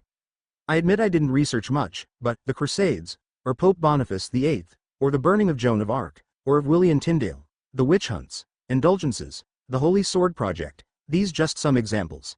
And unlike the humans, you were in the lead the whole time. I admit that I should have been much more strict to humans in charge of the church, Michael finally said, tears threatening to fall from his reddening eyes. I know it is just excuses, but I was left in the lead of all angels with no warning and even less training. I've been splitting my time between leading the angels and trying my best to keep Heaven's system running, so I had to make some hard choices to keep both in the best condition, and some of them were to close my eyes to the actions of others. I know why you are angry, some of the actions I had to look aside fill me with shame. But not enough to change your ways, Naruto accused calmly. I tried. The church is getting better. But it took me a while until my siblings convinced me that you would be ashamed of me if you saw the things I let happen, and now the path to recovery is already too long. And now you come back, and I am doing my best to face you for my faults, but... Naruto sighed. I am not ashamed of you. I am not your father, just his reincarnation, but from what I can feel of him in my heart, he wouldn't throw you aside. You can be sure though, he would be extremely disappointed that you became so callous. Michael couldn't hold it in anymore, and with a strangled sob started crying. Naruto sighed. Gabriel, would you please get down? I'd like to talk to my friends a bit. She nodded and jumped down, her happy expression gone. She made no move to console Michael though. Naruto motioned to Kiba so he could join him in his talk with Team 10. The devil was pensive, but followed him. Shoji quickly put his hand on his shoulder in sympathy. Ino sighed. I know you feel bad for making him cry like that, but that is something you had to say, and he needed to hear. Else it'd be over your heads for who knows how long. Shikamaru nodded in agreement. I am a bit out of the loop of what you said, but from what he said he ended up becoming Heaven's version of Danzo as Hokage for a while. He may have gotten better, but he still ended up allowing some pretty heavy shit, even if he didn't do it himself. This seems like one of the worst punishments he could have been given in a personal level. It is more than that, Kiba said. Oh, I'm sorry. I am Kiba Yuto. I was a victim of the Holy Sword Project and was turned into a devil because I'd have died otherwise. Michael's actions were reprehensible, but he did not fall because, whether we like them or not, he was sincere in that they were never once motivated by anything but love for his fellow angels and father. He justified it to himself that they were the best thing he could do at the time, even if the things he was turning a blind eye to were terrible things. Even if I and my friends suffered from his actions, he measured them and, in his eyes, he considered them justifiable. And then first his siblings, and now his father, even if his reincarnation, tell him his actions were unacceptable, everyone he sullied his soul for. Don't get me wrong, I don't think I'll ever forgive him, but I don't think I can hate him anymore either. Naruto nodded. It was a good thing there were people he knew here. He knew in his head he was right, but he was still feeling guilty. Even that small conversation helped. Are you feeling better? Naruto asked. Michael nodded, eyes still a bit red but more composed. I'll take Kiba's lead. You are not forgiven. You will need to work as hard as you can to make amends for your mistakes. They will not be forgotten. Neither by me, or by yourself. However, I can't think of a worse but fair punishment than those two. As long as you never forget them and try your best not to repeat them and to make amends, Kiba is willing to be civil, and I am willing to give you a chance to prove yourself a better person. That is all I could possibly ask, Michael replied with a smile. Naruto nodded. Now, since we mentioned Kiba, could either of you explain to me what is the deal with these Excalibur swords? I mean, They aren't really pieces of the real deal, are they? Michael smiled. That was a good topic for conversation, in his opinion. Ah, they were pieces of a sword, but not the Excalibur. We asked the Lady of the Lake herself, and she allowed us to use her techniques to forge a third and fourth swords, similar to Excalibur and Galadine. Each of us 4 great seraphs gave our own contribution to the blades. There was just one problem. It was too strong and no one could wield it, Naruto guessed. Yes. How? It just makes sense, since even the pieces needed someone to either be born able to use them or to go through a treatment, to be able to use all 7 in one blade. He shrugged. It made sense to him. Well, as you said, the sword ended up too powerful for any human we knew of to wield at the time, so we broke it in 7 pieces and we reforged them into separate blades, each with its own property. The original blade was unnamed, but since we used the same techniques as the ones used on Excalibur itself, they became known as the Lesser Excaliburs. Eventually the story was mutated by the people and people started believing they were the original blade once. I see, and which was which? Naruto asked, curiosity clear in his voice. I myself did rapidly, which I personally consider the stronger one battle-wise, both in defense and attack. Raphael, since his specialty is healing, made blessing, which increases the strength of rituals like healing ones, and mimic, which can be turned in many tools, not just weapons. Uriel worked on transparency and nightmare, both which use illusions, to turn the user invisible or to cause fear. I have no idea why, since his area of focus are his flames, but he mentioned something about the sun causing mirages and hallucinations on deserts. I made destruction and ruler. Gabriel puffed up. No one I know says no to Gabriel when she really wants something. She either convinces you, or beats you up then convinces you. Her blades clearly reflect that part of her. No one had anything to say to that. Oh, so you really are related. The others sometimes call it Naruto-kun's talk no jutsu when he isn't around to hear. Oh wait, Sai did. A bit more awkward silence later, Naruto cleared his throat. That is very interesting, but I was more talking about you saying you made a 3rd and 4th swords. So, which was which? Oh, Michael started, surprised. They were all the same sword. We actually forgot about the 2nd Excalibur. 2nd Excalibur, Kiba repeated, surprised himself. Yes, you see, Excalibur and Galantine were 2 sides of the same coin. Excalibur was related to the moon and Galantine was to the sun, so we had to forge a version of both too. Of course, being beams of light, we focused our followers on the Galantine, even though they eventually became known as Excaliburs due to that being the famous one of the duo. So all the Excaliburs are actually the 2nd Galantine, Kiba reinforced. Then what happened to the actual 2nd Excalibur? The Lady of the Lake is keeping it, Michael said. She assured us no one of evil heart would be the one to take it from her, and that when the next Guardian of the Blade found out about it, it would already know where to find her in it. She also assured me, though, that it would be its next Guardian, not its ultimate wielder. Kiba and Naruto drew a breath, and looked at each other. I found it, Naruto said. The right lake, I mean. I was because of feeling a draw to it when I met Kagaya. We can go together there later. Kiba nodded. Naruto drew a breath, before releasing it to calm down.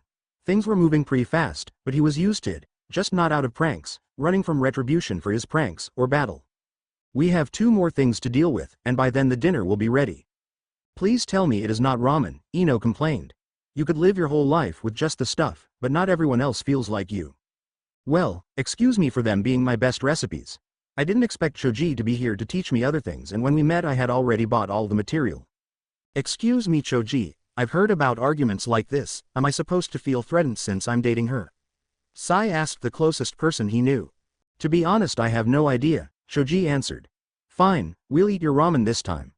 Choji, you'll be responsible for teaching Naruto new recipes while we are here. Choji rolled his eyes, but nodded. Naruto shrugged. Anyway, we have 2 important matters to deal with before this talk is over and we can eat. Number 1, Ino's patience.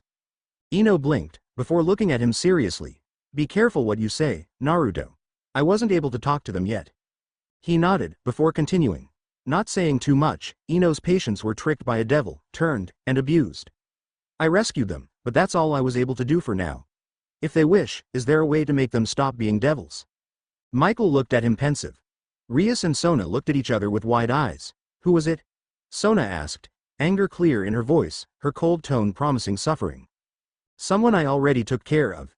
Acted like he was important, but I do not care. He could have been Lady Amaterasu herself. I would have done my best to punish him as befitting the crime. He was raised under the domain of the Shinto deities, came Naruto's voice from the angel in silver armor. The usual booming voice not good for a recording. Thanks Metatron. As I was saying, I eliminated Deodora Astaroth like the blemish in the face of the existence he proved to be. Astaroth? Rias repeated. Like the clan of Lord Beelzebub? If people found out? If that may cause a war like he said, so be it. As long as everyone that follows me do so because they agree with my actions and not just out of lip service. I have no desire to associate with those that approve his. Another awkward silence followed that. After all, Naruto literally declared a personal war on anyone who would be on Deodora's side. No one there did, but there was no doubt by anyone in the room that he would follow on his word for anyone that did try to argue the point. Michael cleared his throat, trying to bring the point back. Unfortunately, the only person who knows how to undo it, if it is even possible, is the creator, Ajuka Beelzebub. Supposedly Heaven's system could do it, but I am not knowledgeable enough in it to do so. As far as I know, the only one that would be able to use it for such would be, well, you. Naruto sighed. Okay, that's a bit disheartening, but is a good way to go to the second question, Heaven's system. How is it, does it need much maintenance, and how hard would it be to fix a few errors and changing some rules? For example?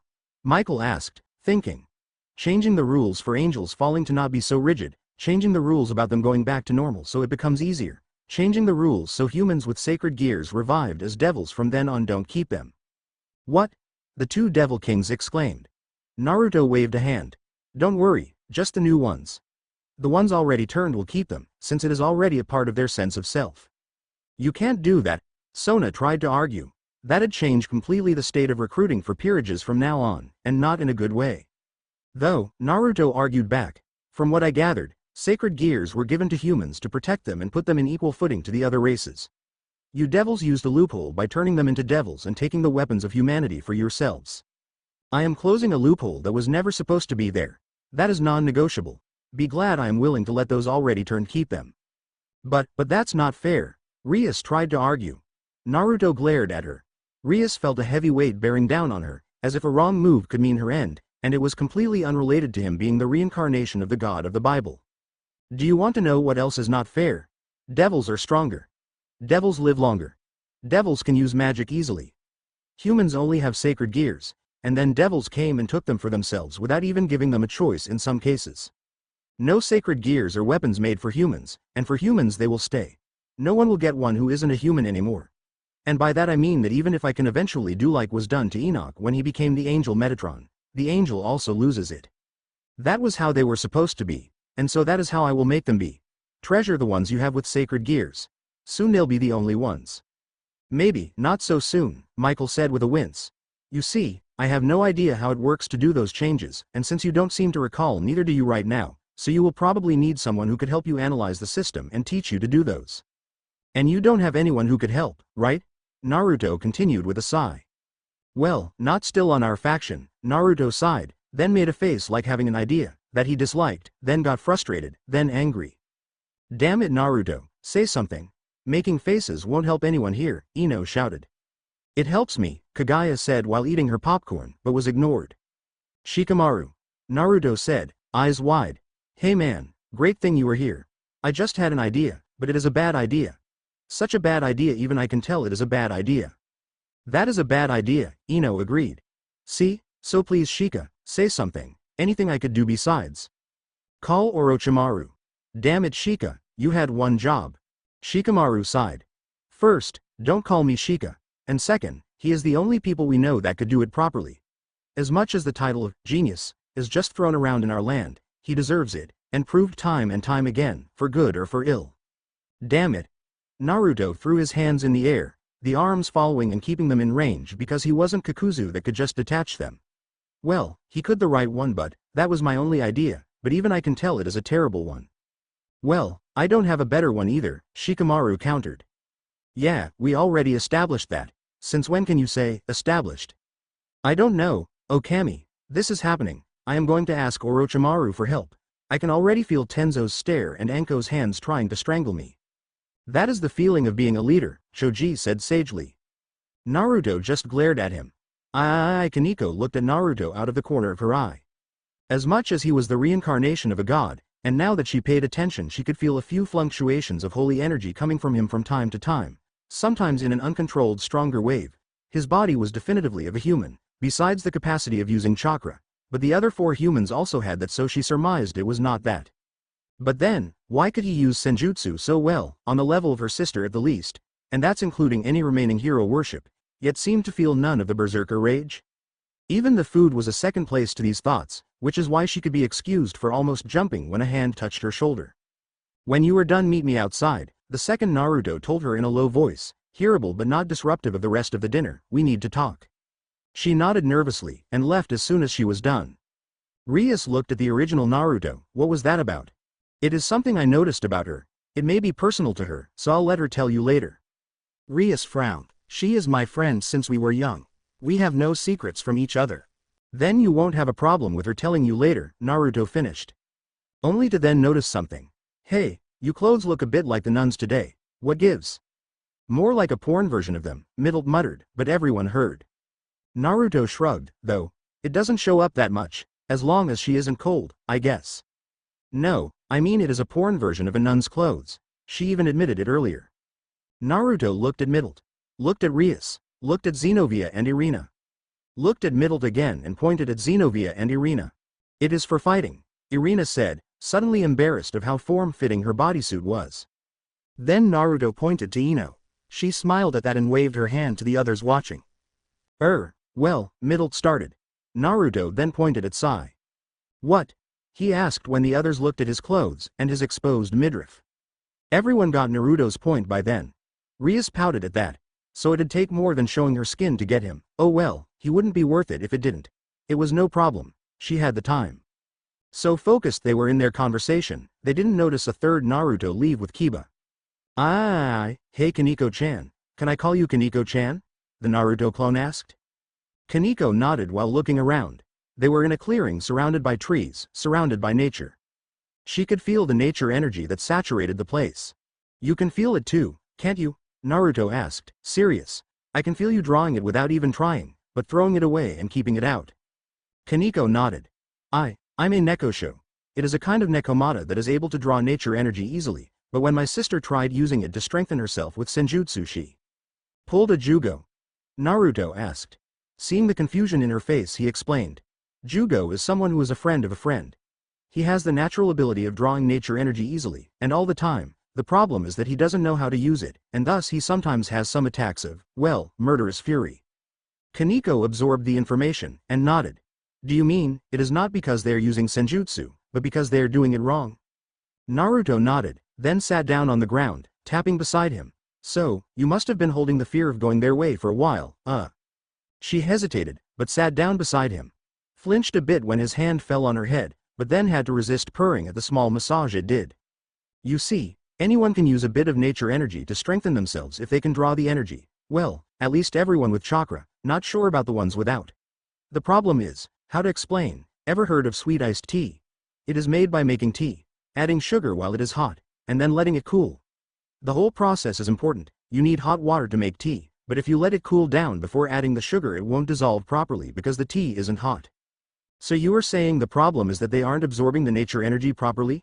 Kaneko asked, understanding coming to her. They're getting it, but it isn't mixing with them properly. Yup. That means that an excess of nature energy is in them, and thus they are being drawn more and more towards their basic nature. Are you saying they are like that deep down? That we are all violent and raging like them? No, Naruto corrected her. When I said basic, I mean really basic. Fight or flight instincts level of basic. And since humans are predators, and I'm assuming your sister is even more since she is a kind of Nekomata. Humans are predators? The girl asked, confused. Forward-facing eyes. Only predators have these, Naruto explained. We are something called pursuit predators. I'm not very good at it, but basically we outlast our prey. Kaneko nodded. So, since you said you only know that everything that uses chakra can use nature energy properly, does that mean that it has to be mixed in the chakra while molding it instead of added to it? Bingo. Naruto said. But it has to be done properly, else you'll risk becoming too much one with nature. Kaneko looked in his eyes in confusion, so she saw Naruto make a face. For example, when I was taught, it was with the training methods of the toads from Mount Myoboku, so if I used too much nature energy in the mix I would become more and more toad-like, and would risk drawing more and more, until a point I'd become a stone toad with no way to turn back into myself. Kaneko shivered at that. becoming a stone statue forever, of a toad, cat or anything really. This is why only those with large chakra reserves attempted the training. The proper balance becomes easier to get. But, I don't think you'll have too much problems. She almost tilted her head, but that could risk stopping his hand petting her, so she decided to speak. Why? Because, you're a natural. Sure, you don't know how to mix it, but you very likely already draw exactly what you need. And that also solves another problem I had that you probably won't ever have. Which one? For someone to usually draw nature energy, they can't move. After the mix is made, you have until it is used up, but then you have to draw again. I got really good at drawing it, like, I can mold a lot in less than a second compared to my old 1 minute to draw enough for 5. My teacher used to use toad summons that drew the energy for him. I can actually ask Kurama to do the same for me if I'm not able to get that second. But the point is, by myself I need that second to draw the energy. You may not. I see. And when I do it, Naruto smiled. Not if, when. I like that. Yeah, when you do it, you'll probably be able to be a sage all the time. A sage? Kaneko couldn't help turning to him, surprise clear in her face. Yup. That's the name given to someone who can use senjutsu properly. Where I come from, at least. A sage, but, if you decide to learn it from me, I have to warn you, it may not be such a long road, since you're a natural and I was a quick learner, but it'll be hard, and painful. Painful? Kaneko asked, confused. The only way I know to push out excess nature energy is the one used to me, hitting someone with a special stick that'll expel it all away. So it'll both hurt because of the stick and because the nature chakra will be pushed out by it a bit violently. When do we start? Naruto nodded at her serious expression. The original is a bit occupied right now, and he is the only one who can contact the toads to get a copy of the stick. He'll try to contact you when he gets it. Kaneko nodded. Wait for me for a minute while I get some money for ice cream for us? Kaneko nodded so fast, the smiling Naruto thought she was at risk of dislocating her neck. Aye, does that change anything? The other Naruto asked Kiba. I don't really think so, Kiba admitted. While I once hated holy swords, especially the Excaliburs, Galatine or not, now I made my peace with them. But I'd still love to see an actual Excalibur, though, even if not the original, he smiled. Call it a swordsman thing. Naruto nodded. While his meeting with the fourth Hokage was tempered with the knowledge that he was the one that sealed Kurama in him, and then later by the fact he was his father, he always wanted to spar against him in the third. And then he fought alongside them in the fourth war. He guessed a swordsman seeing a blade on par with one of the strongest swords in legend would be on about the same level. What do you think she meant when she said that the future guardian would be the one that'd know where she is, though? Do you think it'll be my blade now but not forever, like Kisame used Samahata but it eventually chose Killer Bee? Or I'll just be the guy that'll carry it to the next person? I guess, you should ask her that personally, Kaba said, shaking his head. He got the gist of the example, but didn't know what the names meant. Good point. I'd like to go as soon as possible, but the boss thinks that most people he is going to talk to soon, including her, he should talk to personally, not through us. Kiba nodded. Makes sense, I guess. That means we aren't going right now, though. Kiba shook his head. Thanks for thinking of me, but this is important, but so is everything you are doing right now. Naruto nodded. Hey, wanna spar a bit? He asked suddenly, pulling out a kunai. From what I gathered, your sacred gear is already very useful for many things, and it got even better right. Show me how many different ways you can think to use them in middle of battle. Kiba looked at him, and 2 swords formed in his hands. You're on. Aye. So, how's life? Naruto asked before flinching from the awkwardness of the question. To be honest, Michael answered, not noticing it. Life has been a mess ever since you died. I mean, I know I made a lot of mistakes, but I wasn't ready. I wasn't meant to shoulder the authority and responsibility. I'm not made to be the boss, never wanted to. Second in command is good enough for me. To be honest, I was very depressed and was mostly going through the motions, which is the real reason I took so long to come check why Metatron wanted me to visit the town, to be honest. I'm pretty sad about our talk, both that my mistakes were pointed out and I had to admit to them and that was all we talked about since Gabriel had been able to tell you a favor you wanted, but I'm also relieved there was a talk to be had, since it meant you were here. Well, she actually started talking before I could ask anything, Naruto reminded him. Also, being second in command means taking over when the first isn't there, but I can see that you just lost your leader and father, had no training and had no idea there was even a chance of it happening. And I doubt you guys would accept anyone else but him leading you, so it's not like your stay would be temporary either. Michael nodded. Pretty sure that, just like quite a few falls were by father's death affecting them emotionally, he paused, noticing the guilty looks of 3 of the fallen present, save for Donasek, I know that me presuming to take his place was the cause of some more. But now, you are here, you guys understand that I'm not him? While I may have his soul, I have my own body, my own mind, I am my own being. A shadow clone is closer to the real me than I am of him. I know I acted like I would just a few minutes ago in the heat of the moment, but, why do you think I should lead you? Why do you think the others will follow me? We don't, replied Gabriel. But, I can feel it, your soul is his, and also Yeshua's. The will of Father changed yet strengthened by Yeshua's kindness learned on his time as a human like iron combined with carbon to make something even stronger than before, and all of this forged and tempered in a hard but good life. I mean, there is something in there that makes you your own person too, but your connection to Father is undeniable. Also, your hugs feel so much like him. She then threw herself on him and started rubbing her head in his chest.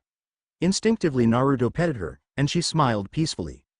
What Gabriel means is that we do not expect them to just take you as Father, reincarnation or not, even if she did. However, aware or not we all can feel it. I am sure the Fallen felt a connection to you as soon as they were talked with, even before they realized it, but while the connection is there you, as you said, are your own person. Even if you were pure Father you had your own life experiences, when you mean Yeshua. No, he continued, shaking his head, we do not expect them to accept you right away. But, if you talk to them, convince them to give you a chance, I am sure they will. Naruto sighed at that. To be honest, I don't like the idea of leading you guys just because I was born with his soul. I mean, I want to be Hokage. It is a position only for the best in the village, and you need to both be strong and accepted by the forces. Something I spent years trying to get with my own effort. And now you guys want me to take you over because of how I was born and not of what I did, and want your forces to be made to accept me right away instead of us interacting and them actually learning about me beforehand, because of something I had no control over. What are you doing, Metatron? Metatron had been slowly approaching him as he was talking. I don't know how the zoom works in this and did not want to mess up trying to guess on a live feed.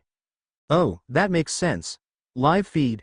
Yes, I did tell you this was an important moment for us angels. Right now only heaven is receiving the feed, but we'll edit it properly later and give copies, and I'm sure the Fallen will have one on their hands pretty soon. They just saw me saying I didn't want to lead them. Because you thought it would be unfair. Trust me, that speech that I will reinforce for the audience, you did not know they could hear, and they know I cannot lie even if I wanted to, will get you more acceptance from them than anything else you could have done. Naruto fell silent, blushing a bit in embarrassment. Shoji chuckled at this. Naruto, never change. I don't think he knows how to, Sai said for him. And I think this is a good thing. Nah, he got more mature as time went on, not much though. But the important things are still the same, I guess. Naruto sighed. The plans I mentioned, did they hear? Including the argument of whoever you wished to ask for help fulfilling them was a bad idea in your mind but you didn't have any better. Incidentally, I am pretty sure the only two I am aware of that could help are on opposite forces, and while we are attempting to agree on an actual end of our war instead of just a cold one, they would complain about the plans about sacred gears for personal reasons. Naruto sighed. If I had someone from my land go to heaven to help me do the changes, how much trouble would that be? You would need to be either yourself or one of your clones with him constantly to keep him there, Michael said. But I do not believe he'd be affected by any changes, since he is not from your domain. Meaning that even if he had a relapse it would do him no good, Naruto nodded satisfied. And I was already planning on keeping a clone with him, both to watch and learn from him so I can do this myself in the future. Michael nodded. I believe this is all we need to do for now, Naruto-sama. Naruto nodded. Metatron turned to the camera. Michael looked at Gabriel. Naruto looked at Michael. Looked at Gabriel. Looked at Michael. Looked at Gabriel. And rolled his eyes.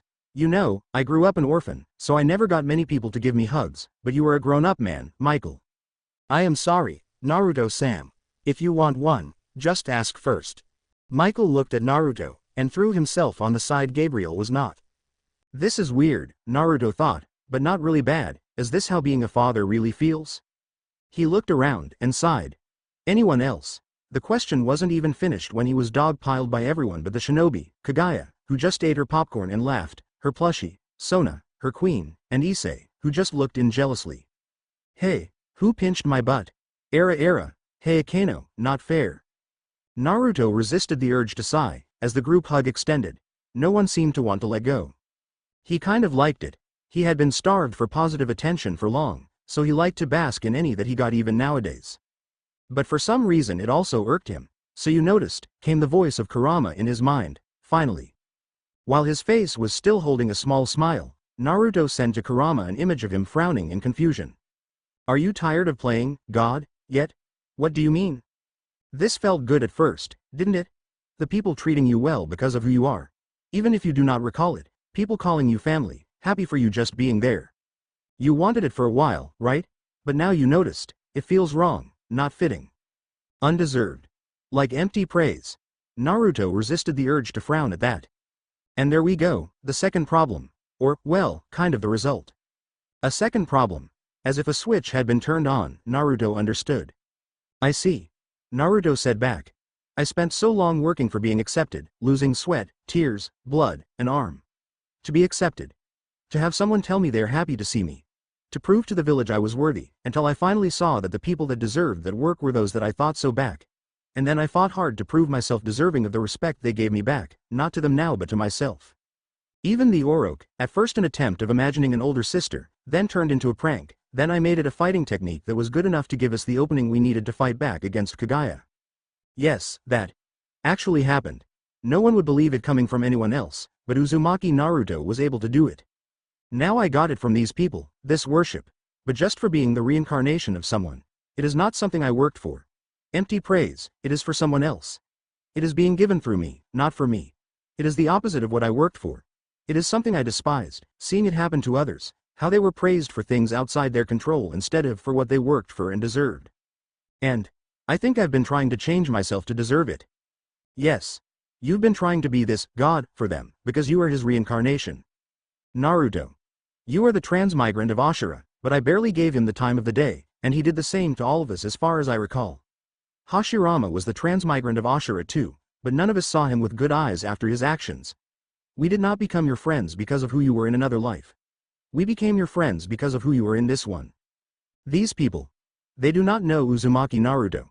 Some of them do, but of those, the only ones that did not change their behavior once you were revealed as the reincarnation of their god were the devils. As far as I can tell they treat you differently just because they don't know how much they knew was the real you yet. Metatron and Donoseek, who already knew and took the time to know Naruto before the other knew.